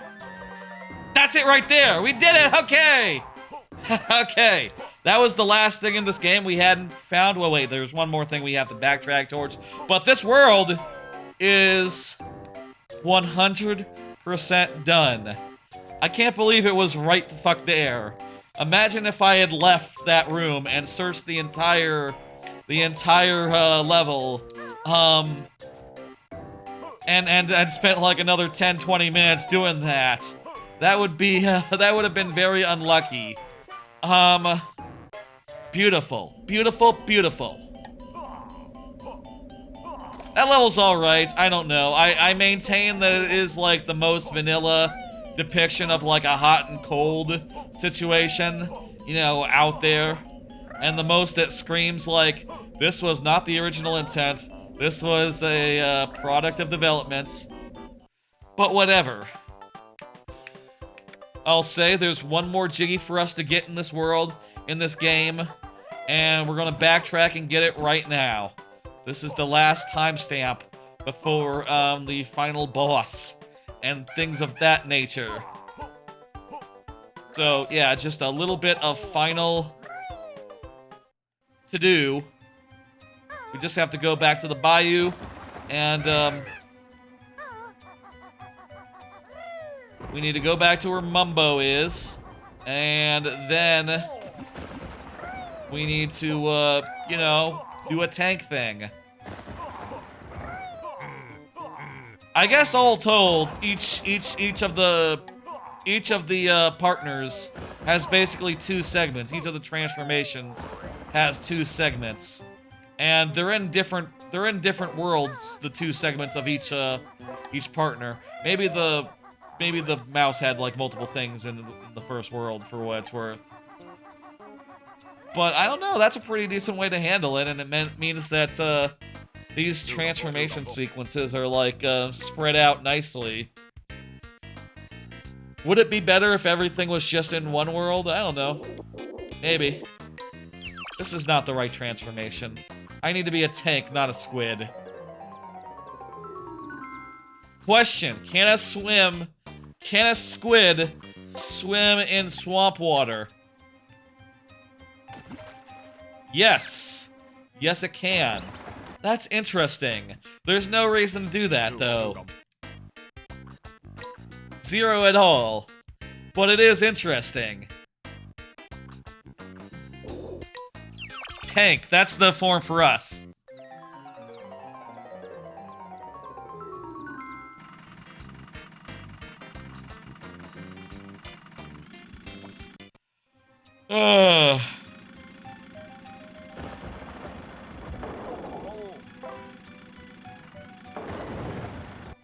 Alright, cool. Tread careful course. Why are both of the tank jiggies this? Okay, that's fine. I don't mind it. It's a perfectly good little puzzle sequence thing. I prefer it to a minigame. Just seems to me like you could build something around like shooting enemies with the cannon. I don't know. Whatever. That's fine. Tank's still cool. Ranking the transformations in this. Tier list of transformations. Okay. Well, there's 4 of them, so I guess just let's rank them. Number 1, Squid. Number 2, Tank. I want to say number 3, Mouse. Just based on the segments where you use the torch, the candle, just aren't as interesting as the ones where you do some crawling around as a mouse. It's very close. I'm gonna give it to Mouse. Fuck Candle. Sorry, Candle. You, just barely. It's close, though. Actually, you know what? It's probably the correct answer is Candle. The correct answer is Candle. Being small isn't that much of a perk. But I don't know. I mean, the weird thing is, being small is like the main thing that like 80% of transformations in the original Banjo-Kazooie had going for them. So, yeah, maybe it is a good thing to have, actually. Maybe it is interesting and cool.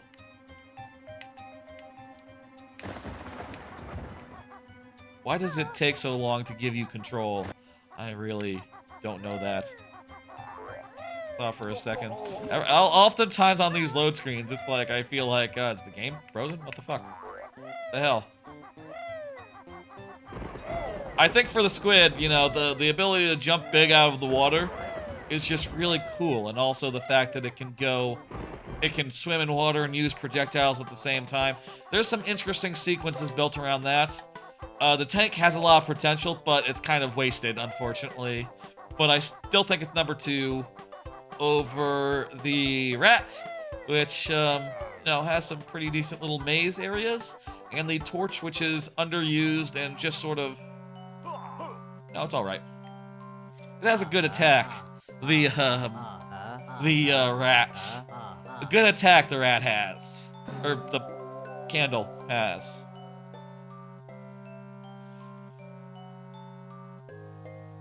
We're going to put in this.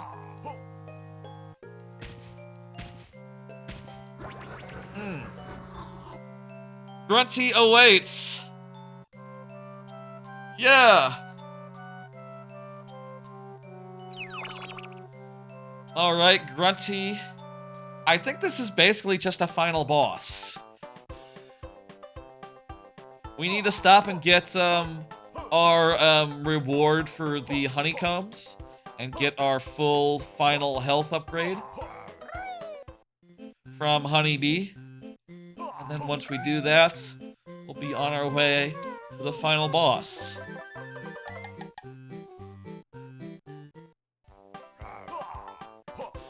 If we had done one stream, or multiple streams of this game, I'd have to come up with names for the VOD, but this will just be like Banjo-Kazooie Grunty's Revenge in full, replaying it in full. Doesn't need a sub-name if it's like not part 1 of 2, part 2 of thing. Yeah, you're about to head to bed, but you might hang around to see the finale. Yeah, I think we're just in for a boss fight. Folks, we're at the end game. We got 100% of everything. We got our full health upgraded. We've opened the final boss. And now we just have to get the fuck up this hill and put an ice egg in the thing. Fire eggs, also really underused. We got them, and then I think we used them once. I guess we maybe could have used them to kill a Yeti. Kill the Yetis faster, but we didn't. Funny that the like fire eggs aren't required to open this finale. Also funny that the fire eggs have 10, where the ice eggs have 11. It's the final boss. Let's do it. I think this is basically going to be like a redux of every single fight that we've done so far. That's right, it's Terminator Grunty. Just like Seymour Skinner in that episode of The Simpsons that I talked about earlier this stream, like an hour or 2 ago.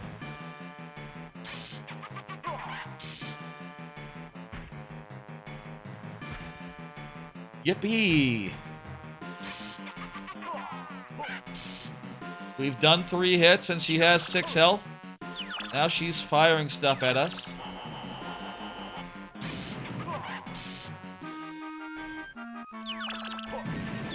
Hey, Luigi Haraja Stain and company. How you doing? Thanks for doing your YouTube raid thing.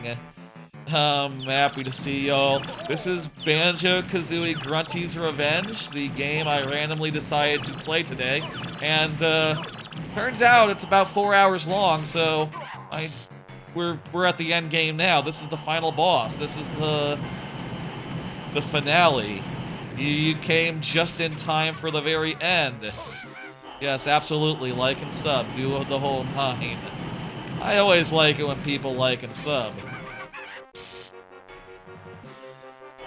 Luigi told me that he really likes it when I post my YouTube shorts to his, like, promote channel, which I was doing only sometimes when I felt like a YouTube short really needed the extra oomph.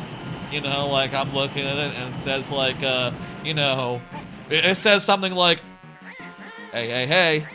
It says something like, okay, this Mario Maker short, I've shown it to 10 people. Its reach is 10. And you're like, well, that's not enough. You know, what the fuck? You show it to 100 people like you usually do. Or 1,000, what the fuck? Oh crap, there's minigame, there's quiz stuff. Anyway, I'll post that stuff daily because Luigi asked for it specifically. Thanks for coming by and bringing your shit. If you don't know who I am, my main thing is Mario Maker on Fridays. And also I play through, I'm doing this whole thing where I play through random rare replays on Tuesdays. Random rare games. And today the wheel landed on Grunty's Revenge, so that's why I'm doing Grunty's Revenge. Do I play Wii U games? I have a Wii U. Can't remember the last time I played a Wii U game though. It's a quiz show. These games always have to end in a quiz show. That's right, I sometimes do randomizers as well. We gotta pay attention here. Oh, I know what that is. That's Golden Feathers. Is that the beach? No, it's the one that is a legitimate location. The other 2 were not locations in this game. I do have a Wii U. It's plugged in right now.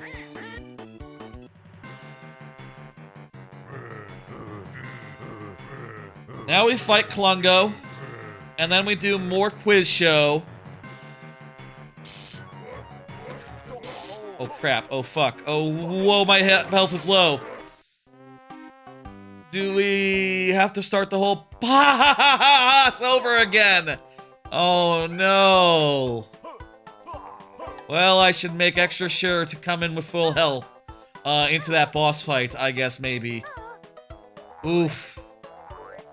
Yeah, oof. Indeed.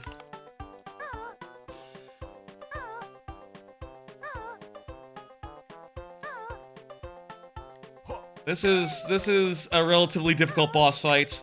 We get through that phase. I think there's one more quiz, and then I think it's a side perspective thing again, where we... Oh great, this is not gonna be good. I have a... This is emulated, I'll say, but I do have a copy of this game. It's in my closet.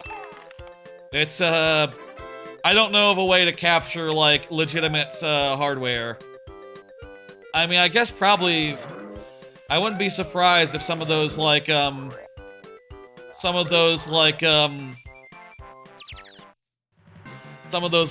emulation consoles can manage it, you know? The ones that, like, have slots for, like an analog. I wouldn't be surprised if you could capture an analog pocket.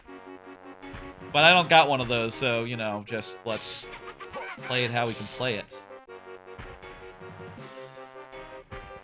If I had a Game Boy player, that's how you could do it. If I had a Game Boy player. I don't have a Game Boy player. Should I get a Game Boy player?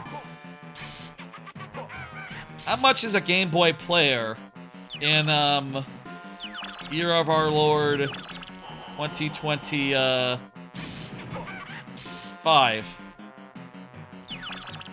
I know how Mario Maker 1 is. Mario Maker 1, I'm sure, continues to be good.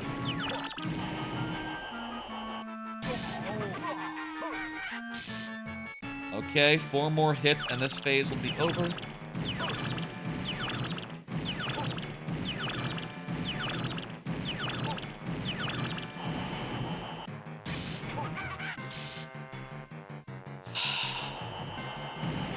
You know that there were trolls in your stream? I didn't know that. I'm sorry to hear that. You were trying to get your Warp World working, right? The same way as mine does? You found one Game Boy player at the price of $162? That's a bit expensive. I don't need one. I'm fine just doing it this way. That satisfies me well enough. Troll levels are like, you know, disruptive people. You use Nightbots in this stream? Gotcha.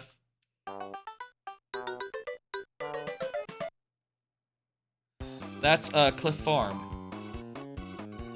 Where would you see that guy? You'd see it in Grunty Industries. It's weird that they call it Grunty Industries when that's a world that exists in another game. You didn't do viewer levels, you just did it online with friends? Oh, okay, gotcha. Makes sense. I did, do a thing that was cool the other day. Yesterday. I've been slowly and surely making a good number of, like, bug fixes. What the fuck? This is scary. This is new.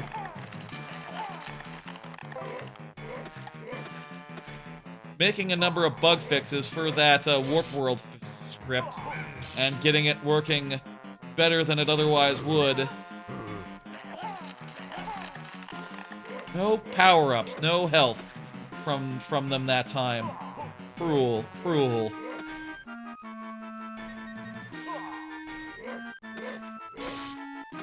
Be nice, video game. There we go. Got him.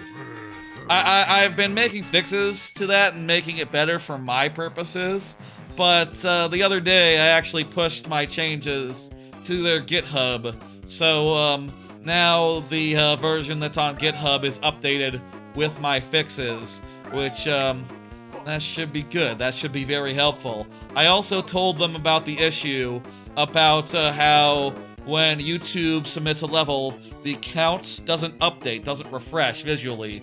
And they say they think they fixed it. So next time there's a viewer level stream, keep an eye out when someone on YouTube submits and see if that count goes up. And if it does, we're golden. We're good. who someone else worked on GitHub. Yeah, I worked on the GitHub project that makes the Warp World bot go for the viewer levels on the YouTube side. That's Spiller's Harbor.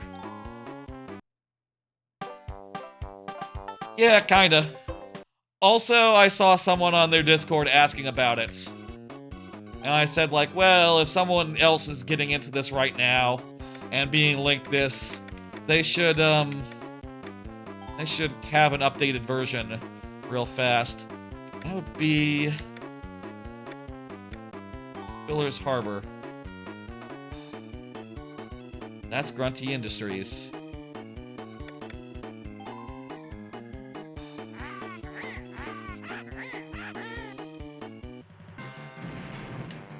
I imagine that it'll really see the time of day, like, you know, I'll say, like, people didn't really need a Twitch/YouTube bot for the longest time because most Twitch used to forbid, like, YouTube to Twitch, like, counter-streaming or, like, simul-streaming. So it's only recently become a thing that you could even host your stream multiple places. What the fuck? Oh, I need to kill the ghost. I need to hit the ghost after it pops out. Okay. One hit per, though. And then get the fuck out the way so I don't take another hit.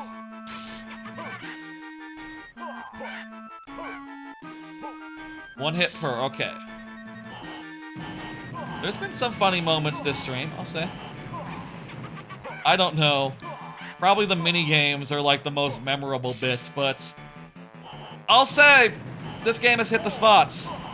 You know, like shit, man. It's a banjo. It feels like a banjo. I should probably Talon Trot so I can go faster. That's gonna help me dodge.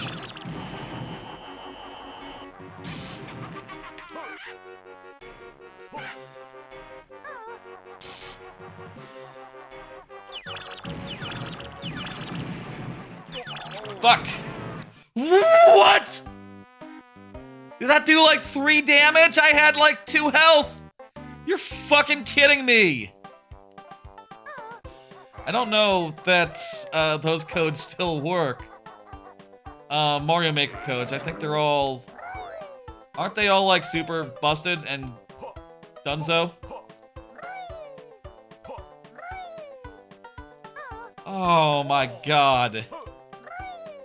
One hard fucking boss. I mean, I bet there's probably like a, maybe there's like a, there are longer codes than in Super Mario Maker 2. I know, but aren't the servers offline? I thought the servers were long since gone.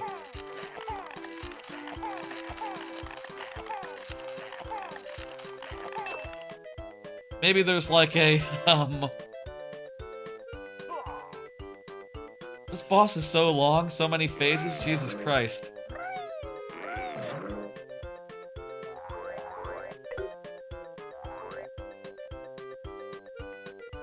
Pretendo fan servers for modded consoles? Oh, okay. I don't got one of those. I just have a stock, vanilla style one. They should start you out on the latest phase that you've gotten to. I don't care.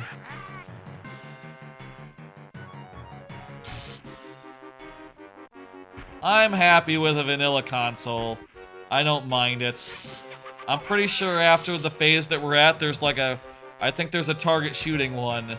Which, if you remember earlier, that was one of the harder boss fights that we experienced, so... I'm a little worried. You're modding your Wii U this weekend, Luigi? Good for you. I mean, at this point, why not, I guess, right? I mean, at this point, it's getting to the point where I'm not sure, like, how much more value there is to having the Wii U, you know, just because...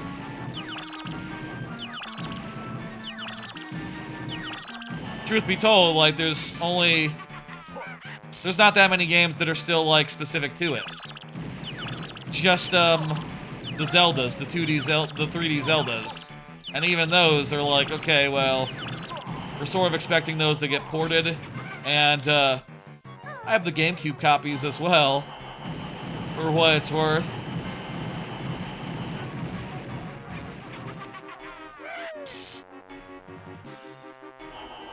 We use an emulation beast. That's cool. I mean, a PC will do that job just as well. Then again, I don't know. It's nice to do stuff on a console. I guess, like I was saying, you know, yeah, it looks like some of these attacks the energy balls do. Fuck this! I gotta die. I gotta. The energy balls do 2 damage. What the fuck? Fucking serious here? Also, the fact that it gives us enemies to fight, and then, like, not every time that enemy you kill one. Every time you kill one of those enemies in the fungo phase of the boss fight, it should give you a 2-fer. It should give you a 2 health thingamajig. This is, a fucked up boss. Hello, Luigi Green.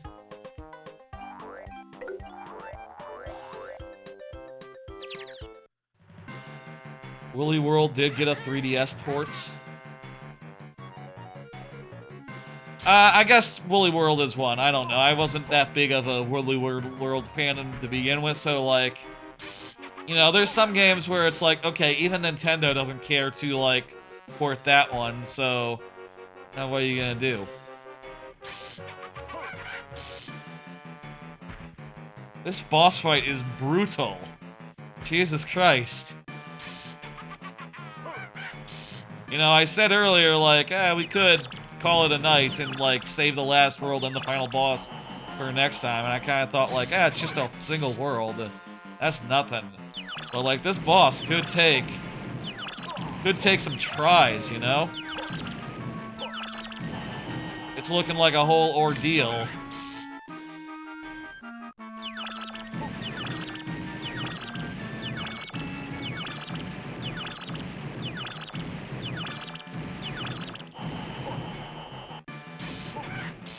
Whatever we do, we want to avoid the electric balls. That's the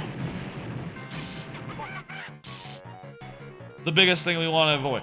This is this is the hardest boss in the game. Hardest boss in general?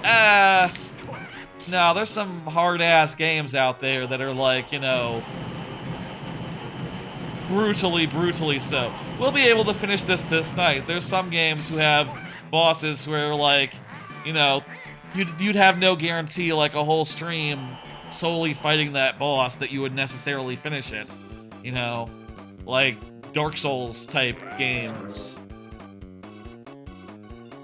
This is just really long. Monster Manor. Can you beat this game? What? Yes? Oh, no! Wait, that's actual damage that we're taking! We're taking actual damage that affects the actual... No, I'm not gonna beat this game. I'm gonna have this one be a miss. I'm not gonna beat it anyway.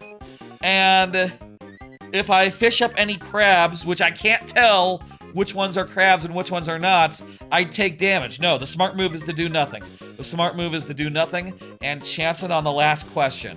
I gotta be able to answer the last question right, or we're probably screwed. I think this is best of 3. Where would you see this? That's the guy from the farms! Farm Heights. Yes. Good. Okay, we're good. We're golden. That was good strategy. This boss fight is a trial.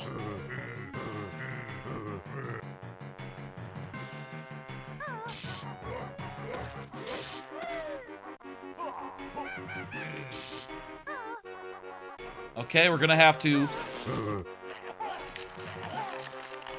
These guys are only killable with ice, right? So, what happens if you don't have any ice What happens if you don't have any ice eggs? Oh shit. Those guys aren't ice. How do you kill these guys?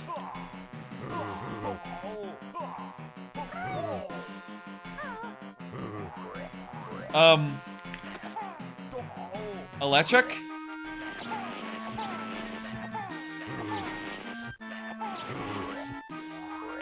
Fire! Fire! And they gave me no health power-ups too. Fucking nice of them.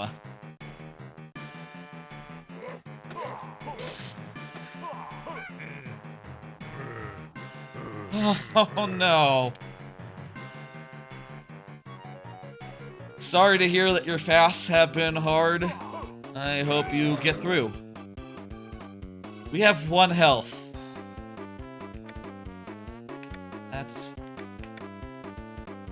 Well, you'd see that in Breegull Beach, but...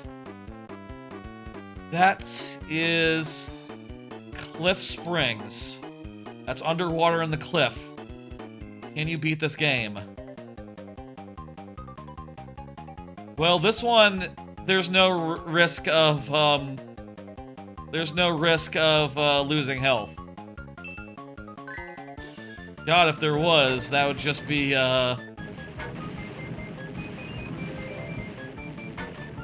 just be a complete fucker. I'm glad that Tower of, the Banjo-Tooie's trivia game didn't include can you play this minigame. You know, that was always the worst squares of, Tower of... What the fuck is that shit called? The Furnace Fun. That was always the worst bullshit, and, like, always what I spent my, my jokers on, my skips on, and I always made sure not to do any of those because they are such a liability. You know, you'll lose health. They'll be long and hard. That's the guy from Spillard Stun.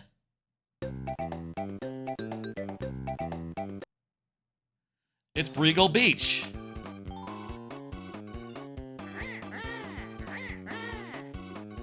Time for the tower.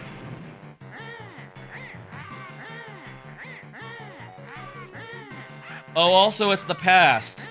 It's important to note.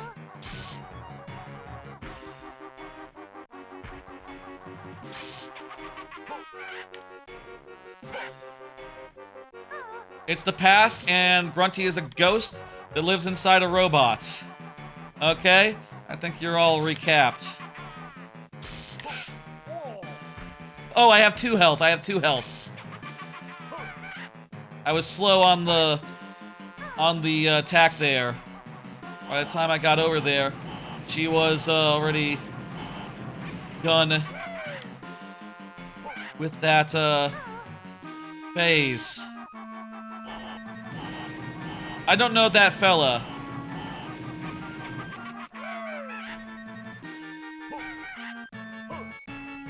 In chat, people are mentioning some fella. I don't know them.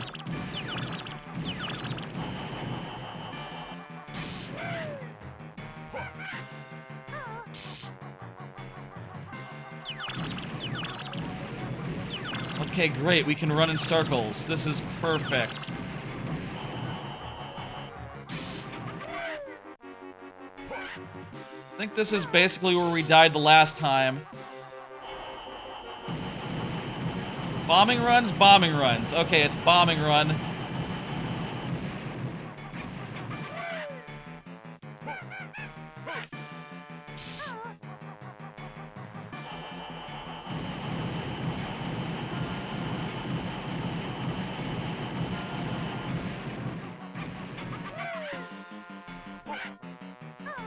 Four more hits. Jesus Christ. What is this? What the fuck? What the fuck was that? You saw me tapping! You saw me rat-a-tat-tapping! How the fuck was that not a hit?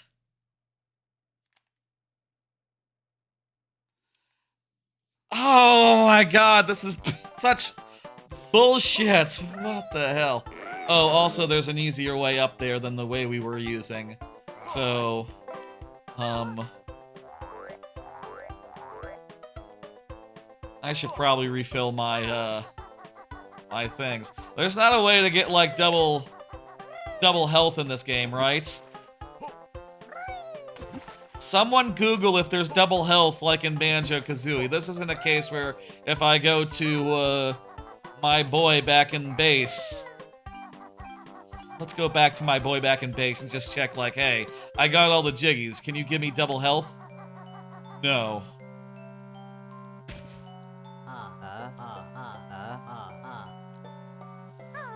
No, no, no. Okay, great. You gotta go to bed. I hope you beat Mecha Grunty. I hope I do too. I'm going until I do. Maybe we should have split it up over 2 streams and done 1 stream.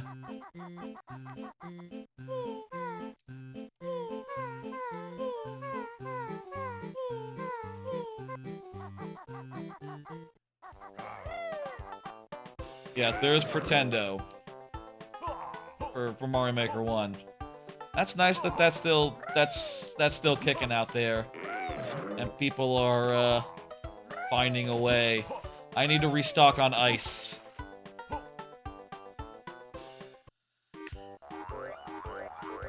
Here's the trick. Enter here, get an ice, exit. This boss is such bullshit. Christ. Yeah, you'd be able to play, like, using GBA Virtual Console. You'd be able to play any GBA game you liked if you modded it, and if you had access to, like, you know, the necessaries. I can't blame anyone who has to go to bed, you know? I totally thought the boss fight would be, like, no big deal. I don't know why I thought that. I guess just boundless optimism. You know, I totally thought it would just be like, oh yeah, well, it's just sort of a... the world is gonna be the hard part, or the long part. And then, after that, if there's a little more to do, it'll be basically nothing. What's fucked up is you fucking will get damaged on the way to the fucking boss. Like, it doesn't top you off as you're going in. You have to just go in what you got. There's multiple things that are dicked up here. Real rotten. Orange, favorite color. Green's pretty good too. Purple's not bad. Red, yeah, red's great. The canonical answer, though, is orange. Her favorite color.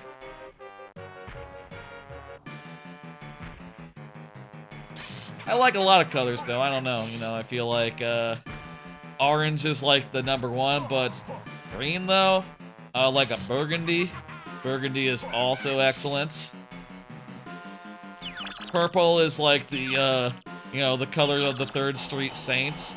That's just a color that is S tier. There's a lot of S tier colors, I guess, is what I would say. Do people do tier list of colors? I bet that's a thing. People have to have done that. Green, orange, purple, and red are all S tier. Blue is A tier. Brown is like a solid B. Black's A tier. White is A tier. Yellow is maybe... Yellow is B. Yellow's fine. I don't have a problem with yellow. Pink is also B. It's fine.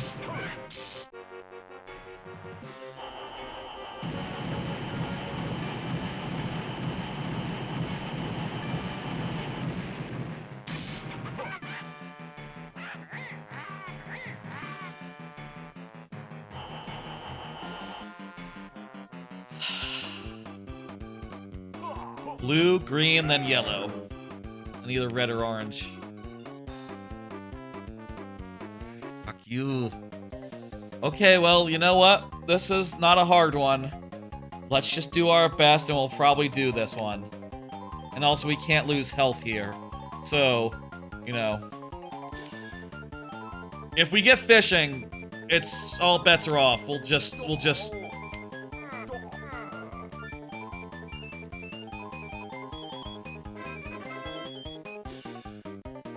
Yeah. Fuck you! Another one in a row? And it's the same sort of minigame! Ah! Well, this one's slightly different. This one is, you know, harder. So we might lose it. This one took me a few tries earlier in the stream. Because it's... I don't want to say things I can't take back, but it's a little bit shit, isn't it?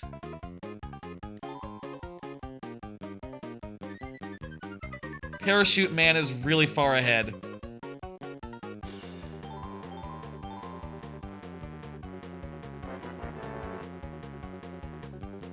Okay, give me a question I can do. Fuck you, a third minigame?! This one I did first try, but...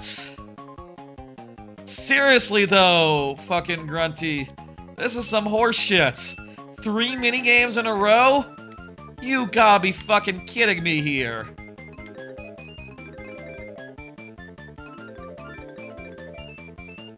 It's late, I'm tired, Grunty. Let me sleep. I mean, I'm not that tired. I can stay awake for a while now. Be honest here, I was up at real damn late yesterday. If just looking at yesterday, I could go... I can and will go the distance, I'll say, but... God damn it, Grunty. What the fuck? Why do you do this to us? I mean, she doesn't like us, that's true.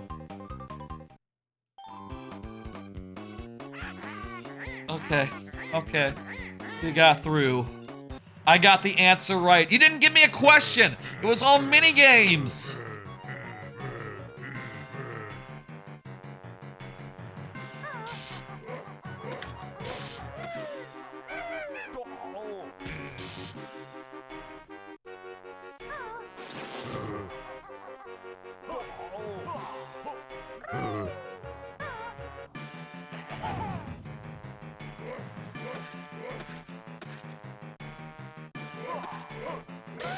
Okay.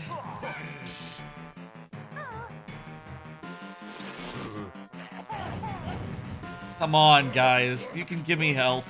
You gave me health before once. Why can't they give me health now? This game is really mean in its final boss, huh? Good night, y'all who are going to bed.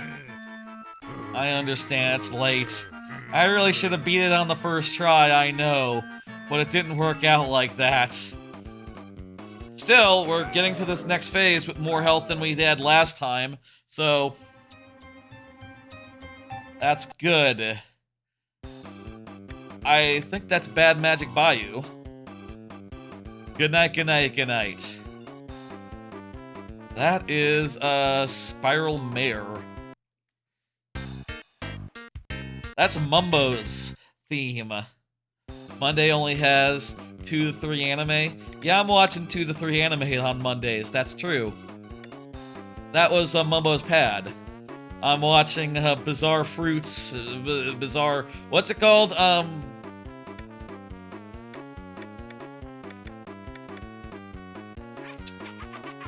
Where the fuck was that? I'm watching, That's... It's not Grunty Industries. Quarry Heights. I'm watching some anime on Mondays. There's the, oh crap, it's another game. There's, Bogus Skill, that's right, that's okay. And then there's, wait, no, that's today, that's Tuesday, it's Tuesday today. Why are you talking about Mondays? That's yesterday. This is Tuesday. Yeah, I'm watching, Can You Keep a Secret, and, What's the other Monday show?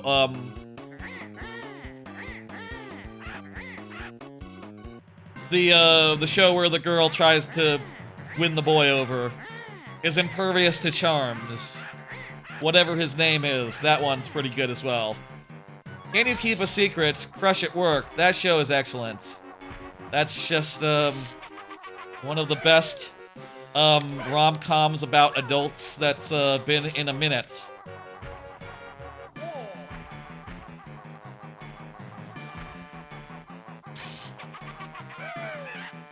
Really enjoying every single episode of that. And after every episode, I say, God damn, that's some good shit. That's some good... That's, can't go wrong with that, you know?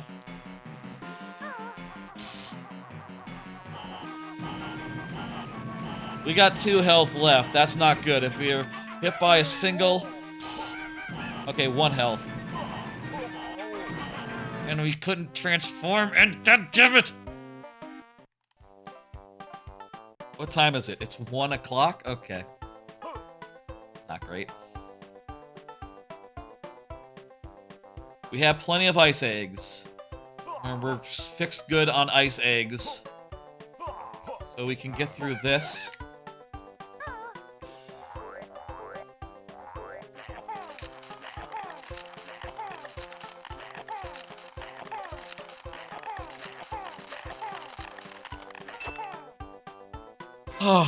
At some point, you know, I guess I can say something to the effect of like, well, I am playing it not on source hardware, not on original hardware.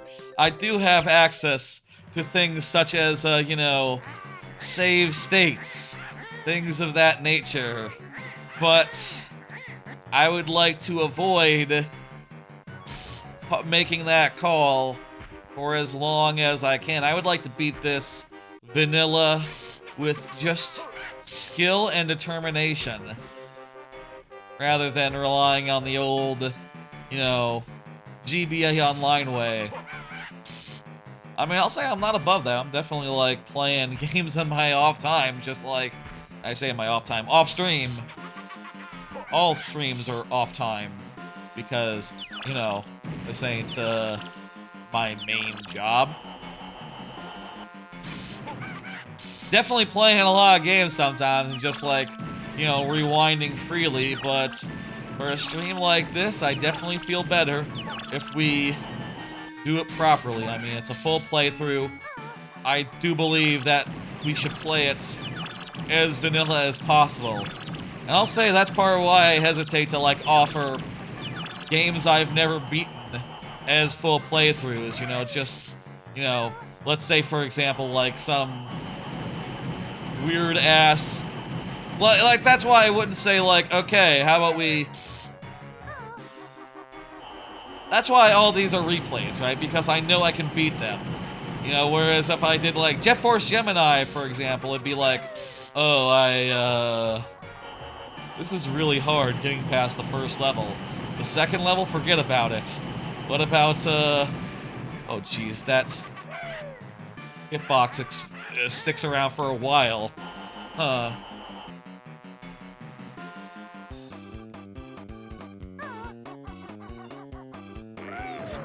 I'm a proud man as far as these playthroughs go, you know, I want to go the distance, you know, I want this to be, what the fuck is that? That's BB. Honeybee's Hive. Honeybee's Hive.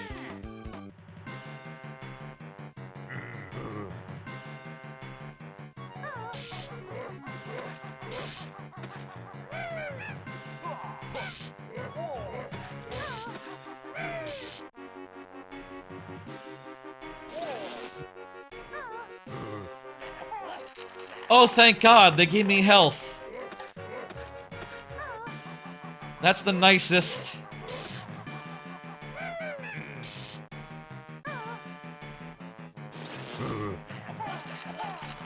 Two health!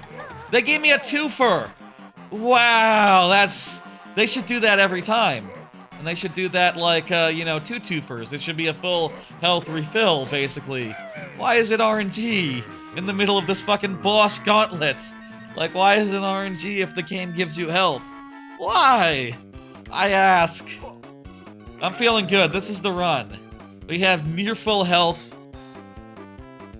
I mean, let's just say, like, let's just assume, can we get through whatever this bullshit is? I'll try my best here. We can't take damage, but also this was one that took me multiple tries. The last sheep, you know, can be a real nuisance.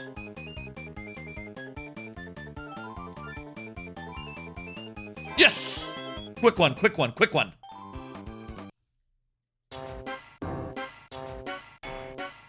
Grunty Industries. That's where it is.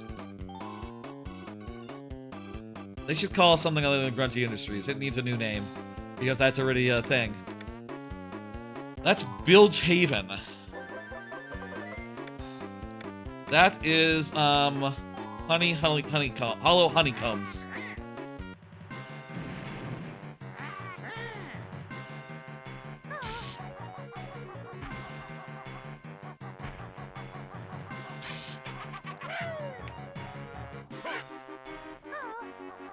Okay, here we go. This'll be it. The final. The final. I think there's one phase after this. This is, I don't think, the final phase. But hopefully it's a gimme. Hopefully the final phase is like a easy thing. I'm pretty sure there's one more target gallery. I might be wrong about that. I hope I'm wrong about that. I thought there's one more time where it makes you do target gallery bullshit, but this could be it. And if it is it, I will be happy. We missed it that time, but so long as we don't take a hit, that's fine. That's fine, that's fine, that's fine. Bombing runs? No. Shooting.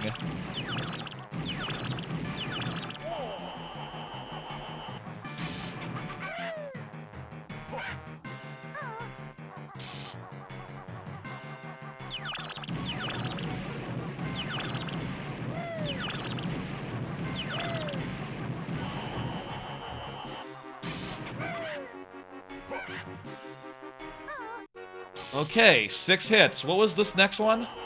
This next one... Right, it's Bombing Run. Okay, Bombing Run I can manage. Bombing Run is fine. We need to make sure we're not hit by the bombs because, you know, 2 hits, 2 health, that's like, really insanely bad to take that amount of damage. Okay, next one is the phase where we're chased around by both her and an additional ball. We need to be faster on the... She's not running after us. She's just running. What the fuck? Okay, there is a shooter phase. One last shooter phase. No, I don't do the battery health malarkey. Oh, what the fuck is this?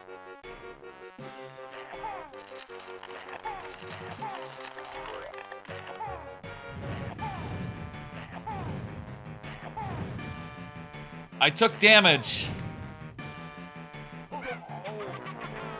What? What the fuck? There's a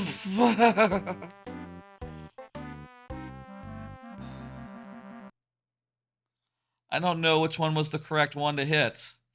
Apparently that's some sort of... It was some sort of guessing game. But they both look the same to me. Do y'all notice a difference? My god, that was so the run.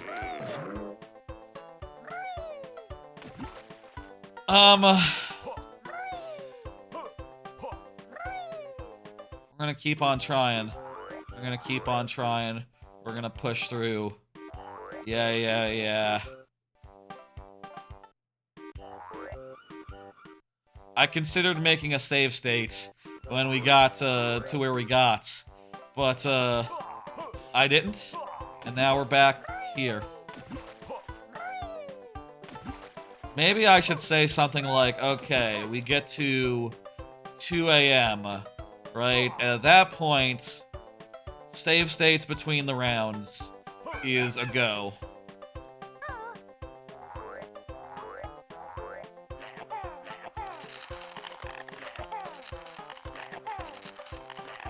I don't know, though. I definitely want that to be a last resort.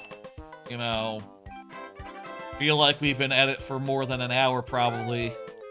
And, you know, if that's not last resort material, then what is, I guess, would be the question. But, like, I don't know, man. Fuck. We should have cut off at the, we should have saved the boss and this for the last, for next week, I think.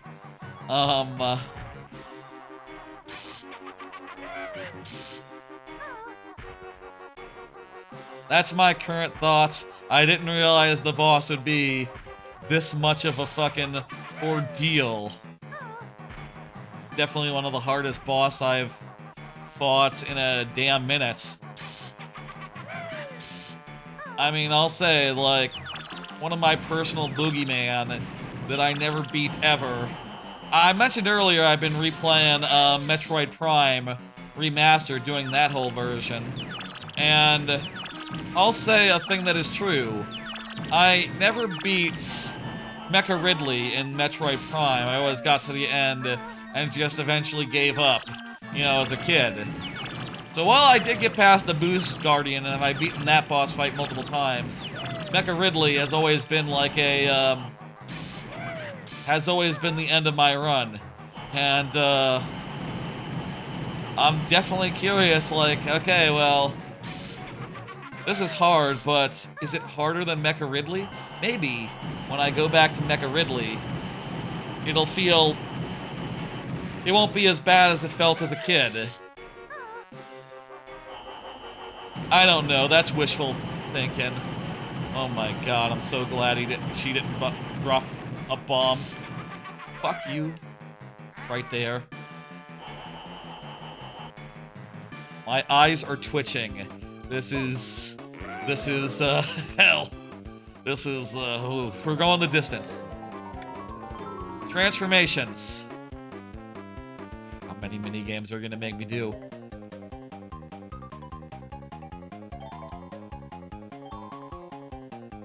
Okay, this one doesn't have the nibblers. This one, no crabs. Wait, nope, there's crabs. We're gonna be very careful to avoid them, though. It would be a disaster if we took damage we don't have to take.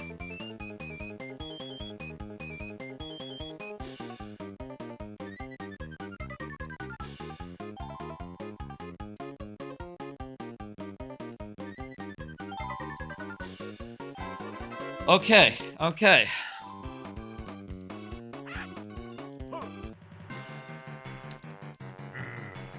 Time for Clungo.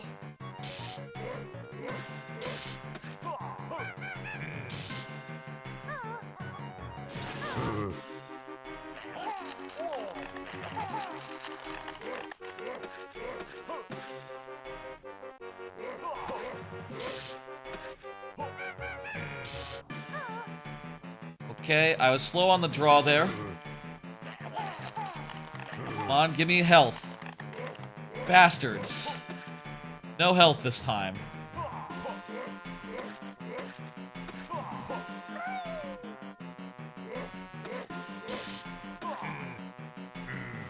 Okay, Clungo down.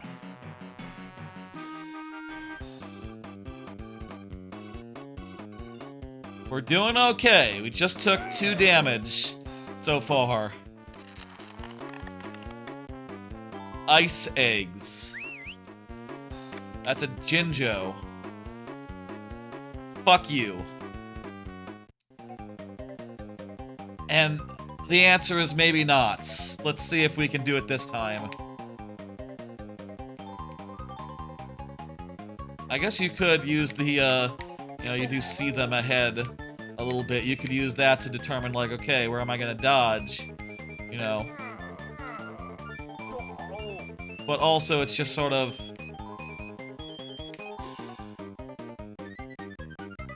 messy. Why are you collecting... Nah, we really lost this one. Collecting piranha plants? What do you mean? This is a quiz show. This is a quiz show where green means a correct answer. Oh my god.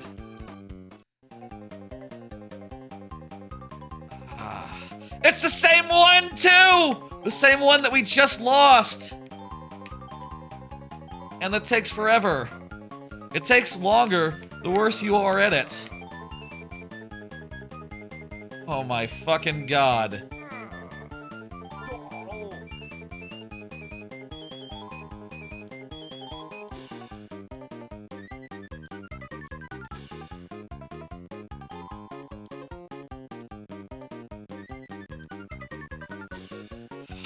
I thought it was bad when I did that DK64 randomizer, and like I got the slot machine one in the slot machine minigame in Hideout Helm twice in a row. That at least you can beat that. Wait, what was that? I didn't hear the sound. I just heard the laugh.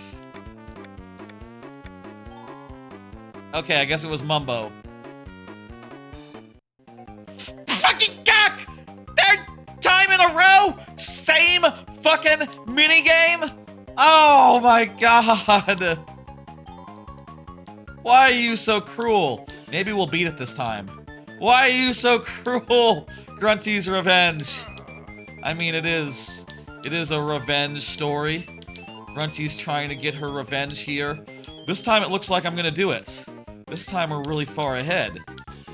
So long as we don't get, like, hit, like, 4 times in a row or something, I think we might have it.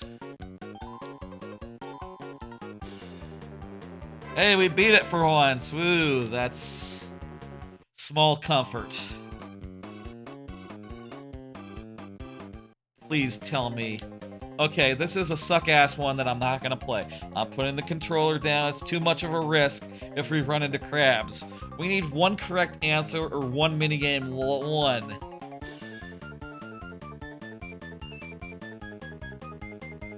RNG... Cruel. Cruel thing RNG tonight is doing to us.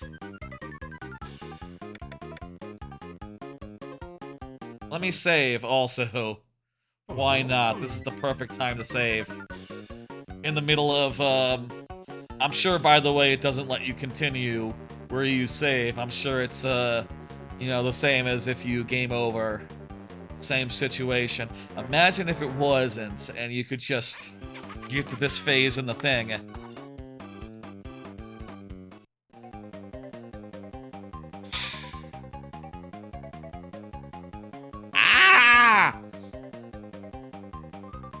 Worst minigame luck. I'm not gonna do this one because if we get crabs, I'll take damage, and that's damage I cannot afford in the middle of a hard-as-balls boss fight. My god. Yeah, Mario Party, any Mario Party minigame is an improvement. For sure. Well, I don't know about the GBA Mario Parties. I don't know about those. I assume those are better than what we got here. I also can't speak to Mario Party 10 or 11, the bad ones. I can't speak to those. I bet those ones are bad. What do we got for the final thing? This is, it all comes down... Motherfucker! Really?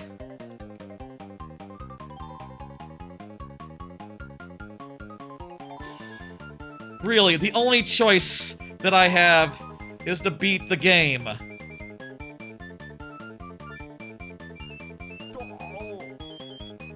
I took some damage there.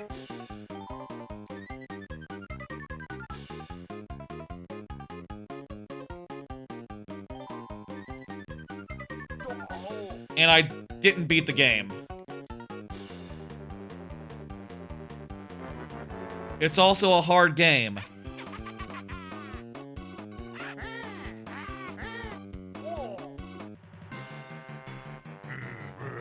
Oh, that's what happens when you lose the minigame. You have to fight a whole fucking boss fight again.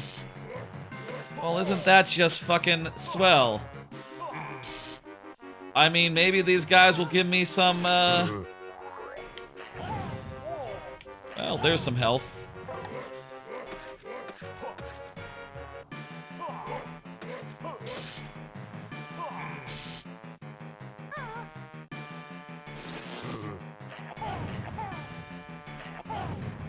Okay, okay. I mean, I'm 2 health down from where I started. Where I came out of the last phase. 3, maybe.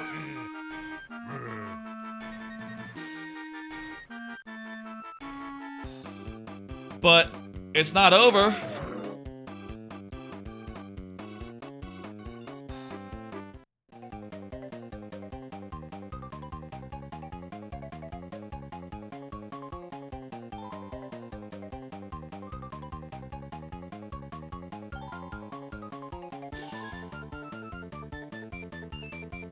I have definitely skipped games like this before, and it's been fine. It gave me a different question. So it's not, like, inevitable that, you know, if you do a fight like this, you're gonna get crabbed to death.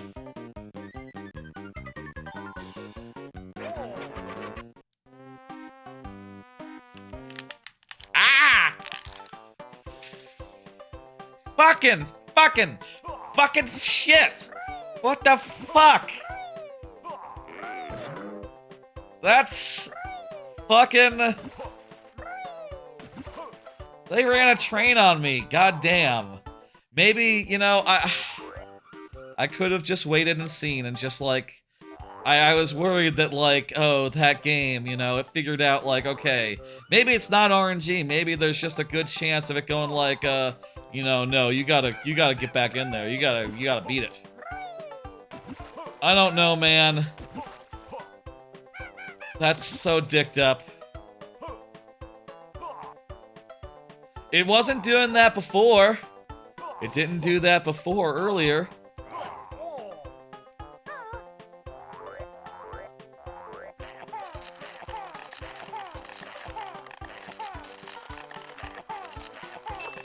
On the first time, it gave,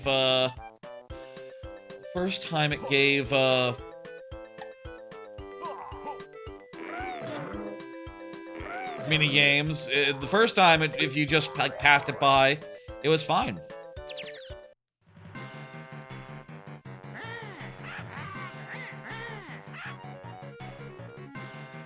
Let's do it.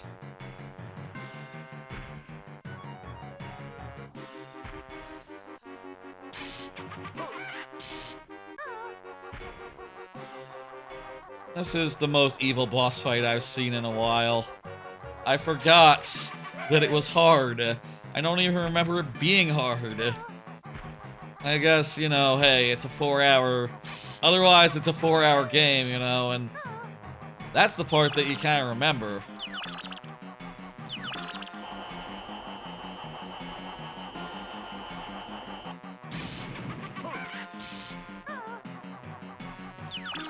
Oh, crap. Right, I thought I thought he was gonna fly up and, that's not the phase that we're on, though. Until the end of it.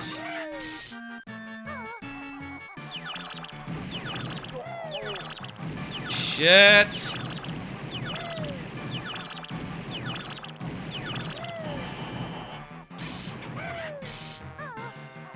And finally, bombing run. Bombing run really isn't bad. In fact, she stomps down just wherever, so you don't even have to, like, juke her at all. Just, you know, literally right there, I just didn't move at all for a minute. You do have to move a little bit sometimes.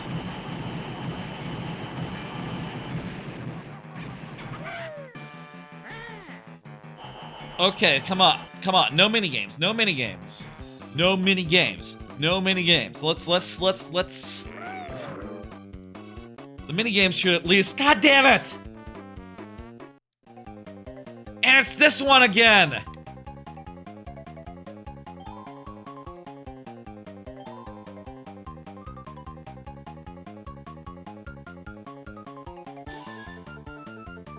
Why? Why? Why? Why must you be so cruel?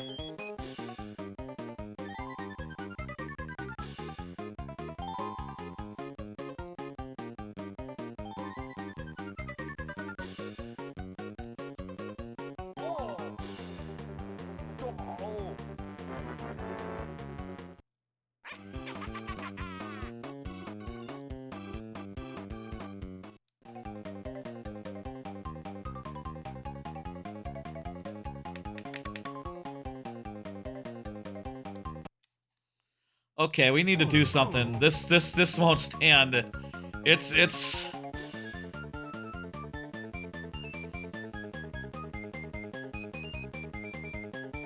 Reset this shit right now. If it's got something in its memory, it's clearly rigged against us. It's clearly not willing to give us a break.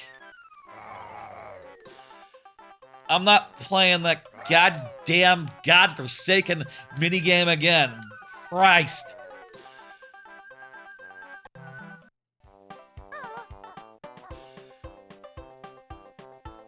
Ha ha ha ha.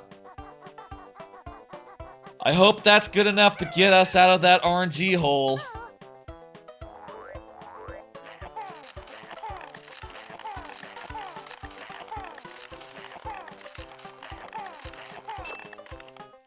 That's the worst one. You know, there's ones that are harder, but that one you can really risk.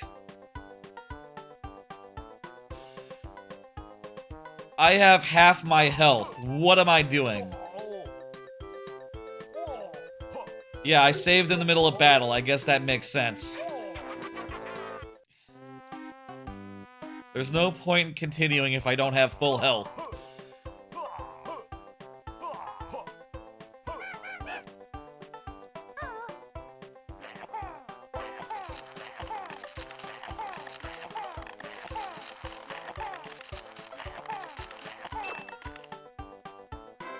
Okay.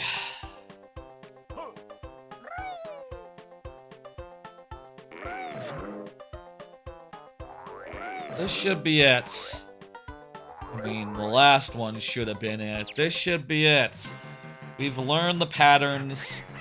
We just gotta get good minigame luck.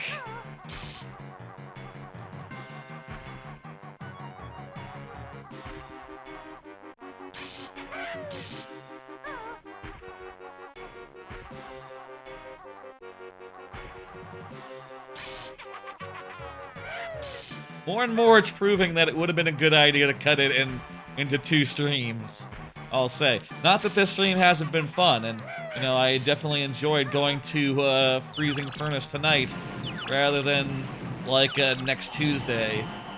But, you know, if this was, like, 9 PM or something right now, that would be a lot more manageable, and next week, specifically.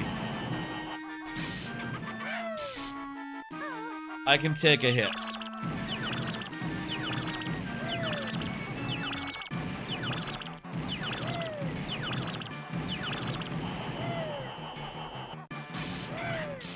I've only played Mario Party 4 once. That is, well, actually, no, that's not true. I definitely rented it as a kid. But I only owned it relatively recently. When I was doing Extra Life a couple of years ago, I did 50 turns of every Mario Party. And that took 3 streams over 24 hours, unfortunately. Which teaches me to not properly estimate how much 50 turns is. Maybe I should play that again. I did pay for it. Maybe I should play the Wii one again. I did pay for it as well.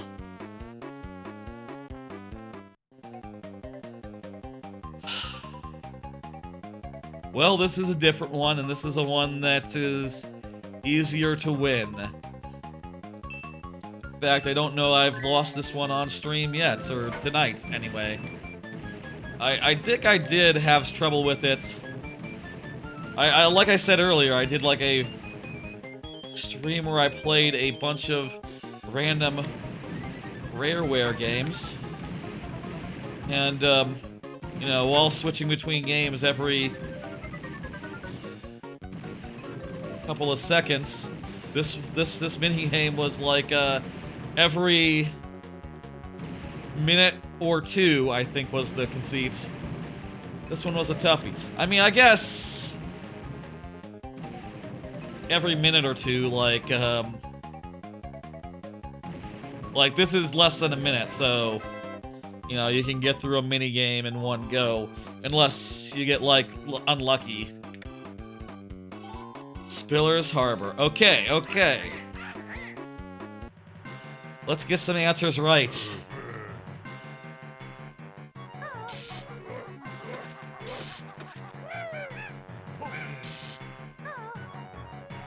Do this, and then we do fire. Do 2 of those. It takes a second for him, for the, Talon Trot to happen. It also takes a second to switch to Ice Eggs. Maybe it's safest to switch to Ice Eggs, like, beforehand. Because, you don't know, like, which one it's gonna be.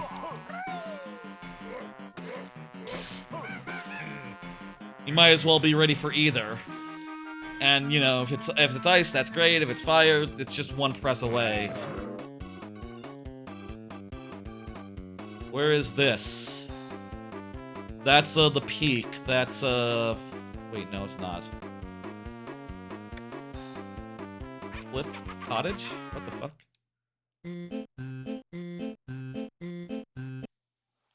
I think that's Honeybee's Hive. Don't be mean to me. Fuck you.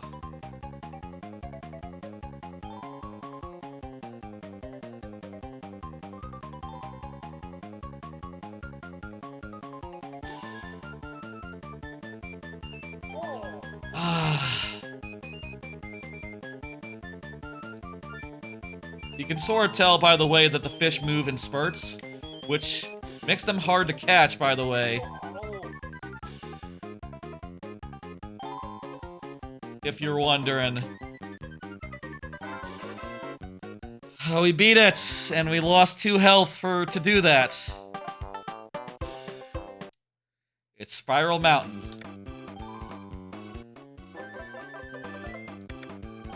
Hollow honeycombs. That's the farm.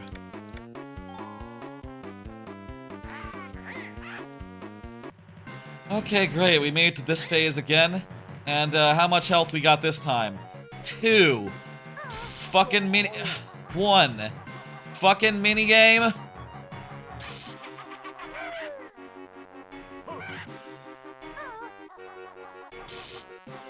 Well... maybe the RNG will be kinder to us now. Wah!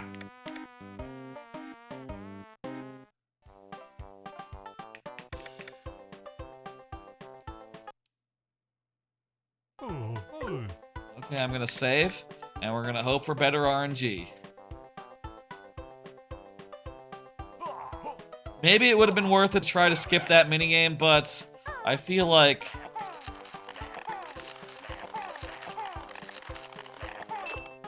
skipping the minigame seems like an ineffective strategy. It seems like if you do that, it's just pretty likely to just give it to you again and say like, oh, can you beat it? Seriously, can you beat it? We're not fucking around here. Beat it or you're... beat it or else.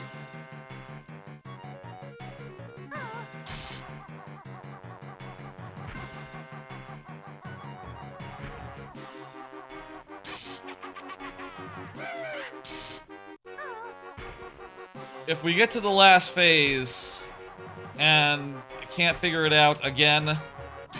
Maybe we should listen to what Grunty... Fuck you, that was a terrible ass hitbox. What the hell?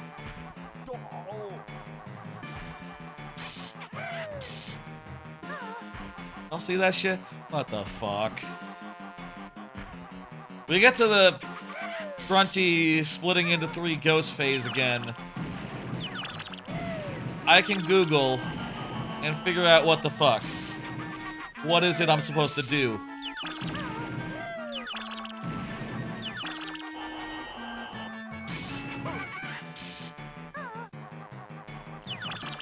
We missed 2 extra phases there. That's not good.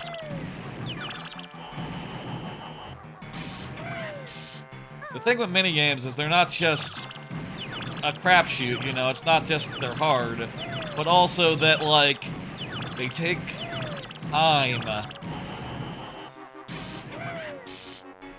You know, like, one of the things that's great about Furnace Fun is you can strategize your way of never having to deal with that shit. Like, it's a worst case scenario. Like, you know, if you had to do the minigames as part of Furnace Fun, it would be garbage. It would be bad. It'd be a horrible part of the game. And because you can skip them using strategy, it's not.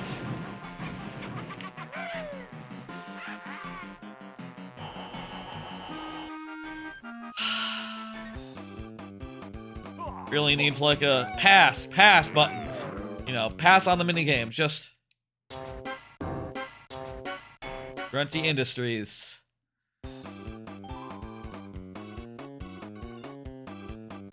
Grunty Industries. Those two had the same question. Those 2 questions had the same answer, as I'm sure you noticed. Powers of observation. Motherfucker.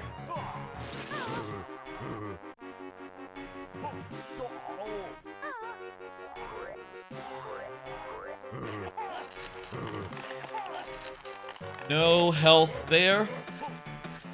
That's not great. Okay, let's see what we got.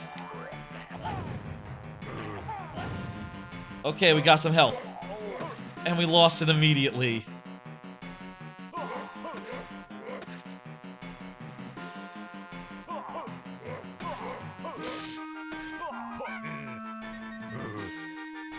Okay, okay. 4 health isn't great, but it's better than last time. No minigames, no minigames, no minigames.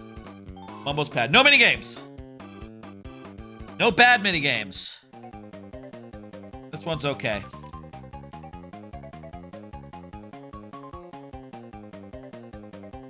Tier list of minigames in this.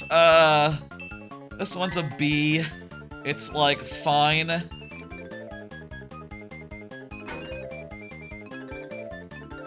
It is a very Banjo thing to do, to run around a space and, like, collect bullshit that's spawning one by one. It would be better if you were just, like, running around normal style as Banjo, rather than, in a thing, which, by the way, steers with left and right, rotates with that, and then accelerates with A. It's not like it's, you know, just...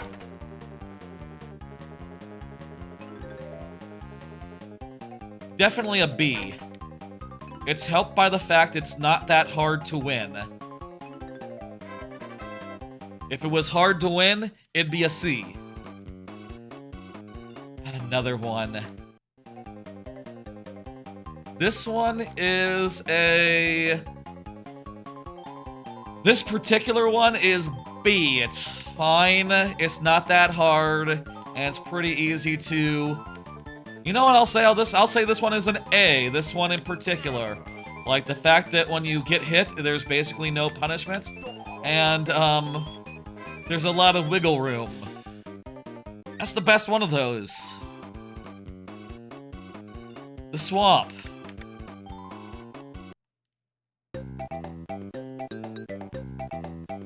Breegull Beach. Okay, we've made it through the quiz show.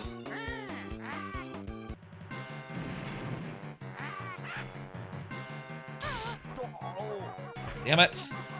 We need to, like, start running to start with.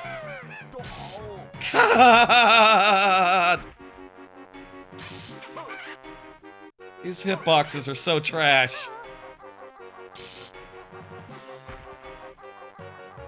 I say hitboxes. Is it hitboxes when it's isometric? I guess.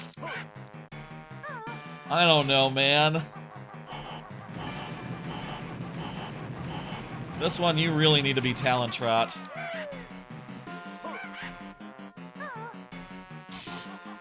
We have barely any health left. That's not good.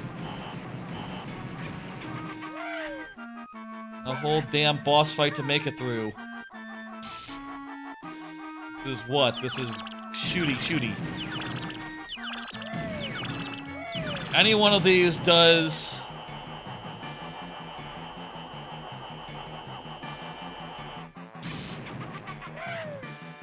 Any one of those does 2 damage to us, so it will be fatal.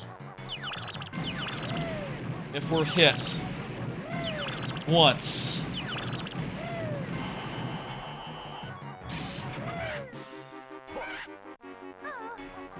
Okay, I think it's bombing run next. Bombing run is easy. Okay, bombing run is easy.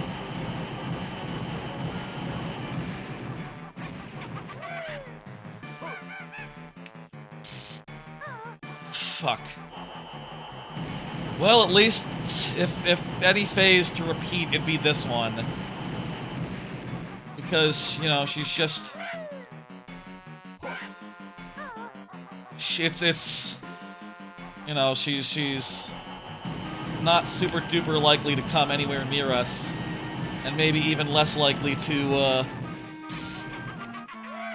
hit us with a bomb. Next up is the one where there's the little ball.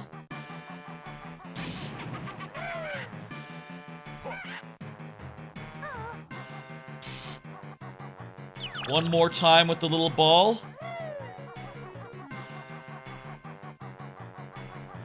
The key is that the ball is tracking us and she is just going random style. Okay, read the text. I'll kill you, smashed my mecha suit, don't think you've given me the boot.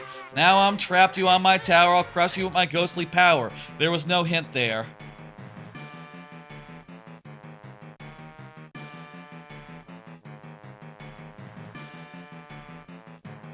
Do we go after the one that...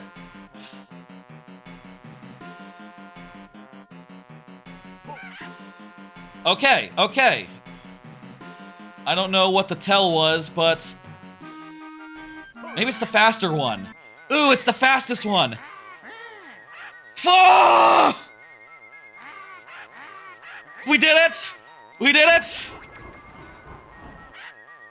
Please tell me we did it. Please tell me there's no, like, final first-person shooter sequence. Oh my god. It is nearly 2 a.m. I think we spent 2 whole hours on that boss fight. Christ.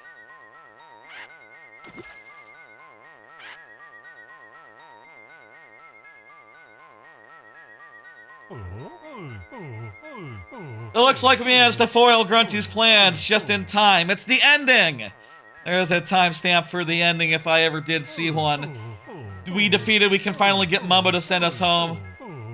We don't want to, like, change the past or nothing, I guess. That's right, that's the story of this game. That we're back in, we went back in time for a bit. For a little silly little adventure. This defeat makes me feel sick.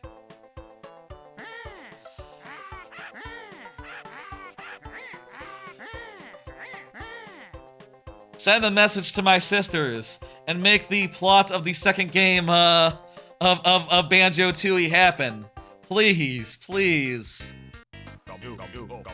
Baron Bird did a pretty good job, but, you know, you need Mumbo's help, that's true. I wonder if it's possible to beat this game without Mumbo's help. Like, can you get enough jiggies and stuff without talking to Mumbo? I'm curious about that. All the boss fights and stuff unlock Mumbo stuff. I don't think there's any, like, moves that are tied behind going to Mumbo. I wonder. Not really enough to actually, like, see for myself or anything, but that is curious. I guess the question is, are there more than 10 transformation jiggies? And I think the answer is yes. There's Jinjos that are in transformation areas, and also there's like 2 transformation jiggies per world, of which there are 5, so yeah, you definitely need to talk to Mumbo. Okay, asked and answered. The Jinjos are very happy now, I guess. As is, Bumblebee, who I guess did, exist during that time period as well. I don't understand quite the dynamics, right? Like, is Honeybee just really old? Is Honeybee just like an elf? I can understand the Magic Man living for a while, but, you know, like, is Bozai just like a few years older than Bottles? Like, how exactly did that work? I don't know. When does this game take place? Like, you know, Banjo-Kazooie was 1998. Is this like 1995? Is this like 1990? Is this 1970s? Some of the decorations in like the Tip Top Suite, for example, where Tip Top was inseminated, conceived, you know. Fanon joke, I bet, maybe. That decor is kind of 70s-y. This, I could see this as like 70s or 80s. Yeah, I guess like 70s or 80s is what we're looking at here.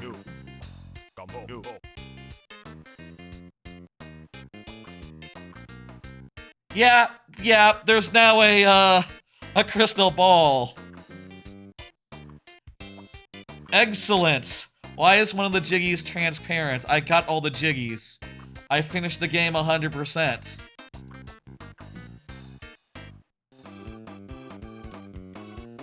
Oh boy, one final minigame while we do the credits.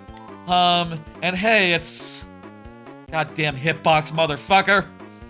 It's one of the good ones, or at least it's a version of the good ones.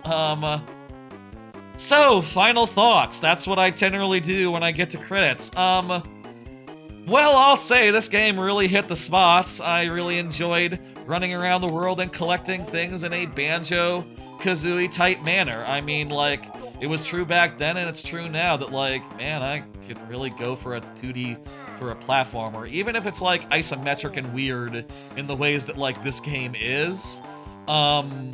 This version is, this, like, installment of the Banjo series is. Like, it still hits the spot in so many ways, just like running around, transformating, exploring all the worlds, getting them all done. The minigames were bad. There were too many of them, and, so fucking rough. So fucking rough. They're, a lot of rough stuff in especially towards the end. Well, minigames was like the rough stuff mostly. Also, the whole, like, final boss rush, that was some nasty shit. I didn't like that much at all. Really, they should have had, like, the, double your health bullshit from Banjo-Kazooie, where, if you have enough jiggies or notes or whatever, or, like, I think you need, like, all the notes and all but 2 jiggies to get double health. They should have had that in, with a similar requirements in this game, and that would have made the final boss a lot more manageable. Like, oh my god. Like, we would have done it on the first try if we had that in our corner. But that's a small thing, and, you know, I think it's really cool, and honestly, I kind of like the way that it handled, like, animal buddies, or transformations, sorry. Wires crossed there for a second. I really like the way that it handled transformations and how they could be used in any world. This maybe needed a little bit more length, you know, it could have used, like, If it had 2 more worlds, that would be ideal. And like maybe a slightly less harder boss fight. I would say it's a solid 4 out of 5. I think that is my let me see for a second. Hang on. Let me pull up the old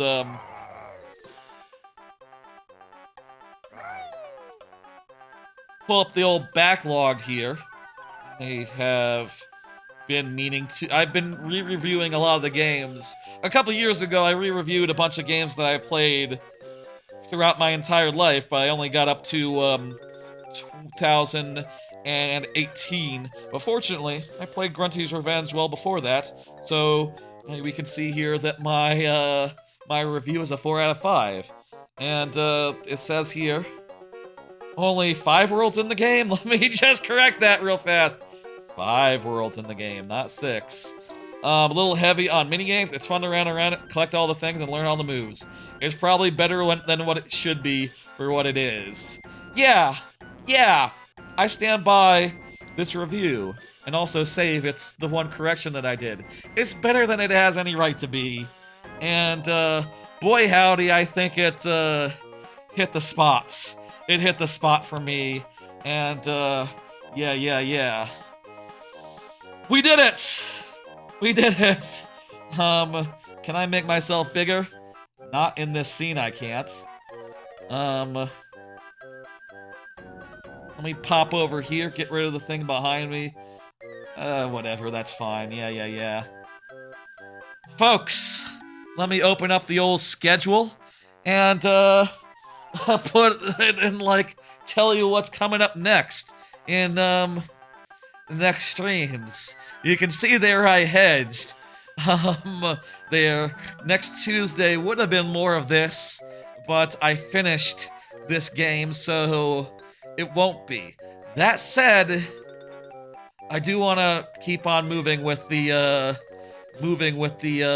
this thing. So, let me just append that right now. Next Tuesday will be another random where playthrough.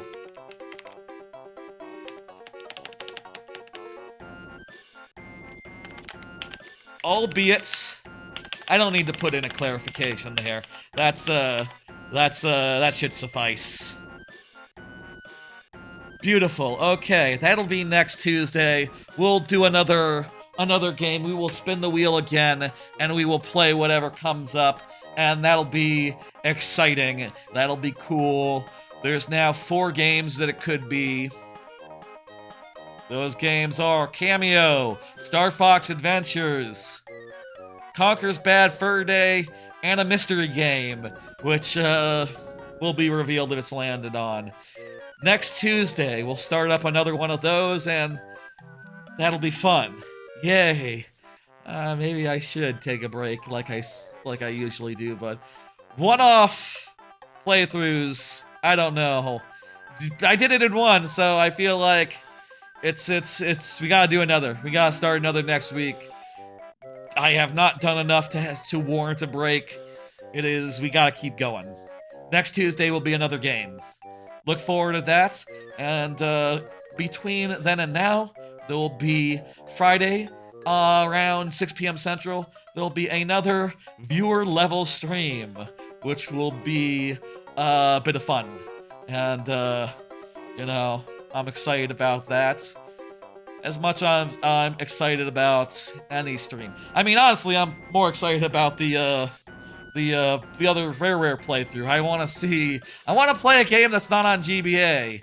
And I'll just go ahead and say, next week I will be playing a game that's not on GBA, and I think that'll be lovely. My file is like 100%, right? Hang on a second. Let me just... Let me hit continue. We 100%ed it, right? 5 hours, 20 minutes, 60, 600. Yep, that's 100%. You can't do better than that. There's not like post-game stuff or something. I don't remember any post-game stuff, so... Nah. Right? Right? Confirm for me, game. Yeah? 100%? Yeah? 100%? Yeah? 100%? Yeah? 100%? Yeah? 100%? Yeah? 100%? 100%?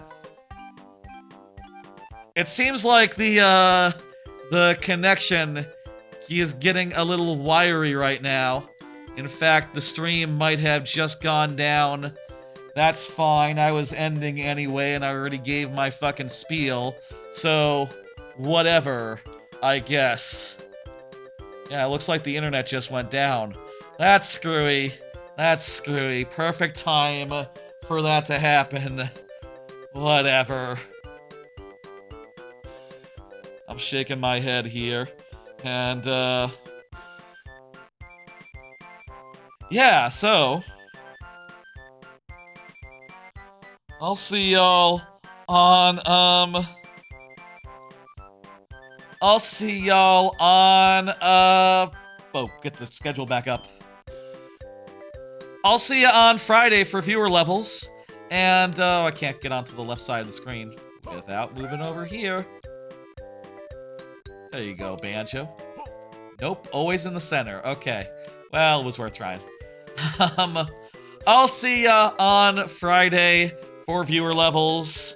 And then after that, I will start up, the next playthrough next Tuesday. Not had a disconnect like this in a while. That's, screwed up. Looks like it might be reconnecting. We're ending. We're ending. I'll see you next Tuesday for another random rare playthrough.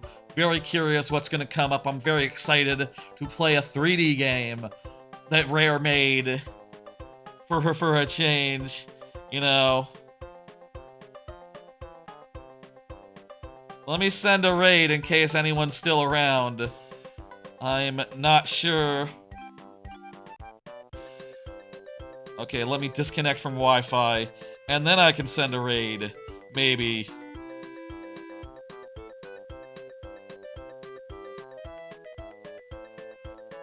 Maybe it's a problem with Twitch or YouTube. I don't know.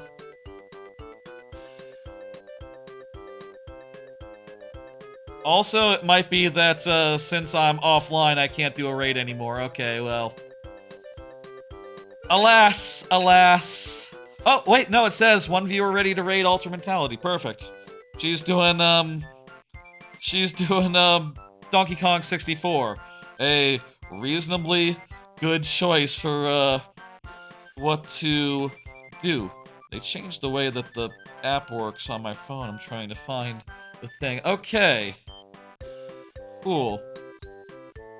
Right then, I'll see you on, it looks like the connection is back now.